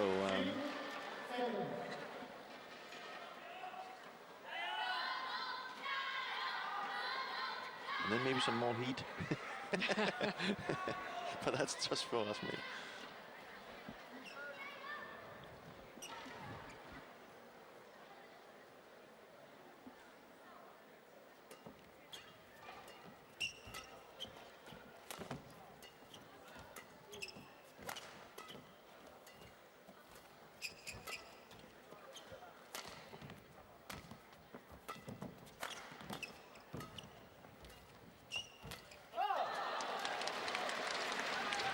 It's always very difficult, isn't it, when two players from the same nation have to play against each other in a major final, because they're so aware of each other's style of game. And it's a good training day with a lot of nerves. I would say it's a where you would probably play without nerves in training. This is suddenly there's something at stake, and but you still know exactly what your opponent's weapons are and weaknesses, and good judgment. And therefore you often see actually games not up to the normal standard. Well, just not sparking in the same way, because they're reading each other's players so well. Having said that, I seem to remember you playing a men's doubles against another Danish combination. I've never seen such a fiery match. Been a few. Which one was that? Gasp from the crowd. It's also a special comment that, we have to remember that on Monday, if they have another tournament, on Monday you're training against the same players, and then if you lose that one and you come on Monday, it is very, very tough. Yeah, and I think it would be fair comment to say that, players in Europe from European countries, I remember when I was playing, I don't mean this unkindly, but not everybody that played in the England team at the time were necessarily friends. No. And therefore, you didn't always, the system was very different then. You didn't have a nationalised training centre. We all trained as individuals, and therefore there was, I think within the training environment at the National Training Centre in Beijing for these badminton players, I think they socialise together, they live together. It's much more difficult to get that edge that we used to have when we were playing against our own teammates. Definitely, they seem more, just proud of it and acknowledging each other. Which is something that is needed if you need a training system to work.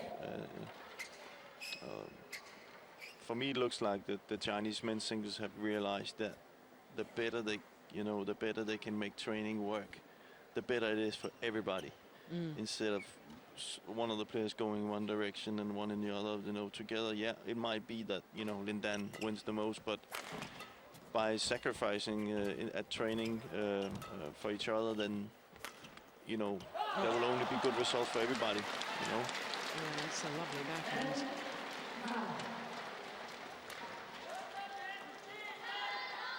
You say that the difference between, you mentioned tennis and badminton is that, they do train a lot together. In Denmark, for example, they train together.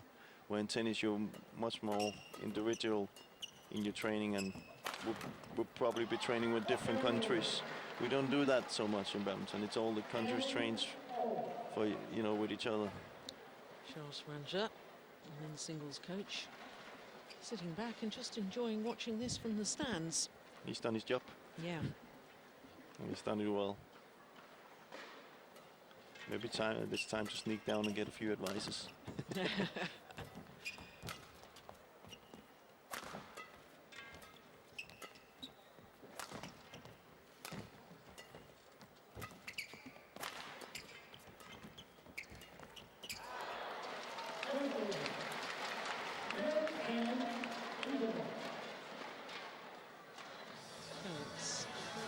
Zhengming, who has the narrowest of possible advantages at the mid-game interval.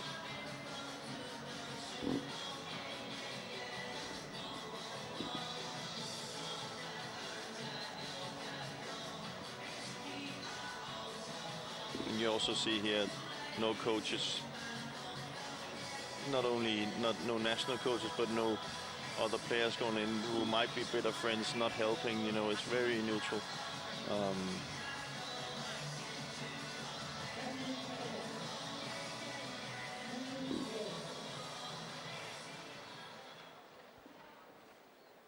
Yeah, it's got to figure things out themselves.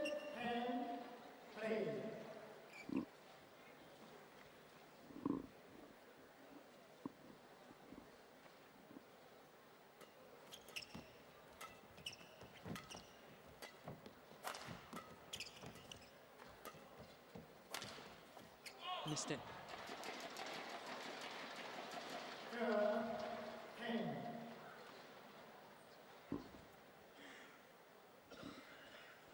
Well, I wondered whether Wang Zhengming was going to look a little bit sluggish today, not having competed in a semi-final yesterday. But actually, he's looking the sharper of the two men. Yeah. 1 point sharper.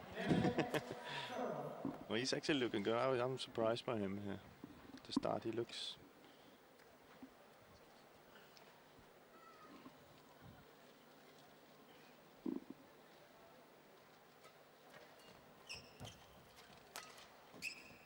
It's a good lift. Oh. Smart move by Wang.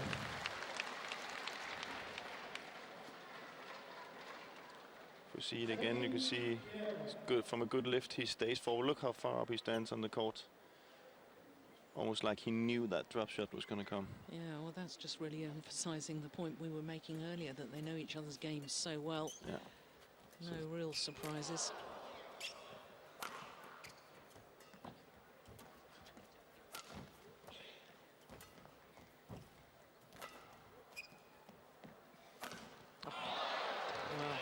Certainly didn't make errors like that yesterday, did he? Another broken string. Yeah. Well, the stringers had a tough job this week.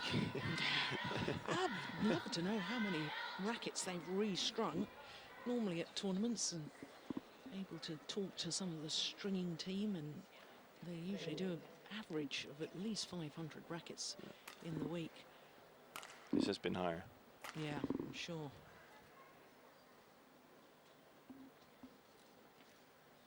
A lot of players also get them stringed at tournaments because it can happen on a flight from Denmark to China, for example, that they get a little bit too soft and the tension is not right, so they have to restring them.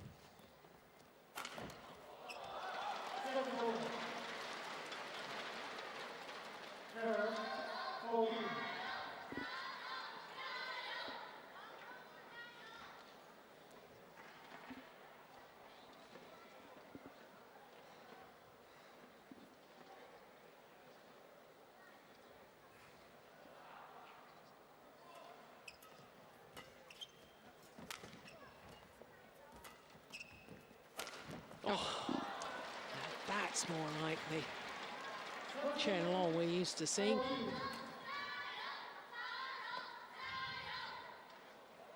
Two of our arena presentation team. Always doing a good job.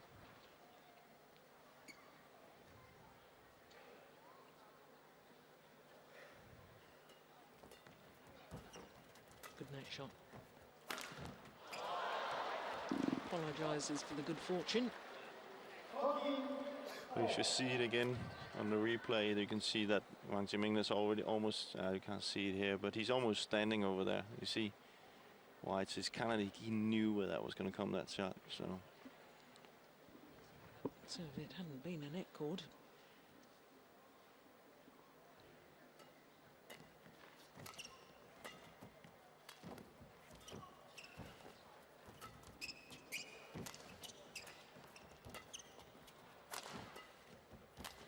Oh, fantastic. Incredible.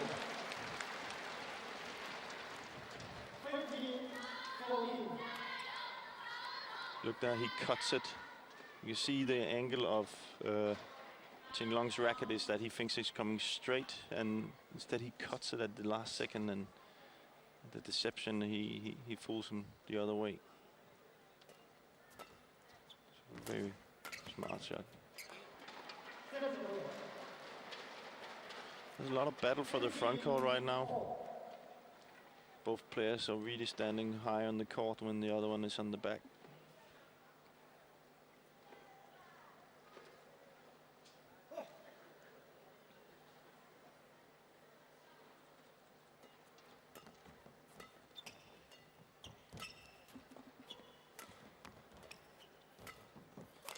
Oh my goodness. Oh. Well, he did a backhand smash with a full pirouette there. Oh, what the Danish boys doing a little dance after their victory, and look at this.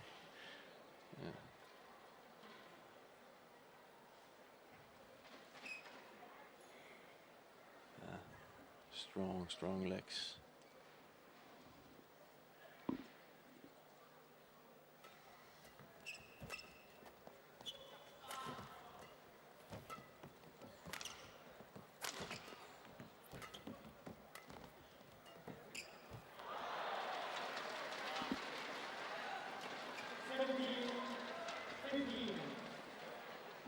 Jeez. Chen Long, nice and easy coming back.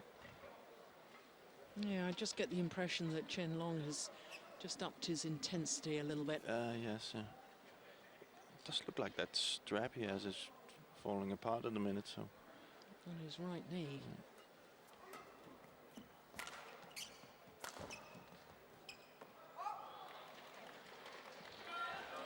Oh, this is 4 straight points.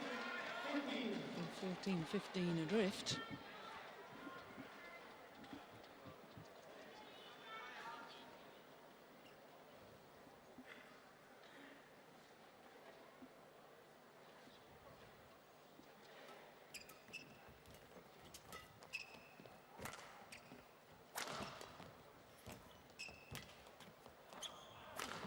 Oh, Xiaoli, same Chen Long. Knew exactly where that shot was coming. Oh. We should see that again. We can see in the defense already standing out on his backhand side, like he knew where that was going to come.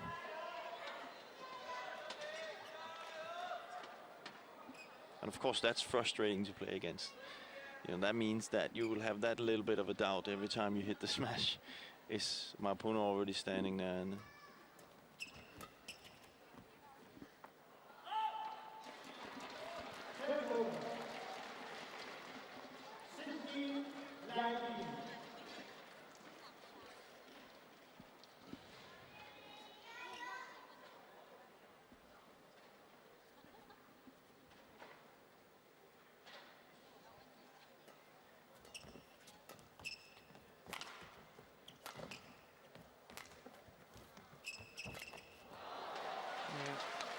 oh dear. You see his reaction after that lunge forward, Chen Long. Just looking. I think it was more the racket. Sure? Yeah. Not his knee? Yeah, it's the racket. No, you might be right. Sorry. I'm getting too old.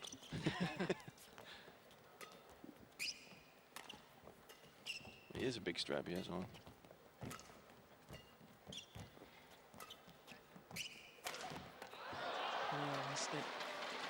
It's always a sign that if a player is struggling with an injury, they start going for winners too early on in the rally when they haven't really worked the opening. And yeah, once the shuttle changed.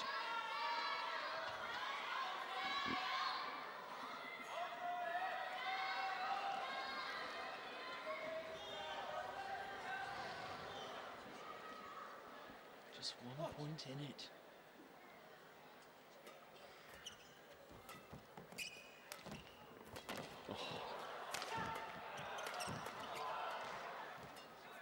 Good shot. Boom. Yeah.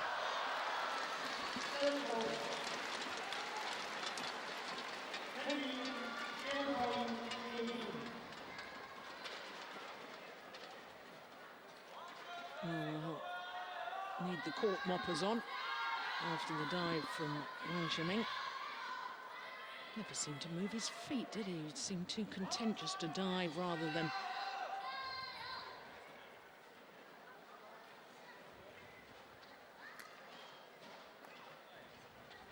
They're wanting to copy Lee Chong-wei and Lin Dan with that, because, of course, they're both absolute masters of that diving, but they're so quick to get up and play on. Of course, these two players are much bigger, so it's a little bit... Not so agile. No, it takes a little bit longer time for them to... Oh! Oh, well, that's one of the game points. Well saved.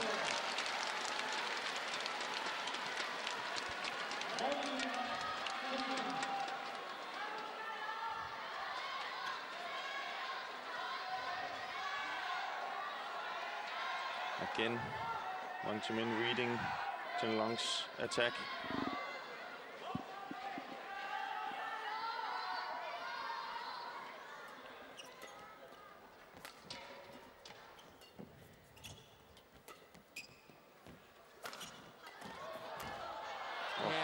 Well played.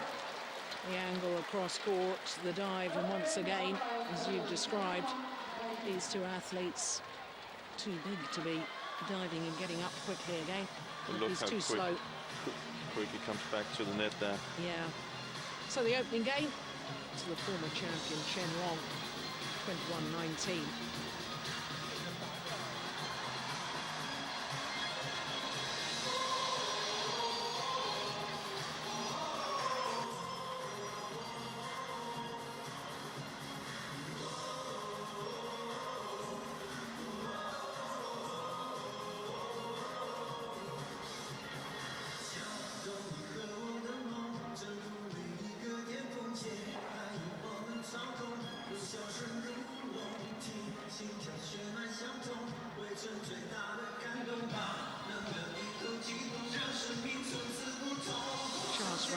Looking very different with these glasses on rather than these contact lenses. I think he suits glasses. The what? Charles Ranzer, sitting in the crowd, the coach, looks handsome in glasses. Oh, yeah. So do you.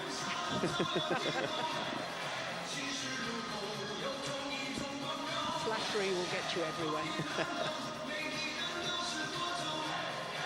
Now, on a serious note, though, Jim, is there something that this man, Wang Zhimin, should be trying to do differently in this second game?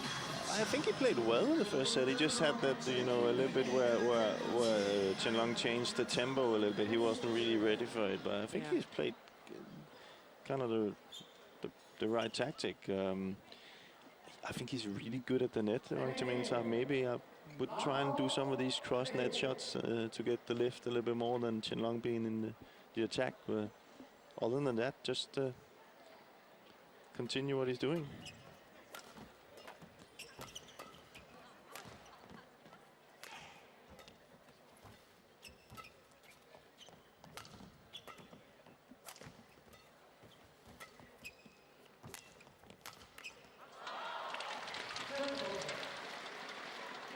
See, there's a big difference, Wang Zhimin, when you saw him against Kashyap, where he was, you know, he's almost jumping on the back every time and using these hard cuts and sticks. Today he's a little bit more patient with that. Maybe he needs to show a tempo shift sometimes to kind of surprise Chen Long. That could be a way. See, there you go. Yeah.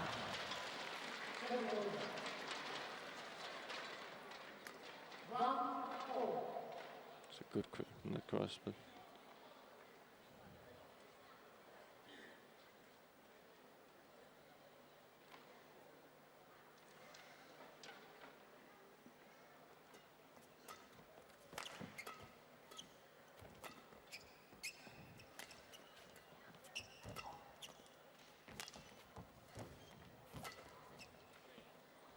oh, what a good lift. Yeah, very good. Oh, superb. This is what I talked about. He uses the net cross, but what I would like him to do there is actually to stay up in the court and close the net.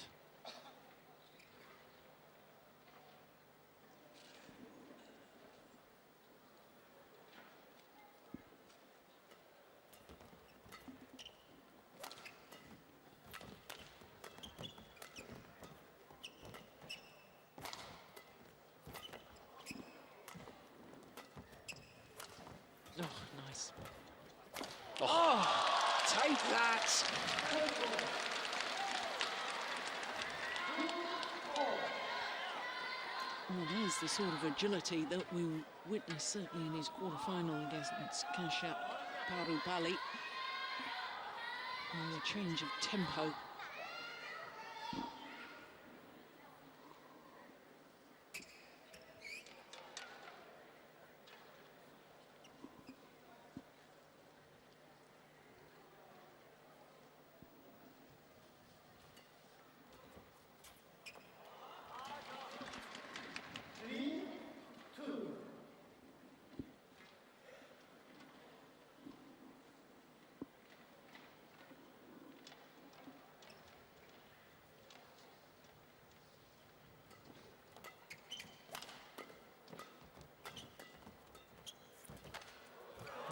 Good pressure from Chen Long.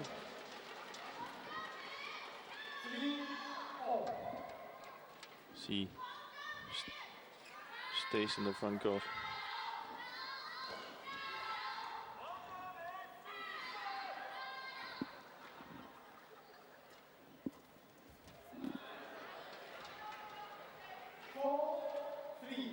It's all about the initiative right now in the front court. Who wins the net? Probably gonna win the match.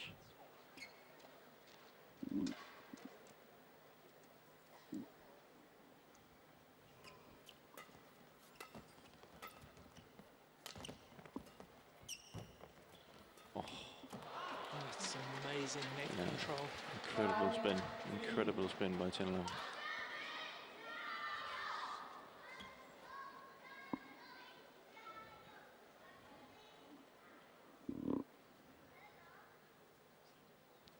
Very good technique.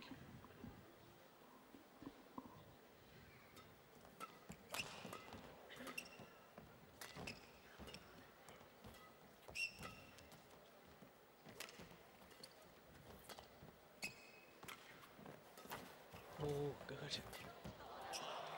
Oh, that was going out. It's a good rally. He knew it himself afterwards. Yeah, it pointed towards the line. I can assure you he can't hear me. We're quite far back from him. Good rally. Yeah, he should have left it.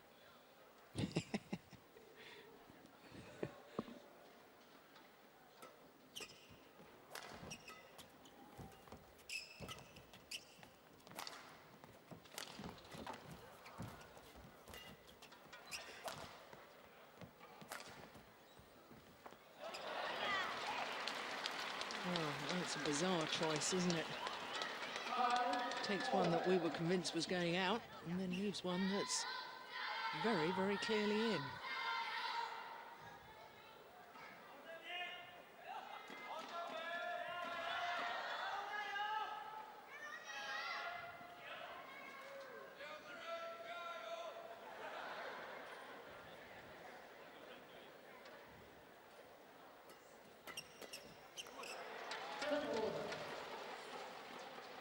You can see for Chen Long that was an important point. Keeping the advantage.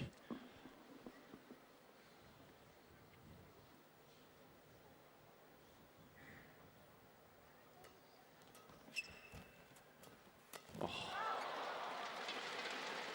Again. That's why. We talked during the women's singles over the last couple of days, haven't we, about the importance of the spinning net shot, and in men's singles it's absolutely crucial, and it's becoming that way in women's singles as well. But already in this final we've seen the number of times this man playing tight spinning net shots completely set up the rally if it's not an outright winner. Yeah. But you see they don't at all costs. Oh, at all costs doesn't give the net away right now. No, nobody of them in there wants to be in defense. So it is about. Oh, that's a fantastic spin. Because it's a very, very, very good cover. But I see Chen Long is he already knows it's coming. So that has to be so tight. So tight, yeah.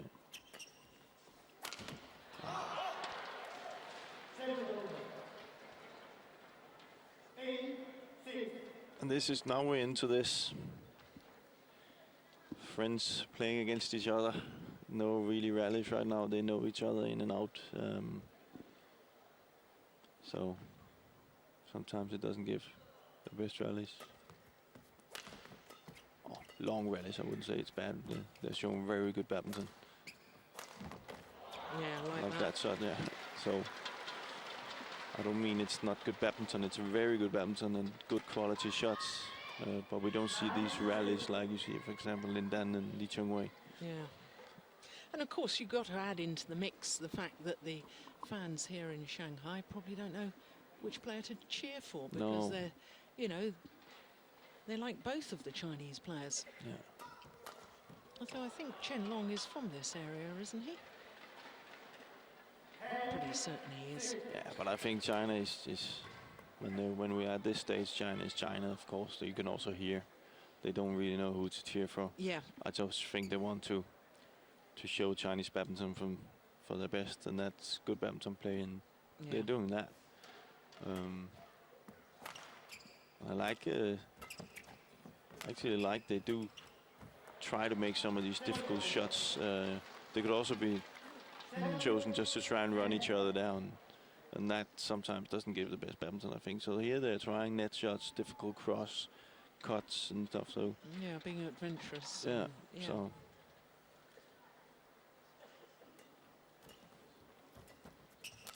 Again, fantastic. Oh, missed it.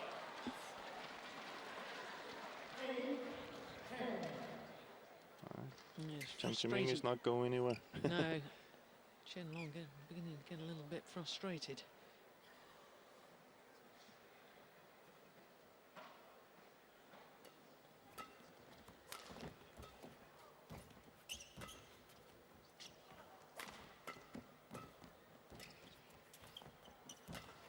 Net again. Good. Long lift by Chen Long.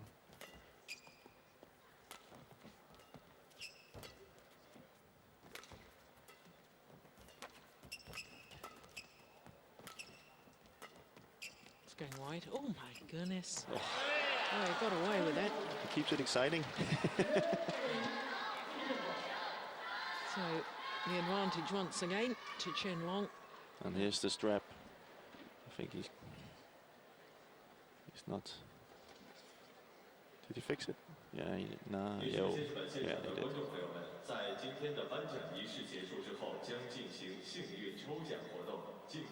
So a 3-point advantage. Of course, in the opening game, the advantage was with Wang at the mid-game interval.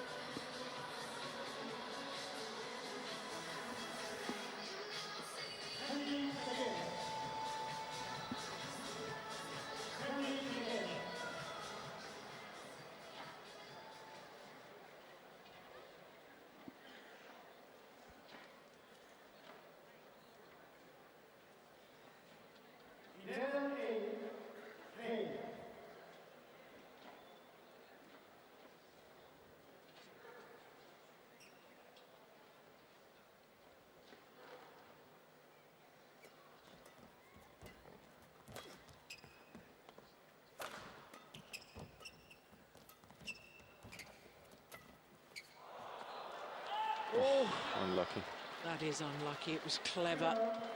Wanted to just get the shuttle over the head of Chen Long. Oh. Yeah. Good call, line judge.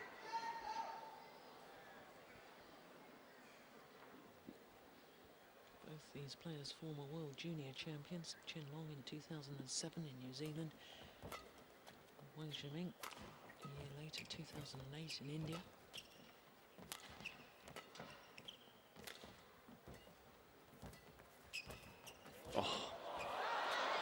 Fantastic.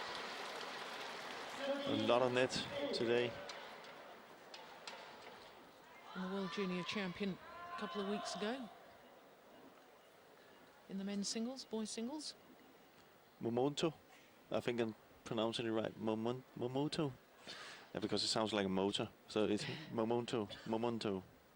From Japan. Yeah. Exactly. Played really, really well.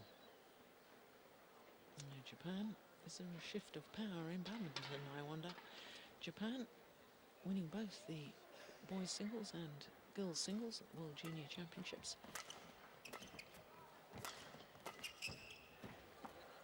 Oh, that's just long as well. Well, we must know about the drift in this arena. Yeah. That's not much. They're playing to the edge.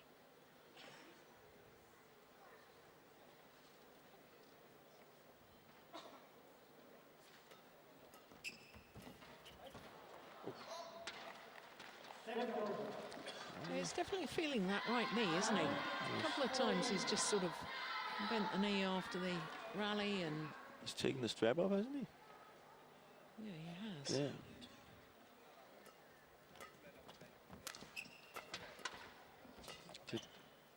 Did look like it wasn't. It was falling off anyway. Falling off, yeah.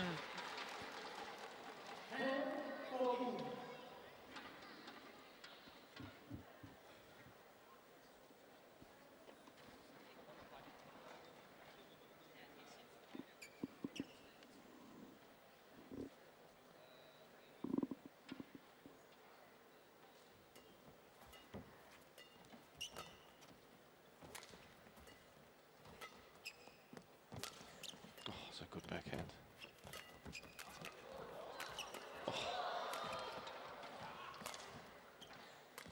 Oh, fantastic. How did he control the racket head there to play that drop? Seemed to be off balance. Yeah, but look at that just at the end. Now here, you see him.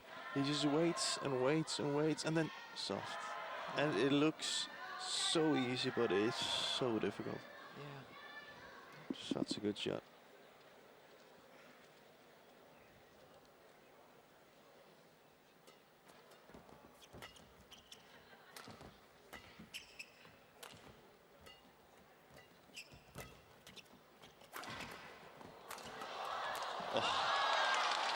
That's more Wang from the semi-final. The hard attack from the backcourt coming forward, putting pressure on his opponent. Something I think he's been really good at in this tournament. We haven't seen it that much today.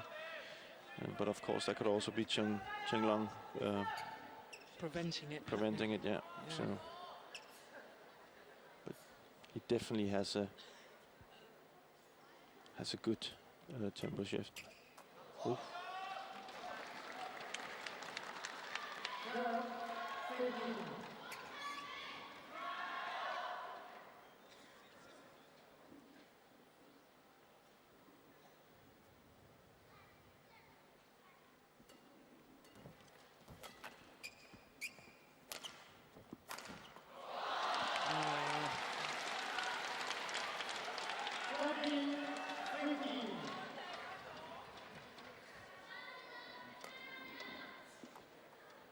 Two sloppy points there from Chen Long.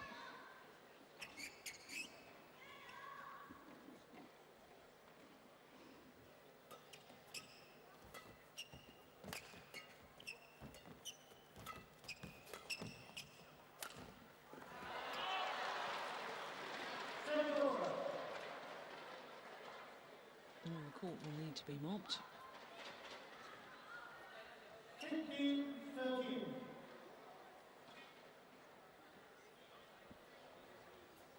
Good job. Nice and quick. Yeah. All the court assistants, line judges, umpires, everybody's been very good this week. All under the leadership of BWF tournament referee Isabelle Jobard of France.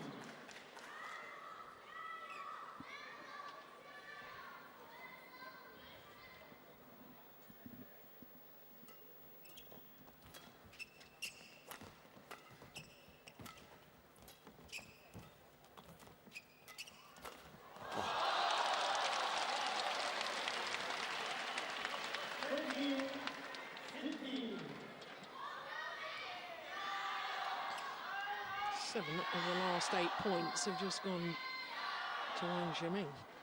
Yeah. So see these not so focused or unfocused arrows that Qianlong had there kind of got Wang Zhengming started. You say that's just the difference between oh. That's well along the back line. That's a missed opportunity for Wang Zhengming. Once again, Chen Long asking. Look how quickly he comes forward. Oh, good reaction by Chen Long there. But you see these, if you talk about, we saw these two very unfocused arrows from Chen Long. You say if you want to battle with Lin Dan and Li Chengwei, that's something you can't do.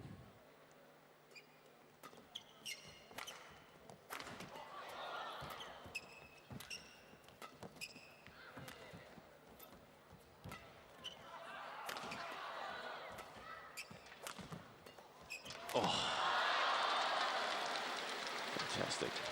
Yes, the angled attacking shot and immediately going forward again with that pace that you've been talking about.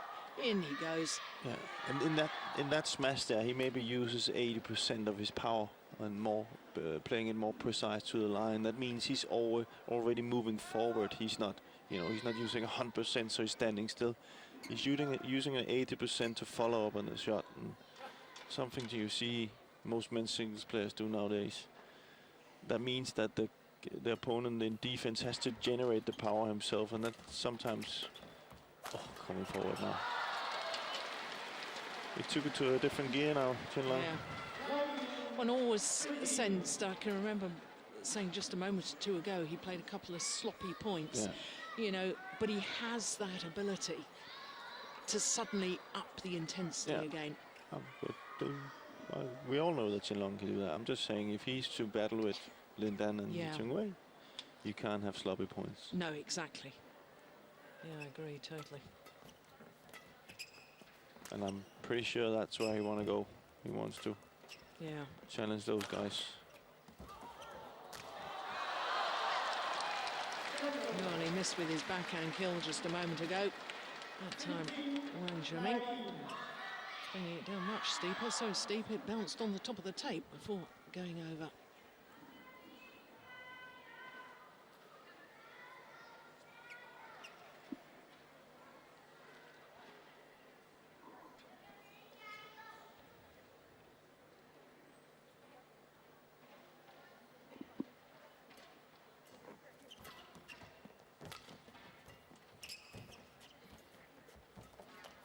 Oh.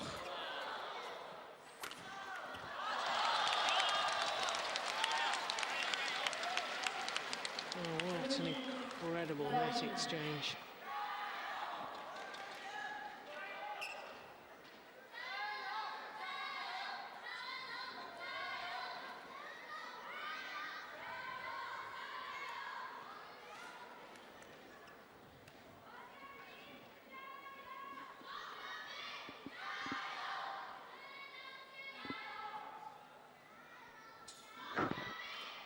Crucial point.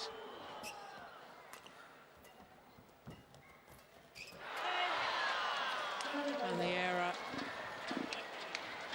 And the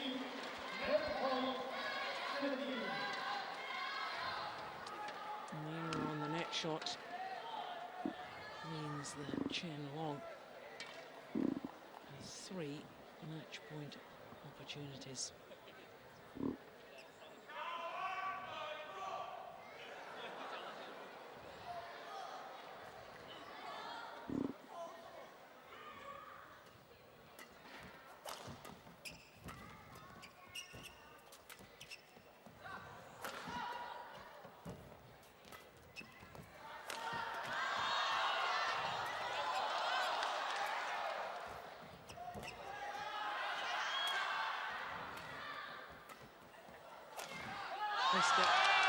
Oh, it's a pity the crowd weren't involved like this from the early stages of this men's singles.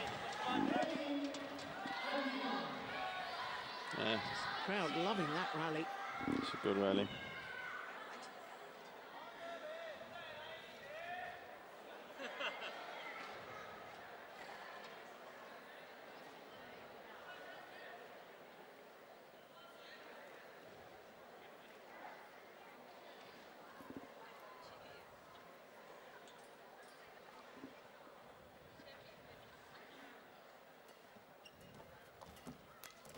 This time, Chen pounces on the cross-court net shot.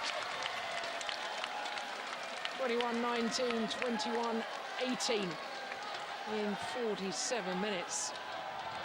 His second China Open title, regains the title that he won 2 years ago. His 6th Super Series title in total, and his 2nd Premier Super Series title to add to the Denmark Open that he won last year.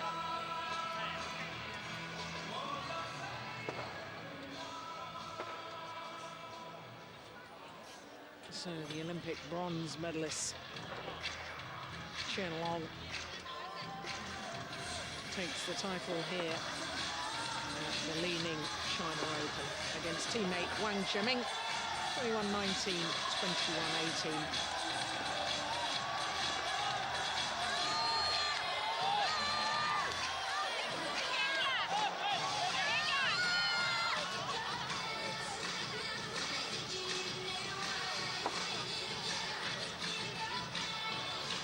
Well, a prize presentation for the men's singles coming up in just a moment. But in the meantime, we can reflect on finals day. And the Roll of Honour goes to China with 4 of the 5 titles. Denmark 1 title, retaining the men's doubles, but it all started with mixed doubles in the world #1s, Chen and Ma Jin, overcoming the Malaysians Chen and Go in 2 straight games. Xuerui, the Olympic champion, was just too good for the 17-year-old from Thailand.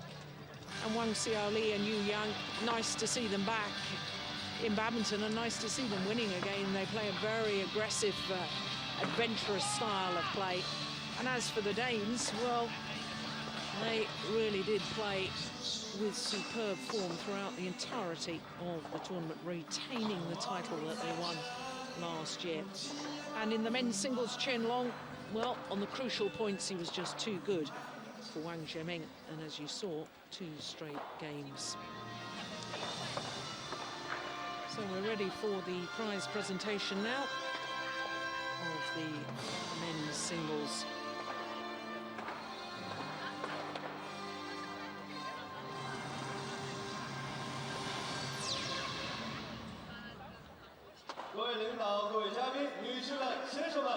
Distinguished staff, dear friends, ladies and gentlemen.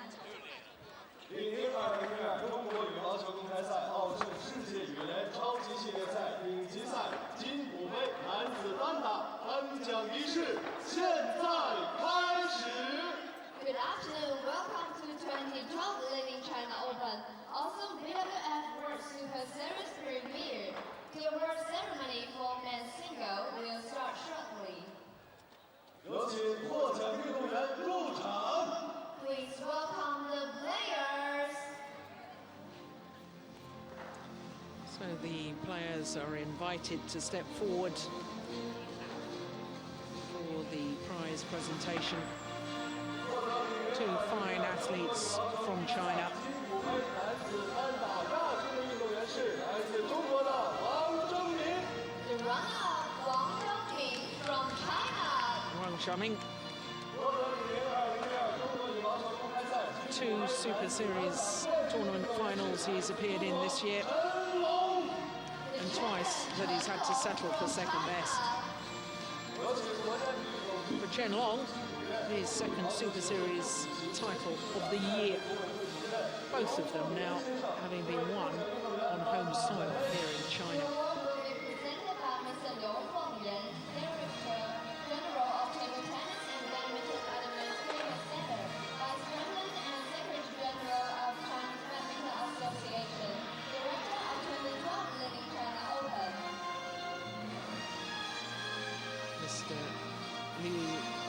Yang making the presentation.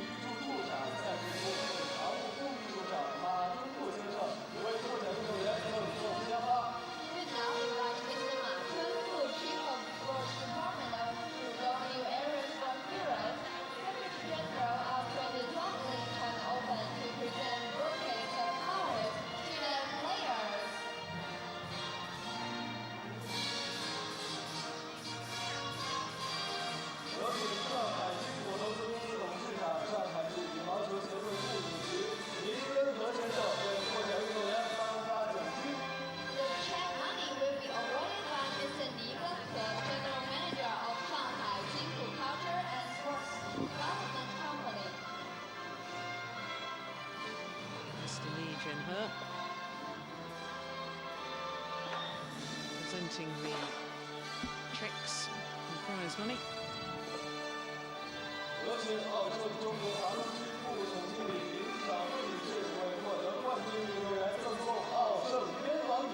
Please welcome Mr. Li-Ning, Assistant General Manager of OSIM China Company Limited, to present OSIM BWF Champion.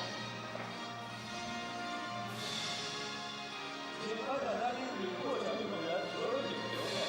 It's protocol.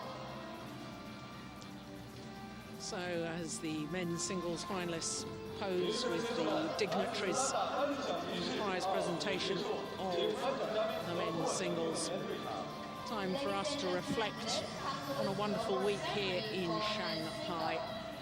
Some great badminton, as Jim Laugerson has been saying. The lull that we've experienced after the Olympic Games is over.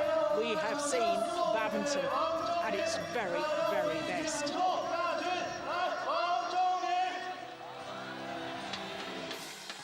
So it all started today on finals day with mixed doubles and the Olympic silver medalists overcoming Peng and Ying from Malaysia. Well, we worried about Chen, whether he was too poorly to play his semi-final. He's recovered and he's now the champion. As for the women's singles, well, the Olympic gold medalist Xuerui put on a masterclass today and disposed of the 17-year-old Intanon Ratchanok in 2 straight games. Then women's doubles and the world champions Wang, Xiaoli and Yong retaining the title that they won here last year. Injury woes, of course, to Suetsuna. That was a desperately sad way for the Japanese pair to finish this tournament, having to retire from that final. Then we had men's doubles and the Danes, the new world #1s, regaining that top spot at the top of the world rankings. Of course, they are the Olympic silver medalists and they're now twice China Open champions, retaining the title that they won 12 months ago. And as we've just seen in the men's singles, Chen competing in his 3rd consecutive China Open final, having won 2 years ago, beaten last year in the final against Lin Dan, the Olympic champion. Sadly, Lin Dan not contesting this China Open, but a worthy champion nonetheless. Chen, the #1 seed. Well, it's been a tremendous week. I've thoroughly enjoyed it. I hope Jim Laugerson has enjoyed it too. Jim, I hope you'll come back and join us again soon. With pleasure. Of course, we'll move on to Hong Kong, where we will have the Hong Kong Open next week, this next of the Super Series events. Until then, from all of us here in Shanghai, especially from my friend and colleague Jim Laugerson and myself, Jill Clark, until next week, bye-bye.